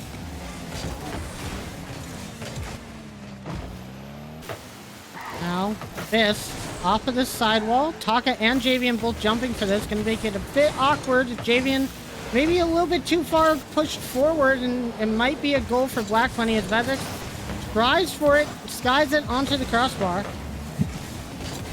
That's gonna be Black Bunny Gaming goal avoided, I guess, the right word for FoxClan, because they were really in a tough position there. They're able to come back here. Half the game remaining, only down by 1. But they're going to need to find a way past this defensive line. They need to be able to do it quickly as Kiki takes the shot. Not going to be able to hit it. This might be an open net as Black Bunny has overcommitted so much. And that's going to be a goal for Javian. Tied game. What positioning. Just goes directly to Javian's car. That's Tekka's. And that one just goes all the way. Pure Tekka's. That's exactly what FoxClan needs. They halt the momentum from Black Bunny, make it a tie game for what feels like the first time in the series. I'm pretty sure it is the first time in the series since the beginning of the matches, and that's exactly what you need.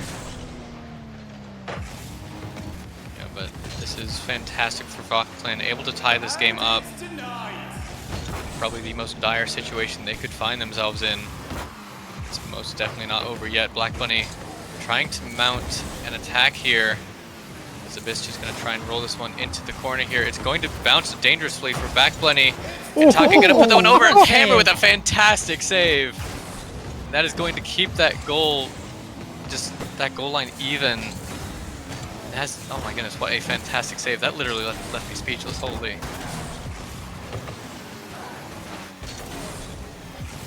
I guess it left everyone else speechless. Yeah, oh no, sorry. I was still contemplating that goal. That was so close from Hammer. What a excellent save. But play continues on. A minute left. And Hammer trying to put it in his own hands once again with an air dribble. It is going to be stopped away by the defense. And Taka is there to clear it. It's going to be awkward for Fox Clan though. They're running low on boost. Abyss not in a very good angle to take this. But miss from Kiki is going to allow for a Fox Clan push. Not too far though, as Hammer immediately takes control and flip resets on the ball. Kiki with a really good dunk. Gonna be up to Taka. Passes over to Hammer. And Hammer just does such a good job at being exactly where the ball's gonna go every single time, no matter who's hitting the ball. Doesn't matter if it's opponent or teammate. He just always knows how to read that so well. Now, chance for Fox Clan, but no one there to capitalize. 16 seconds left, and it looks like we might be going to OT. There's been so many opportunities for the side of You Fox juked Clan, it. though. You jinxed it. You jinxed it. Because Black Bunny Gaming not able to get this out of dangerous territory, going all the way to the side, and JV, oh, what a shot all the way there, and well, 10 seconds left, and I think you might have, jinxed it. That's a goal lead for Fox Clan, the first time in the series.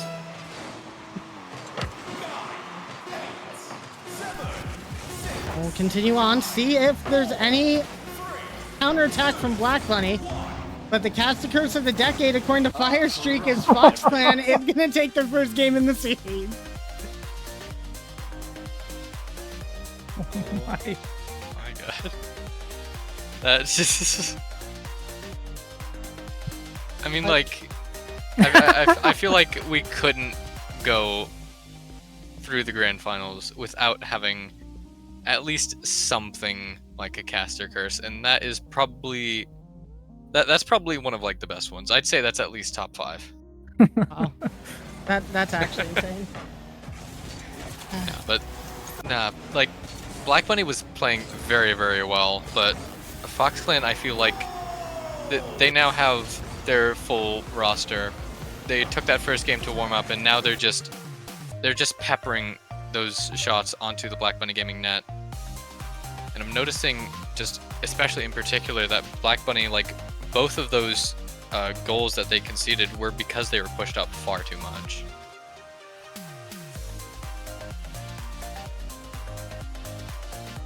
Yeah, I mean, I agree with you there. It felt like they got a little bit confident. Felt like they could press the issue, and I think it looks like Taka's warmed up. The chemistry is back to being where it was. The rotations have been a lot better than we saw in the game prior, and I think that caught Black Bunny off guard a little bit.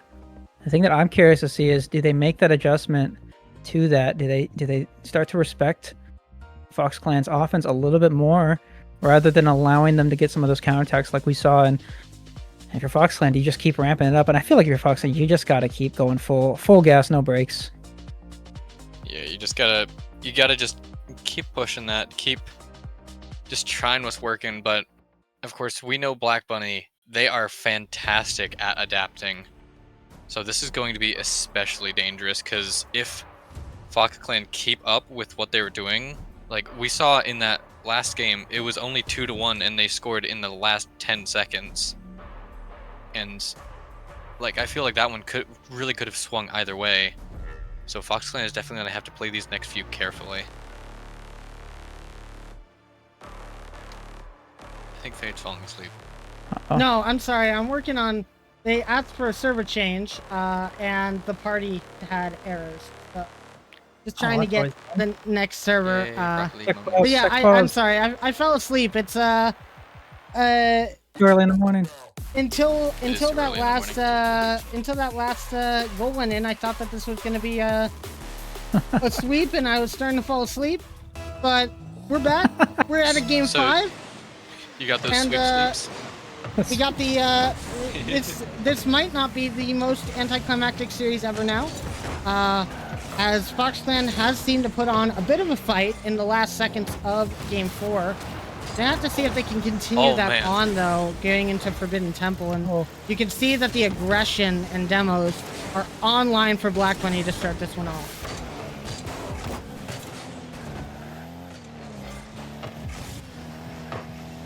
I mean, that seemingly almost didn't work in their favor, too, because it looked like the chaos actually was a bit too much. We saw a team bump. Might have halted whatever offense they would have had in that opportunity. Did not seem to stall or get in Fox Clan's head too much. It's been a lot of offense, a lot of aggression for Black Bunny, but Fox Clan has been looking very, very aggressive here. And we see it, maybe an opportunity goes for the bump. Is the backboard, is Javen going to be there in time? Yes, but gets it up to the side, and I don't think there's going to be a follow-up here. There is not going to be. Now, if you're Fox Clan, I like the aggression, as that's an unfortunate double commit. As I was literally just about to say, you do not want to get too ahead of yourselves here, because you will allow EDG to just do what they do best. And oh, what a save from Javian, but not going to have boost to get a follow-up touch, but it's not going to matter too much. It's still dangerous, though. Taka's going to need a really good touch and gets one. Javian's there for the follow-up. Is the third. The three-man Pezzy Blade might commit. It's just barely off the post, and oh my goodness, Foxland looking very good, though, to start for sure. Indeed they are, but Black Bunny has been getting fantastic chances on the Fox Clan side. You're going to see this one, just Kiki popping this one up. Oh boy. Both Hammer and Kiki having full boost. Abyss has to get a fantastic touch. It's going to pop up. And Hammer going to try for the sidewall. Doesn't quite get it. Taki going to slam this one up to Abyss. And I thought I saw a curve dash from Abyss for a second there. Just pulling out those movement mechs. As Javen going to try for the shot, and a fantastic save from Hammer to keep this one tied. And that was a close one from both teams. They've both been putting on some well-placed shots, but Fox Clan starting to get momentum in this series off of that first win. You're gonna have to see who will stifle that first as a demo comes out, but Kiki, not the best pass as Hammer turned quickly for that one. Now another demo on Abyss. Fox Clan is going to have to push back a little bit. Abyss can't get this touch. Javian has to clear it down. Only 10 boosts, so not much to be done with this. Hammer going to be able to clear it out with 100. Going to go straight over to Taka, though. Lots of boom ball we're having, but Hammer finding an opportunity on the sidewall. Javian doesn't get a touch there. Kiki looks for the shot. Abyss is there for the save. And that was another close call by Fox Clan. This has been so tense. Both teams with pretty good opportunities. The saves, the defense has been fantastic, though. It feels like just one mistake is going to lead to the deciding goal. And of course, it's going to be Hammer putting that deciding goal. You gotta stop. Hey, I mean, to be fair, I don't know if I curse this one. That's just a ridiculous double there. Steven has to be there for it. Oh my goodness. Well, I might have said this the deciding goal. It feels like it might be the deciding goal, but a minute 53 is a lot of time. I mean, it is definitely a lot of time, but Black Bunny Gaming has just been putting on a ton of pressure on the side of Fox Clan, and they've been struggling a bit on their side. We're gonna have to see if we can see them get this through, or if Black Bunny is just going to keep that one goal lead, or maybe even increase it, as we see another opportunity coming through. Taka getting called off the ball for Javian. Kiki gonna slam this one off the back wall, and a fantastic touch. Is gonna try and follow this up. Kiki not there. Bezix with the follow, and is going to slam that one in. And 80 seconds left. Black Bunny Gaming is up by 2. It's a big mistake from Abyss there, flipping forward. Oh, that's so unfortunate. Yeah, I was gonna say, I think Abyss just expecting that ball to go a different direction and flipping upwards to try to bring the attack on. It's not gonna work out, and Hammer immediately there for the defense. And that's really going to be tough for Fox Clan here. Now down by 2, so really gives Black Bunny the leisure to go ahead and just stall for as long as they want. Now with less than a minute remaining, Fox Clan going to need to try and find something. Maybe aggression will work for them, but it ends up working against them as Hammer gets another shot, and it looks like we're going to have our Season 1 champions. Yeah, we saw Taka just trying to rush into that, not quite getting the pop-up, and just a little bit too slow to get the touch there. With 3 goals up, Black Bunny Gaming looking to be in a fantastic position. Fox Clan is just going to have to come out guns blazing as fast as possible. But if we've seen anything from Black Bunny, they're able to just deal with that pressure as much as possible. As we see them trying to get that one through. Now Hammer trying to put this one over. Taka gonna follow that. Vezix with the save though. Oh my. They're gonna keep that 3-goal lead. With 30 seconds remaining, that might be the last chance that Fox Clan had to tie this up. It sure feels like it. And like you said, Fade, Black Bunny more than happy to just see this ball bounce around. 10 seconds left, 3-goal lead. I do not believe that's possible, and I do think Black Bunny is going to take the grand final of Season 1 RFDL in 5. Yeah, and there we go. As the ball hits the ground, we have our champions. It's going to be Black Bunny Gaming in 5. And, do you guys hear that? What am I hearing? Is the TV on? Because I think the Hammer Show is playing. And when isn't it Fair. when these guys are on the team? And well played to Black Bunny Gaming. Congratulations on that win. You will be the Season 1 champions of RFDL. And I mean, if you're Fox Clan, you can't be mad at a second place performance, but bit of a tough run for you guys, especially trying to get Taka back in and all warmed up in the middle of a series. There's not much you can do when it comes to that. And the one team that didn't need a sub this entire weekend is the team that takes it all. I guess that just shows all the people playing in RFDL. If you are playing in playoffs, make sure you take that whole weekend off because you might need it. But Okay, let's pull Fire back in here and hear what he has to say for the end of the day. Fire, you here? Yeah, I'm here. I'm here. All right, let's get you back in here. I'm gonna be a little mispositioned here, but I guess everybody's mispositioned. This is RFDL in general, guys. Just full on NA production craziness. You know we love it. Crazy. And Crazy. that's all we have here. So, Fire, what do you think about the series? I mean, it's really tough when you got to try to sub somebody in mid-series, as you guys were saying. But I mean, excuse me. But anytime Hammer is on his A game, it's going to be really difficult to beat him, regardless of who you have on the field. And he showed exactly why in that series. So, I mean, kudos to the other two players on Black Bunny too for playing their roles really well, making some really good plays. And you know what, Fox Clan? Nothing to hang your heads about. You guys still got second, and ultimately, well played to you guys as well throughout the tournament. So, I mean, I think these teams have a lot to look forward to, and I'm really excited to see if we have any teams return in full during next season. Well, that all depends on who actually signs up and who's going to, what the budget is going to be like, quote unquote budget, because I will preface the next season by saying there are going to be some seriously big changes coming to the format and everything. So keep on the lookout for all of that later on in the next coming months as we get things started for Season 2. We are going to be taking a little bit of a break from the league sort of stuff just to take some time off as casters and production, as there's a lot of behind the scenes work that goes on for all of these guys. And I'm sure that everyone here on the desk is definitely going to want a bit of a break. No, I'm going on ranked right now. Oh god. I meant from production, not Rocket League. Although I'm a rematch main now, so I mean, that being said. But yeah, I mean, congratulations to Black Bunny Gaming. That was a well-played performance, taking all of the series in the top bracket as kind of expected from one of the top seeds. And Fox Clan, I think they had a showing worthy of top 2.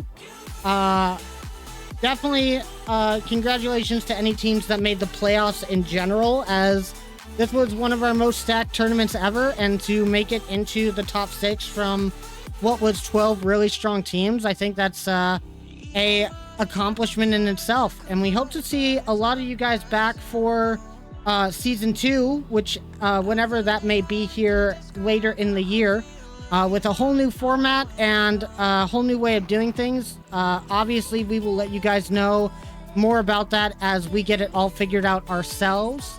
But I also want to use my last little bit before handing it off to everybody else for their final words, just to say thanks to everybody for kind of working with the admin staff and the production staff in general, working with this kind of scuffed season.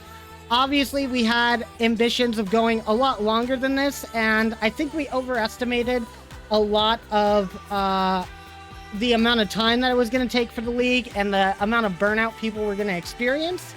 And it's definitely something that we're going to take into next season.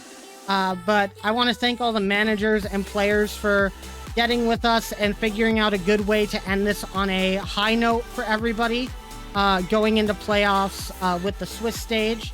As scuffed as the Swiss stage ended up being, it was still a fun time had by all, and I hope that everybody enjoyed the last few weeks of RFDL that we did have. And I'm very excited to help these guys bring on season 2 for you in a later on in this year. But before we get going, does anybody else have any final words they want to say to the chat? I mean, I'll steal what you said. I'll just reiterate. It's been a long time. There's been a lot of work put in by everyone. We talk about how on the production team and on the back, behind the scenes, we've put in a ridiculous amount of volunteered hours, and it has been a lot of work, but it's been super worth it. It's been a lot of fun watching you guys play, get better at the game, seeing everyone grow and new chemistry formed and new friendships formed. So, while it has been a lot of work, it's been a lot of fun, and we've had a fantastic time. And that being said, I want to thank everyone for participating. Obviously, we wouldn't be able to run a league without people to play in it. So I love all of you, and it's been a great season 1. Indeed, it has, and I feel like all I could really say is just kind of reiterating what those two have said, but it's just like so much work has been put into just running all this for you guys, and to see you guys just like having fun with it, playing the games, and all the times that we saw a scarab on the field. Oh my gosh, yeah. Yeah, it's fantastic to see, honestly, because like I've seen just like I mean, me personally, I've had a lot of friendships just coming from that, especially from Rex and Liska. You guys are goated, but no, but like these things are so fun, and like just thank you all so very much for playing. I mean, a little bit more of the same, but yeah, thank you for everyone that's participated and for having a ton of fun with the league. It's fun to put it on, even though it's a ton of work. But we're still not getting paid, right? Yeah, we're not getting paid. No payments. We'll talk about that later. Hey, yo, we're getting paid, but no. Yeah, but ultimately we on top of that, even before RFDL season 2, I didn't leak anything, I promise. We I didn't hear nothing. Wait, what are we hearing? I don't have ears. We might have some tournaments going on during the off-season tournaments, whether it be, maybe 2's tournaments, 1's tournaments, goofy game mode tournaments, different levels of silliness. Keep an eye out for those in the meantime. But RFDL season 2, it's going to be fun, and I'm knowing a few of the changes that will happen. I think it'll be even better next season. So we keep an eye out. Everything will be posted in the Discord, guys, but excited to see everyone out next season as well. And I do also just want to say, obviously we had a ton of people playing, and obviously not everything was perfect for everyone, but in the Discord server we have the suggestions channel. If there's anything that you guys want to see changed, feel free to add something there, and we'd be happy to accommodate. And along with that, I think Firestreak said that he is going to be giving out a RFDL feedback form to the server. That So works too. if you have like any sort of like specific suggestions for all of us, I think Fire's going to get that started probably tonight or within the next couple of days. So please be on the lookout for that. We would like to take all of your guys' feedback, as we do want to make this the best experience for you guys, and try to make it as fun as possible. Obviously, we do realize that we're not able to please everyone, and we have to make some decisions that some people might not necessarily agree with, but we do want to make sure that the majority of you are all having a good time and are just coming in to have a good fun time. As Erlac said, make a lot of friends, play in some rather interesting matches, and as Fire also said, we're not done with the tournaments. There are going to be some community tournaments coming up within the next couple of months while we get RFDL Season 2 figured out. So be on the lookout in the Discord server for that. Community casted games may be making a return as well. So be on the lookout for that as well. And yeah, no, there's going to be a bunch of fun times, guys. I'm excited to get on to this next chapter of RFDL history and see what the rest of the server has in store to, you know, entertain not just us, but you guys watching on Twitch as well. And thank you guys for all the subs and bits and donations that you guys give to the channel while we do this. It really just means so much to me that you guys support what we're trying to do here. And I'm just excited to get the next round going. But that being said, I think we're done here for the day. Congrats to Black Bunny Gaming on their win. Your Discord titles will be given to you in like the next 15 minutes, as well as Fox Clans. And congratulations to everybody who played in this league. I hope you all enjoyed yourselves, and I hope that we see a lot of you guys return for Season 2. But that's going to be it for now, guys. Hope you all enjoyed once again, and that's it from me. And everybody else, you guys going to say goodbye? Bye-bye. All right. Goodbye, guys. Enjoy the rest of your days, and we will see you back here for more RFDL action. And quick plug, I will be doing a major watch party next week, so make sure you tune in for that. But yeah, see you guys next time. Peace out.